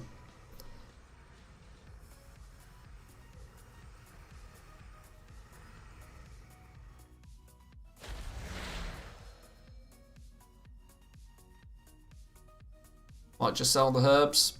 If you're not going to get a huge amount for the relics, then to be fair, being able to flip the herbs is a sensible option. You seem to have pretty good, pretty speedy sales on your realm, so.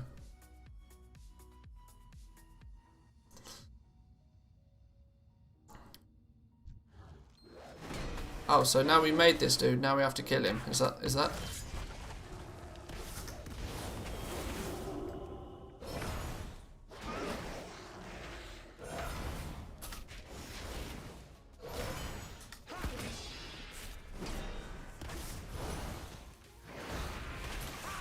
Dead. Oh, he's not dead yet. There, he's dead. Full pop helps. Yeah, there we go. Liz might nerf it with a hotfix tonight. Well, that's a possibility. That is a strong possibility. Right, so now we got the plan to make this thing. Now I guess we need a bunch of materials to actually go and craft it. Not inscription, enchanting. So...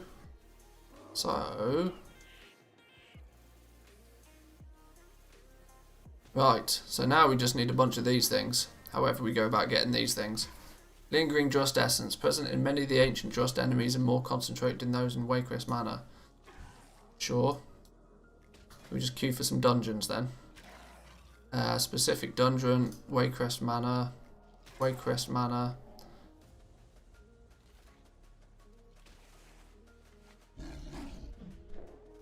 Lots of dungeon spam now, is that what we're saying? Where's the other items from then? Let me quickly... Lingering Drust Essence, NPCs in Warcraft Manor Dungeon. Gorak Toll in Warcraft Manor. And then NPCs in Drustvar drop the Grasping Wicked Arm thing.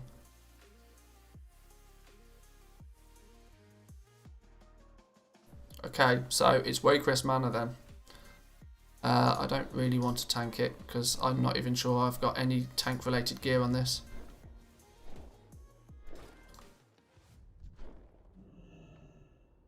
So now we can kill stuff. Need to get this Grasping Wicker Arm. The strongest golems of the Heartsbane Coven managed to retain some life even after being destroyed.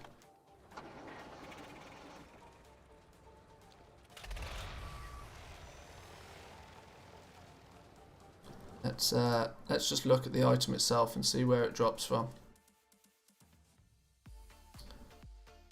0.8% drop chance. Holy shit, from a gnarled honk. I suppose the drop rate is probably artificially low because once you've got it, you've got it. What is a gnarled honk when it's at home? Oh, those things over there. We're heading to the Crimson Forest.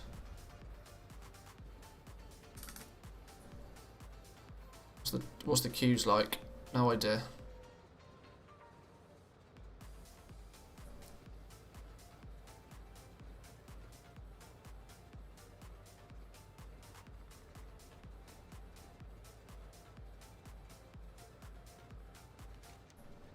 We need to go this way. Around the mountain. Around the mountain.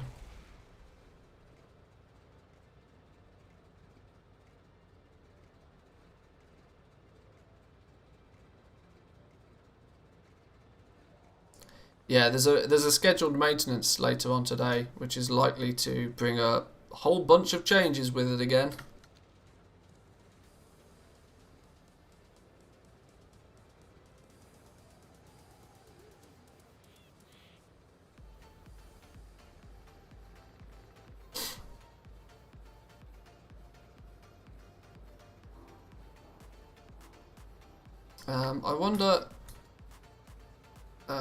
I wonder if I can remember how to tank. It might just be easier if I go tank because I'll probably get insta-queues.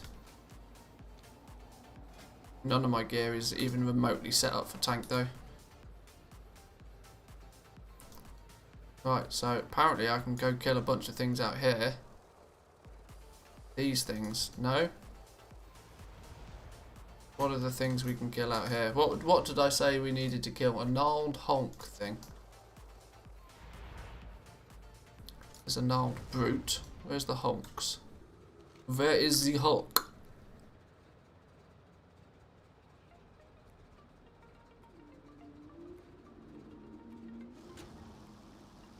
Can't see any of these honk dudes. Oh, they're the really big ones, aren't they? I remember now. These are the ones that hang around the top here. That you accidentally run into and then regret accidentally running into them. And in true fashion, I now can't find any of them. There's one. No, that's a sentry. Where have they gone? Am I on the EU or US? I'm on the EU.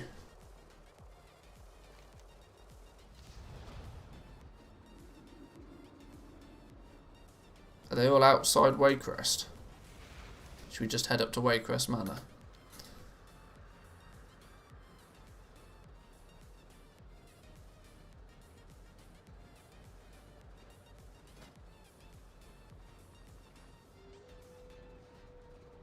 nothing else, maybe we can get some, kill some stuff and get some of this lingering Drust essence.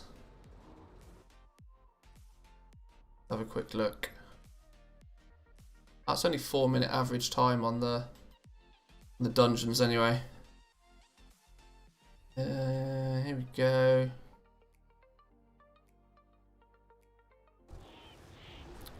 Sounds like we're just going to have to run Warcraft Manor a few times.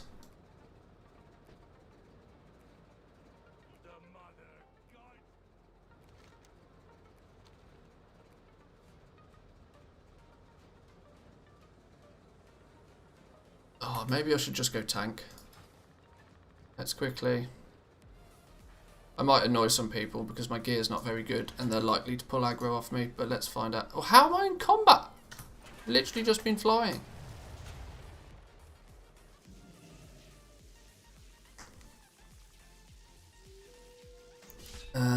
Do I even have any talents for this? No, I probably don't. Sure. Everything that's passive, because I can't be bothered. Everything passive, sure. Yeah, everything passive, excellent, great.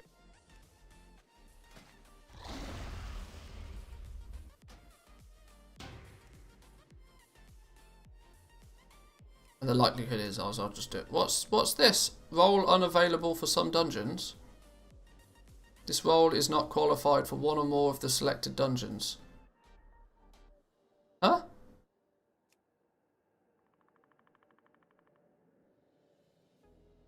Why? Oh look, Battle for Azeroth normal dungeons. You gotta be between 10 and 50. Well, I am 50. Why can't I now go Warcraft Manor? Huh? I can only do heroic ones apparently. No, role is unavailable for some dungeons. What? What? Hello game? This is odd. Why won't it let me queue as tank for dungeons?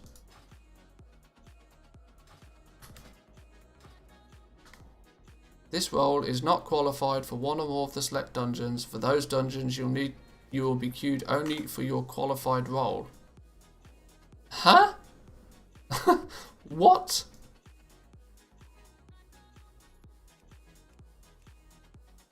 Role unavailable. That's an odd one. So apparently I can't queue as tank for anything even if I want to.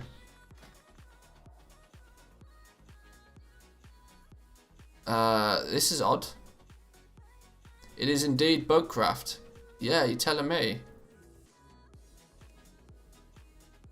All I want to do is go tank a dungeon.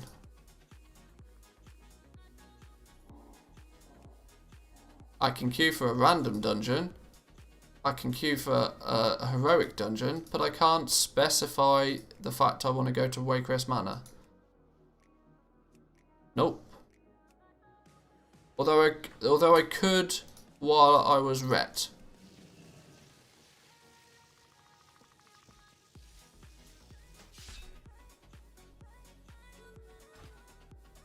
So now, what if I go Warcraft Manor? Now it's saying it again.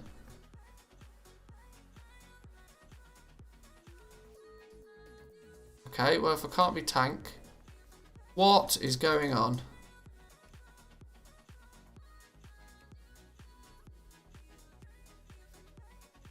Role unavailable. Well, the game's officially broken. Hang on. Let's just do a reload because I reckon things are completely done goofed.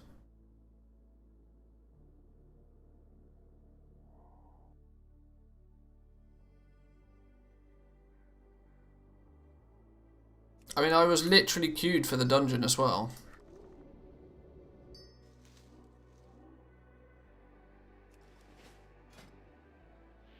Okay. Dungeon finder. Specific dungeon. Locked. I've not even selected anything. Warcraft Manor.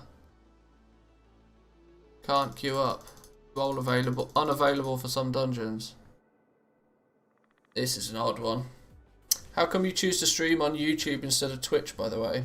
I used to stream on Twitch. The the main reason is that I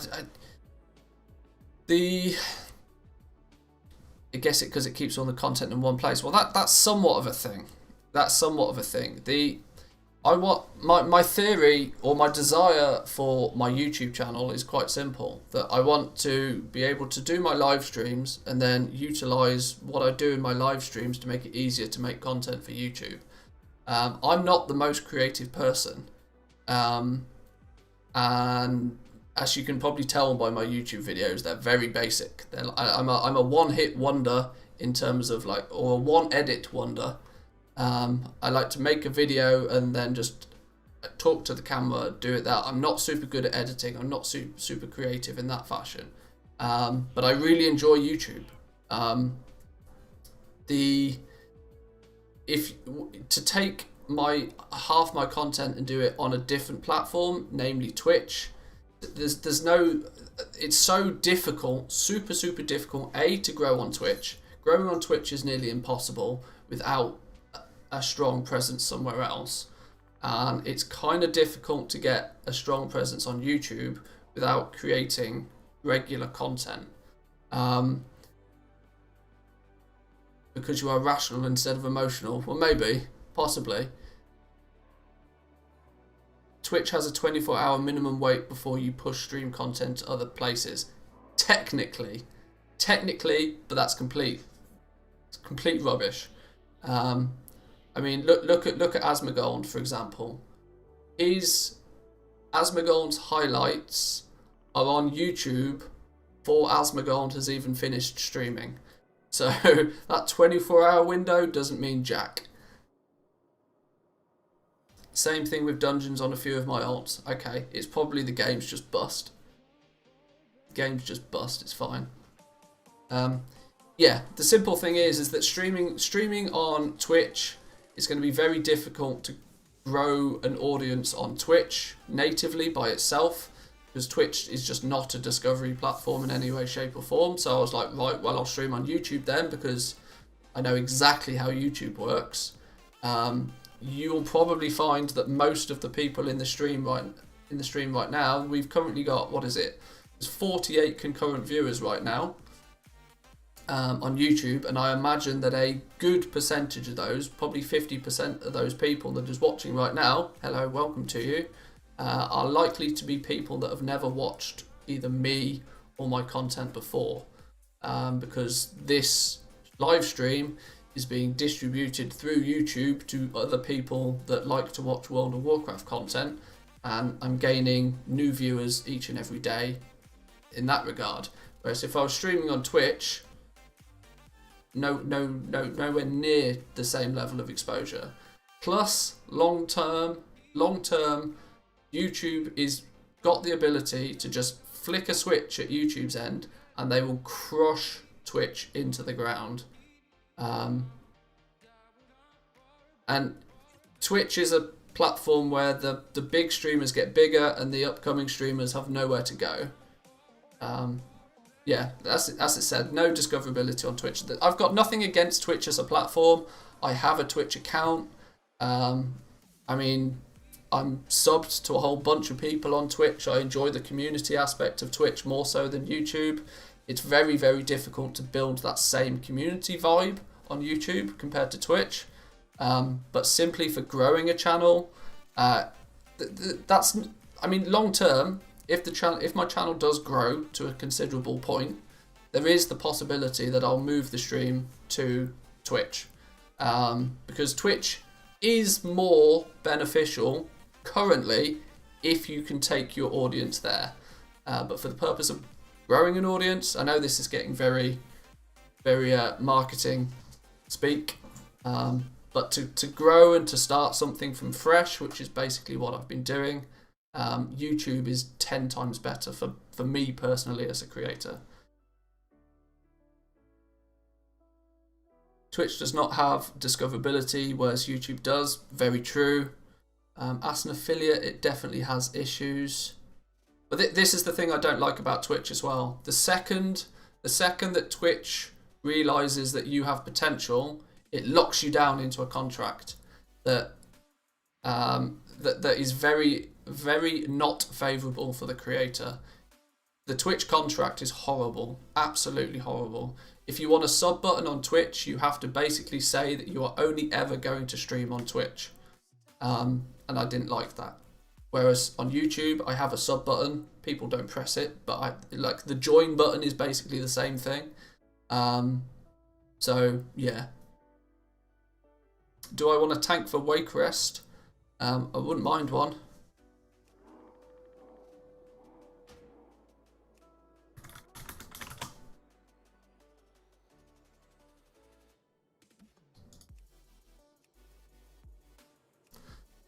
But yeah, that's simple terms.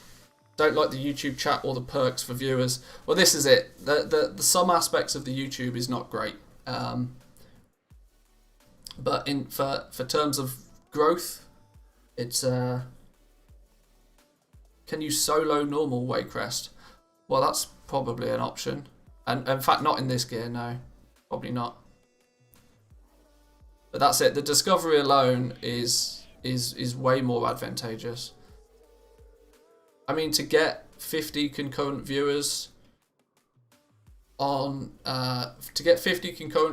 Twitch right now, I'd probably have to stream 8 hours a day, 7 days a week, and pray to RNGesus that like people even find my channel. The fact that I would have to have my YouTube video, I'd have to sell out my Twitch in every single YouTube video I make so incredibly heavily to get people to go from YouTube over to Twitch. I think that in itself would detract from my YouTube and be topless. Well, yeah, maybe. Detracts. I don't want my YouTube videos to be all about sending people to a different platform. I'd rather my YouTube videos be actually the YouTube videos that are informative and helpful. But simply by the fact that people watch my YouTube videos, even if they're not subscribed to my channel, when I go live, there's a much higher possibility that YouTube will show my thumbnail to the people and they can come and join and watch and click the like button and click the subscribe button if they wish. There is science behind it. There's method to my madness. Devin Nash has been saying this for years. Well, yeah, a whole bunch of people who know what they're talking about have been saying it for years. Discoverability on YouTube is basically non-existent. Sorry, discovery on Twitch is non-existent.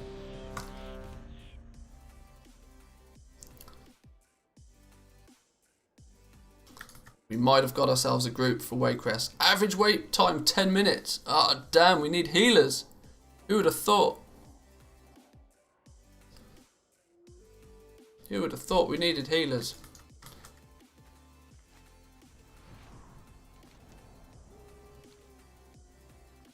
Thanks for your video on the Looterang. Made over 100k yesterday selling Elementium bars at 200 gold each.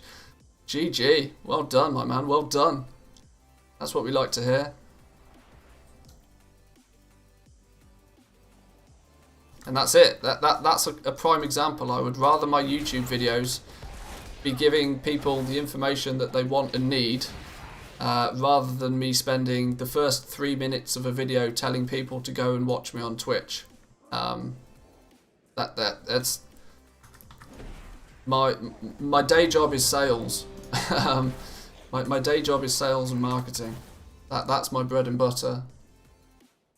And only if you've got 100,000 subscribers and you post 2 videos a week, you can get away with wasting 3 minutes of people's time telling them to go somewhere else.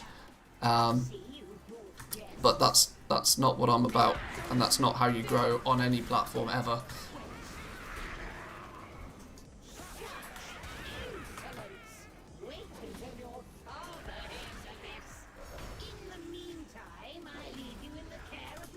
Now, hopefully, if I loot some stuff in here, we should get the items we need.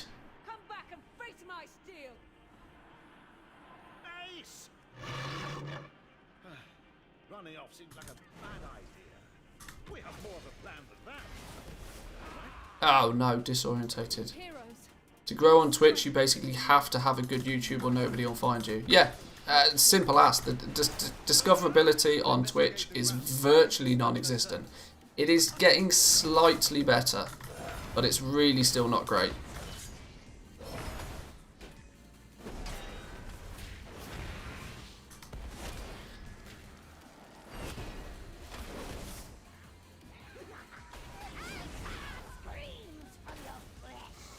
Okay, we're going for it.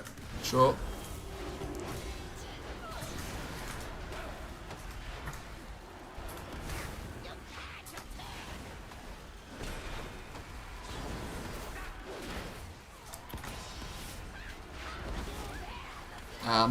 Because yeah, I'm fully aware that like content creation is one of those things that you have to grind at it from every angle possible. Twitch streamers that only stream on Twitch are, I mean, good luck to you, but the only way you can possibly stream and only stream is if you have good friends that are already popular streamers. Collaboration is the only way to get to the top of the streaming tree, by only streaming.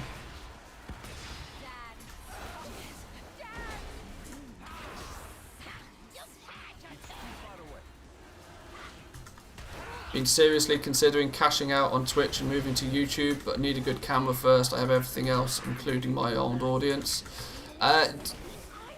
Cam, not so much. I definitely made the mistake of buying a nice, expensive camera, when in reality, even a basic Logitech C920 camera that you can pick up for $50 will look better than what my current camera does if you've got good lighting.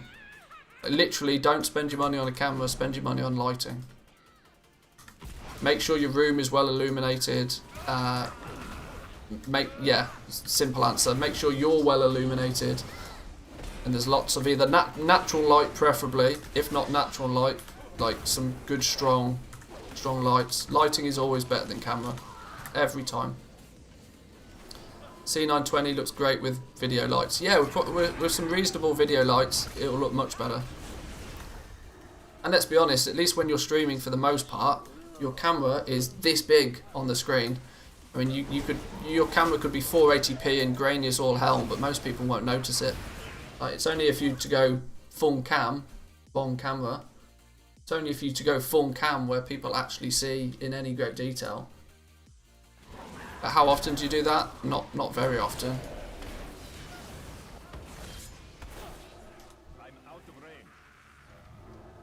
I'm really not paying any attention to what's going on. I'm literally just pressing buttons.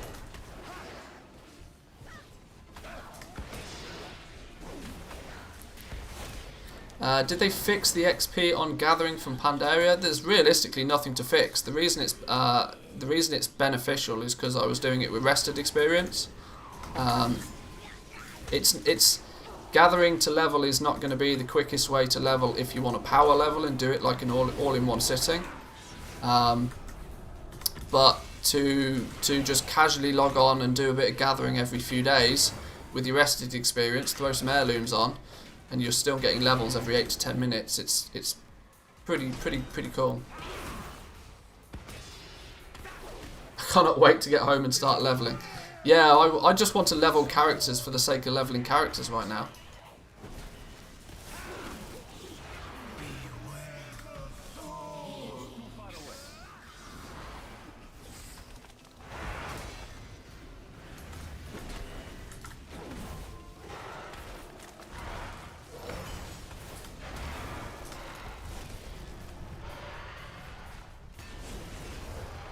I have them. I just want an untethered cam for videos. Yeah, I suppose that's true. A reasonable camera to record YouTube videos with is not a bad idea.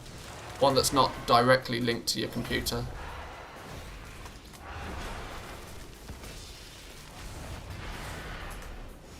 How much cash money do I need to get all my heirlooms to work up to level 49? Just don't bother. If you don't already have the heirlooms, I would not recommend buying them. Regardless of what they cost, the advantages that they give is inconsequential compared to what they used to be. Oh, I got 2 lingering dust, okay. I got my wicker arm though, that's good.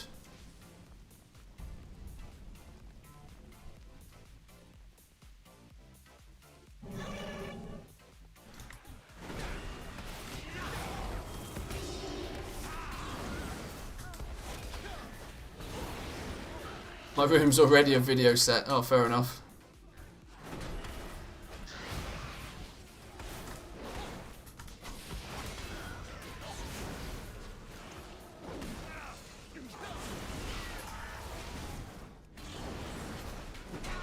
I'm loving the tanking, by the way. Very appreciative of this. Having a nice quick smooth run is always helpful. Shout out to well, character name is currently Pandy. Hey! Morning coffee club. Coffee hype. Welcome, Roo. Appreciate it, my friend.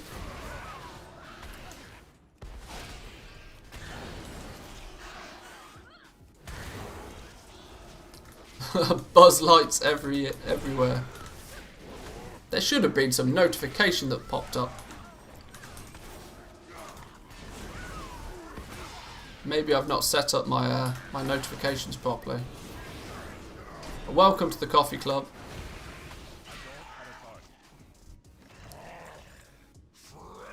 Fueling me with caffeine is a very sensible thing to do. So I appreciate it. Thank you.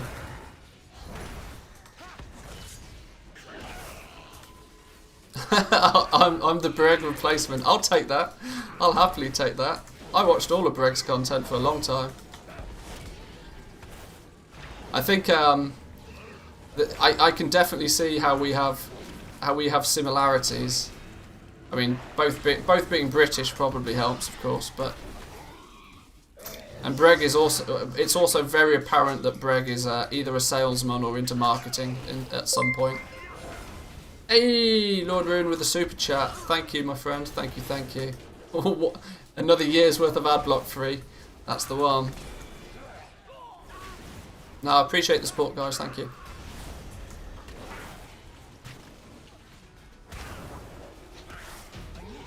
And he's dead. Ah, more lingering dust essence. Do we need 50 of these things?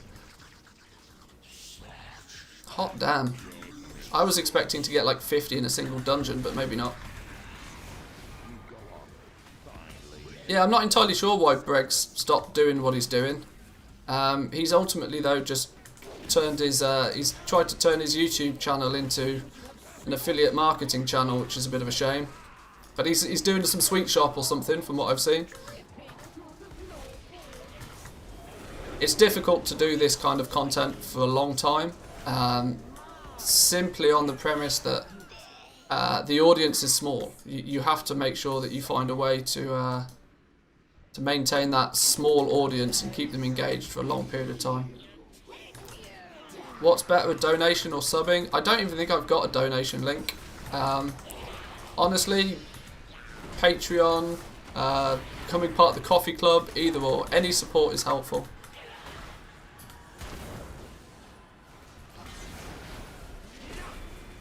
YouTube has its 30% cut, but of course YouTube has its cut of everything.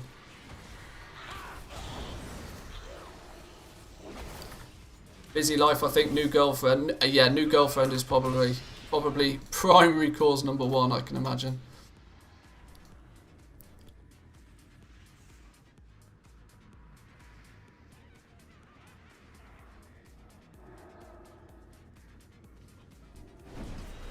Let's see if we can get some more of these essences.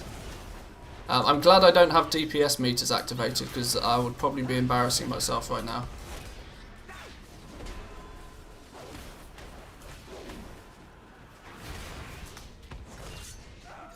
Set up stream elements, donos, they have the smallest of cut.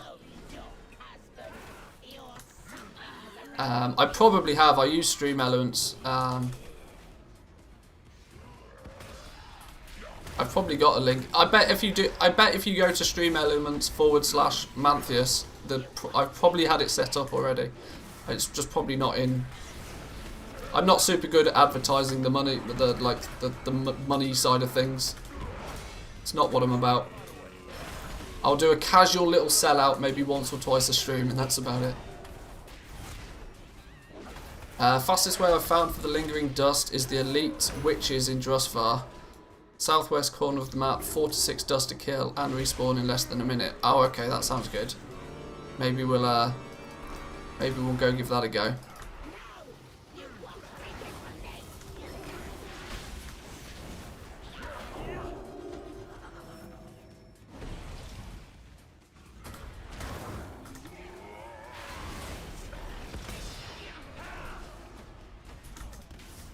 Have my bot do it. Yeah, maybe I should have the bot do the sellout.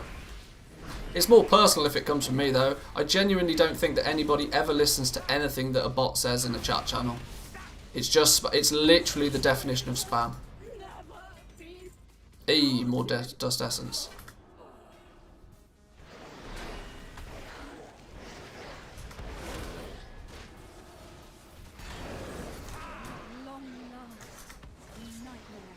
Oh, met the guy at TwitchCon in Berlin. Oh, okay. Are we still talking about Breg here? I would like to see him do more videos, you know. Because Breg was another one that sort of focused more so on the crafting and auction house flipping and that sort of stuff. There's very few people I see on YouTube right now that deal with anything that's not farming. And I have a somewhat sneaky suspicion that that is the reason why this mentality has sort of grown through the community, that farming is the only way to make gold. Oh no, the stream element. Oh, fair enough, whatever. There's me going off on a tangent again.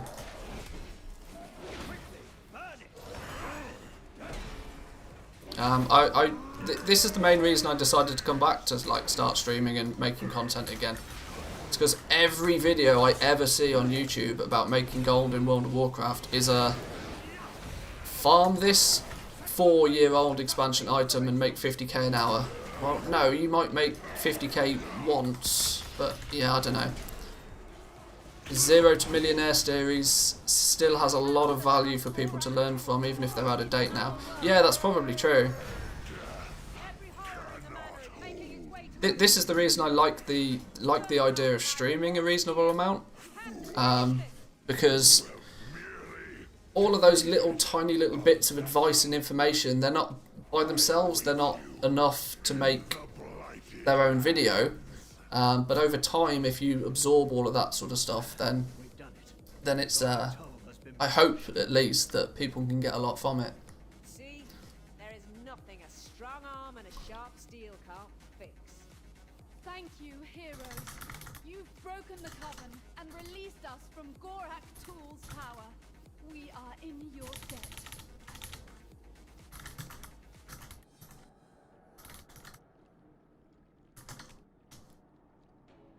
Oh, there's me typing out, and you can actually genuinely just see the chat. Fine. Well, anyway, big shout out for Pandy, in chat currently, but for boosting me at least a little bit. Keep up the good content. I will do my best. Thank you very much. Appreciate it. It's appearing that I might have to do a few. I can do a few dungeon runs in my spare times. That's how many of those materials did we end up getting eventually? We got ourselves. Here we go. We got our wicker arm. We got our runestone of Thros. We just need to farm up some some of this last dust essence stuff. That's cool. I can farm up some of this off stream. There's no point wasting everybody's time just farming a single essence on stream. Love Dallas content. It's farm, craft, flip, covers a bit of everything, and what to craft with what to farm. Yeah, definitely. I mean, he definitely falls into the category of like must come up with a clickbait title. But in fairness, yes, he does cover a whole bunch of aspects of gold making at the very least. Like I said, it sounds like I'm knocking people that are farming and making content from farming. I'm not. It is A, it's good content, and B, it's super good for growing on YouTube. It's just the downside of it. But this mindset that I want to try and break people's mindset that farming is the only way to make gold. utilize your professions as much as you possibly can. Find ways to plan ahead with your gold making. Find things to invest in, and eventually, once you've got a nice big pot of gold, hopefully we can see when the first raid comes out, we can get some like BOE flipping on the go, and talk strategy around that and stuff as well. So if you need a few more runs, just ask in chat. Sure there's a few other tanks out there. Yes, once again, thank you. Appreciate the run. Yeah, this is it. Farming is great for that starting capital. Where's my? Oh, I'm out of hydration. Yeah, farming's really good for the starting capital, but once you've got a nice nest egg of gold to sit on, if you've got 1 million gold sitting about, then just in your bags it's not doing anything. Like, take 50k and give it to an alt and say, right, this alt is gonna flip things on the auction house. And don't worry about what you're spending that gold on. Consider it as an investment and buy a few things and try reselling them, and things that work, then remember the things that work and do more of that. And if you end up with stuff that sits in your bags for 6 months and you can't resell it again, you only invested 50k, which is like a tiny percentage of your actual total gold. So Golden Main flip, 319k. Boom. Big boom. 319k, that's, I mean, those, they're like they're like 100k right now on most servers. Let's have a look on my realm. I know they're going pretty cheap on my realm. I still don't think I've learnt the Golden Main mount, actually. I've sold a couple of them. Miscellaneous mount search. Golden Main's Reigns, 120k on my realm right now. There's a few of them at 120k. Very tempted to invest in these, you know. Very tempted. Keeping my gold to prepare for Shadowlands. Once patch hits, I'll max out as many professions as I can. And a little spare to keep me going crafting things. Yeah, that's a solid plan. Medium high pop, bought it for 235. It's not bad. The thing with these Golden Reigns is actually getting them to sell. I mean, the regional sale rate is only 13%. It virtually falls into transmog. Less than one of them a day is sold on average. My opinion, the BFA mounts will go up quite a bit with less people farming. Some of them will, not all of them. To a degree, yes, I do agree. Some of them will go up in value. Things like the Golden Mains will go up in value. What are the other ones? We've got I'm looking down on my list, I'm trying to find them. The Captured Dune Scavenger is likely to go up in value, but this is kind of 50-50, this is in the middle. This thing, although it was very easy to farm at the beginning of the expansion, got more difficult to farm towards the end of the expansion, although still very possible to farm. So there's probably a lot of these kicking about still in people's guilds.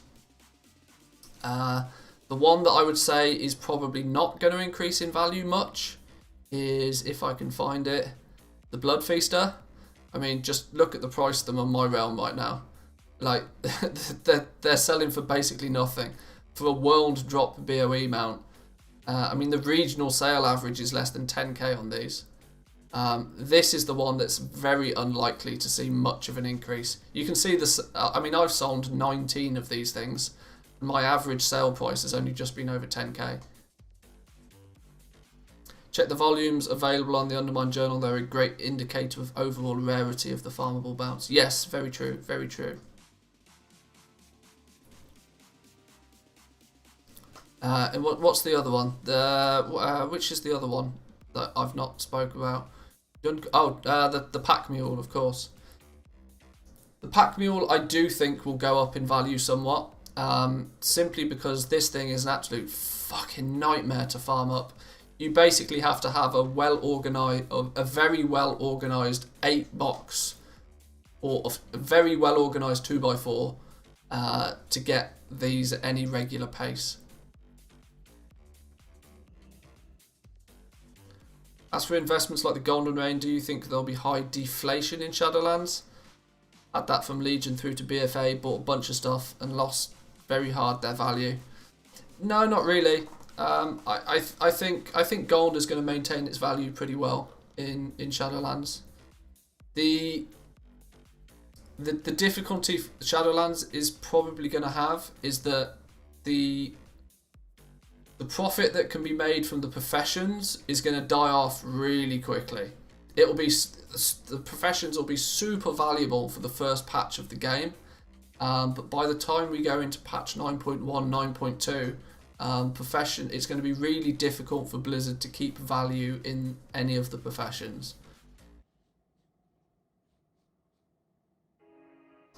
Depends how they tune the quest rewards, gold missions, etc. Yeah, that's one thing. Like, Blizzard basically in very simple terms, Blizzard has two knobs that they can tune. They can turn up the amount of gold that gets given to you by like quest rewards, emissary drops, this sort of thing. And then they can tune things the other side by saying, right, well, we're going to take this much gold out of the economy by increasing things like the repair fees can go up in value.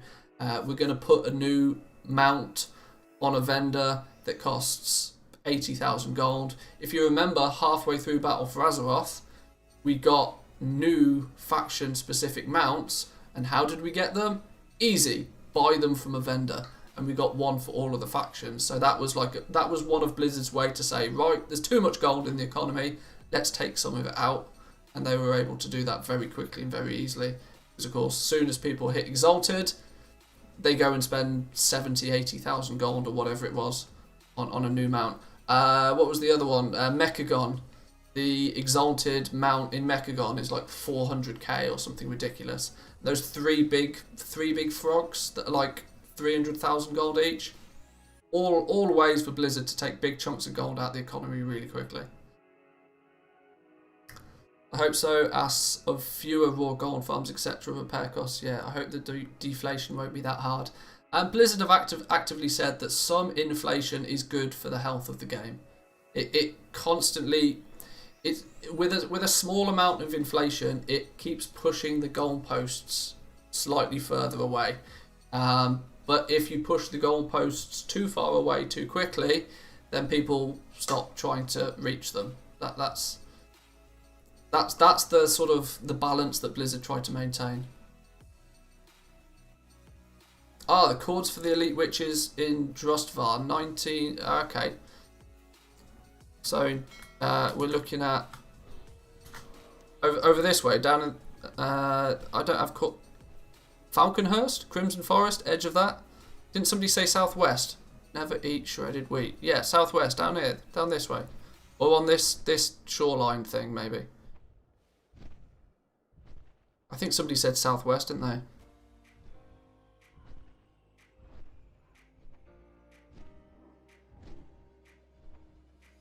Yeah, let me just scroll on the chat. Let me scroll on the chat. Somebody said southwest. Here we go. Fastest way I've found for lingering dust is the Elite Witches in Drustvar. Southwest corner of the map, 4 to 6 dust to kill and respawns less than a minute. Paul Nash, thank you very much. Southwest, northeast, southwest. So down here somewhere. There's a world quest in Shadowlands I saw posted on Discord that rewards 500 gold. Damn. Yeah, that's the thing. It might be 500 gold, but it takes a while to get them.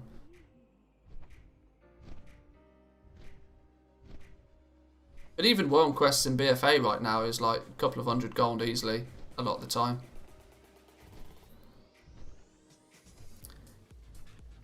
The R on the Crimson Forest. Oh, okay, right, cool, sure. Nice one. Nice one. That's the coordinates I need. None of these number business. The R in Forest on the Crimson Forest. Go there. Sure. Roger that. Let's go and have a look. We will investigate.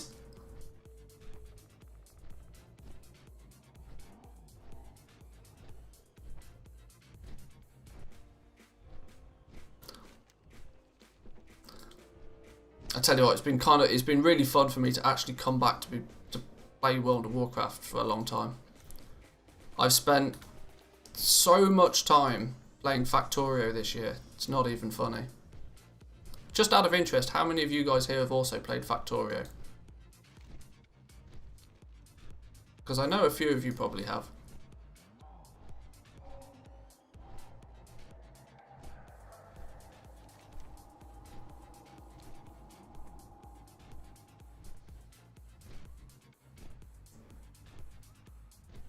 These 3 witches, right?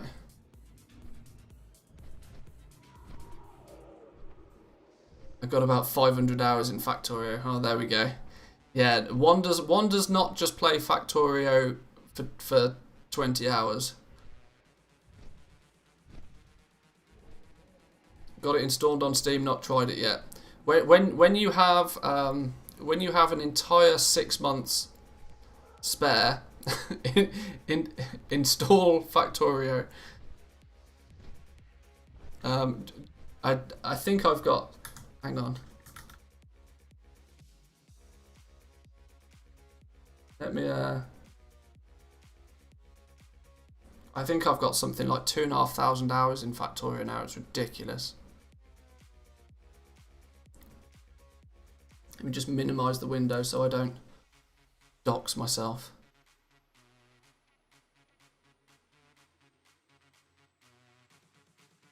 Also played Satisfactory lately. I've not tried Satisfactory, but mainly because I was scared that I would like it and play it.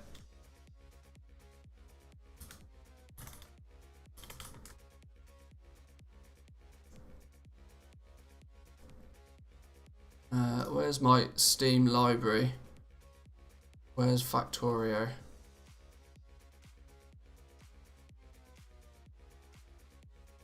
Let me check there's nothing on screen that's going to dox myself. No, I think we're good.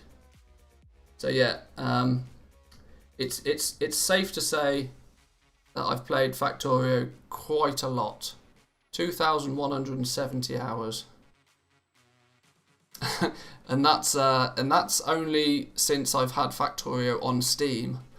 I was playing Factorio before it even hit Steam and probably had 1,000 hours in the game before it even went to Steam. So yeah, expect some videos of Factorio at some point. Right, let's try killing these dudes then. This place belongs to our master. I'll try. I was going to say I'll try killing them one at a time to start with, but that's obviously not a thing.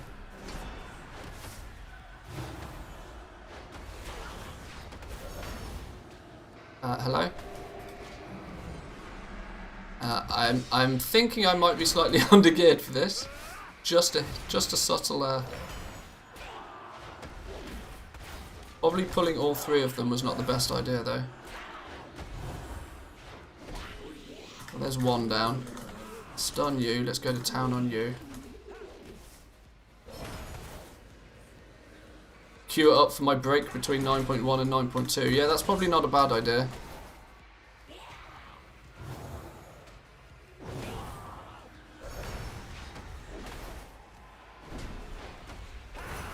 Oh my god, I've genuinely got to concentrate with what I'm doing because my gear sucks dick. I think I'm dead, you know. Come on, flash of light for the win.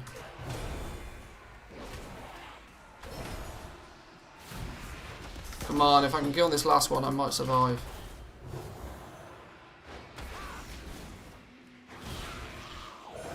Stuns off cooldown, go. Woo. That might have saved my bacon.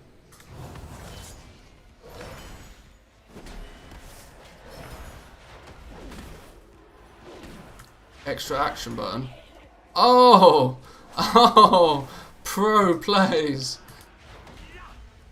No, I'm still dead. Oh no, we're good, we're good. What did the extra action button even do? Throw a liquid fire flash dealing 5% health as damage and stunning all. Oh, stuns things, okay. Come on, don't die, don't die, don't die. Nah, we're good. Divine shield is up. Yeah, I've got Got it in the bag. 3 kills, 3 dust. Okay, it's definitely farmable then. Definitely farmable. Good. I'll leave my dude here then. I'll leave him there and I'll do some farming off stream later. Appreciate the tip. Very, very much appreciate. Thank you, thank you.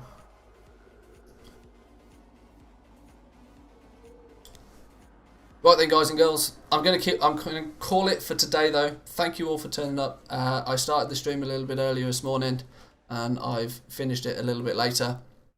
But once again, thank you all for coming along. I hope it's been enjoyable for you. I imagine you wouldn't have stuck around if it wasn't at least somewhat helpful to you. So, what day are we on today? It's Thursday, right? Is it Thursday? Please tell me it's Thursday, or has my brain stopped? Yes, it's Thursday. So, stream tomorrow, back at similar sort of time. We will continue crushing through the pre-patch. We might do some leveling tomorrow. I think tomorrow might be a leveling day. I'm not entirely sure. I've still got, well, in fairness, only 1 level to get on my rogue. I've got a few levels to get on my death knight, so we might do some leveling tomorrow. Plus, I want my second gatherer. I want a druid to just be a druid. And to have its own professions and that sort of thing. But then I want a specific, probably will keep them at level 51, second druid, just like a speed druid for farming and whatever. So I'll maybe get that leveled up a little bit. So enjoy your evening, guys. Enjoy your morning, afternoon, whichever time zone you may be in. And yeah, smash that like button. Subscribe if you're new. I'll see you tomorrow. Peace.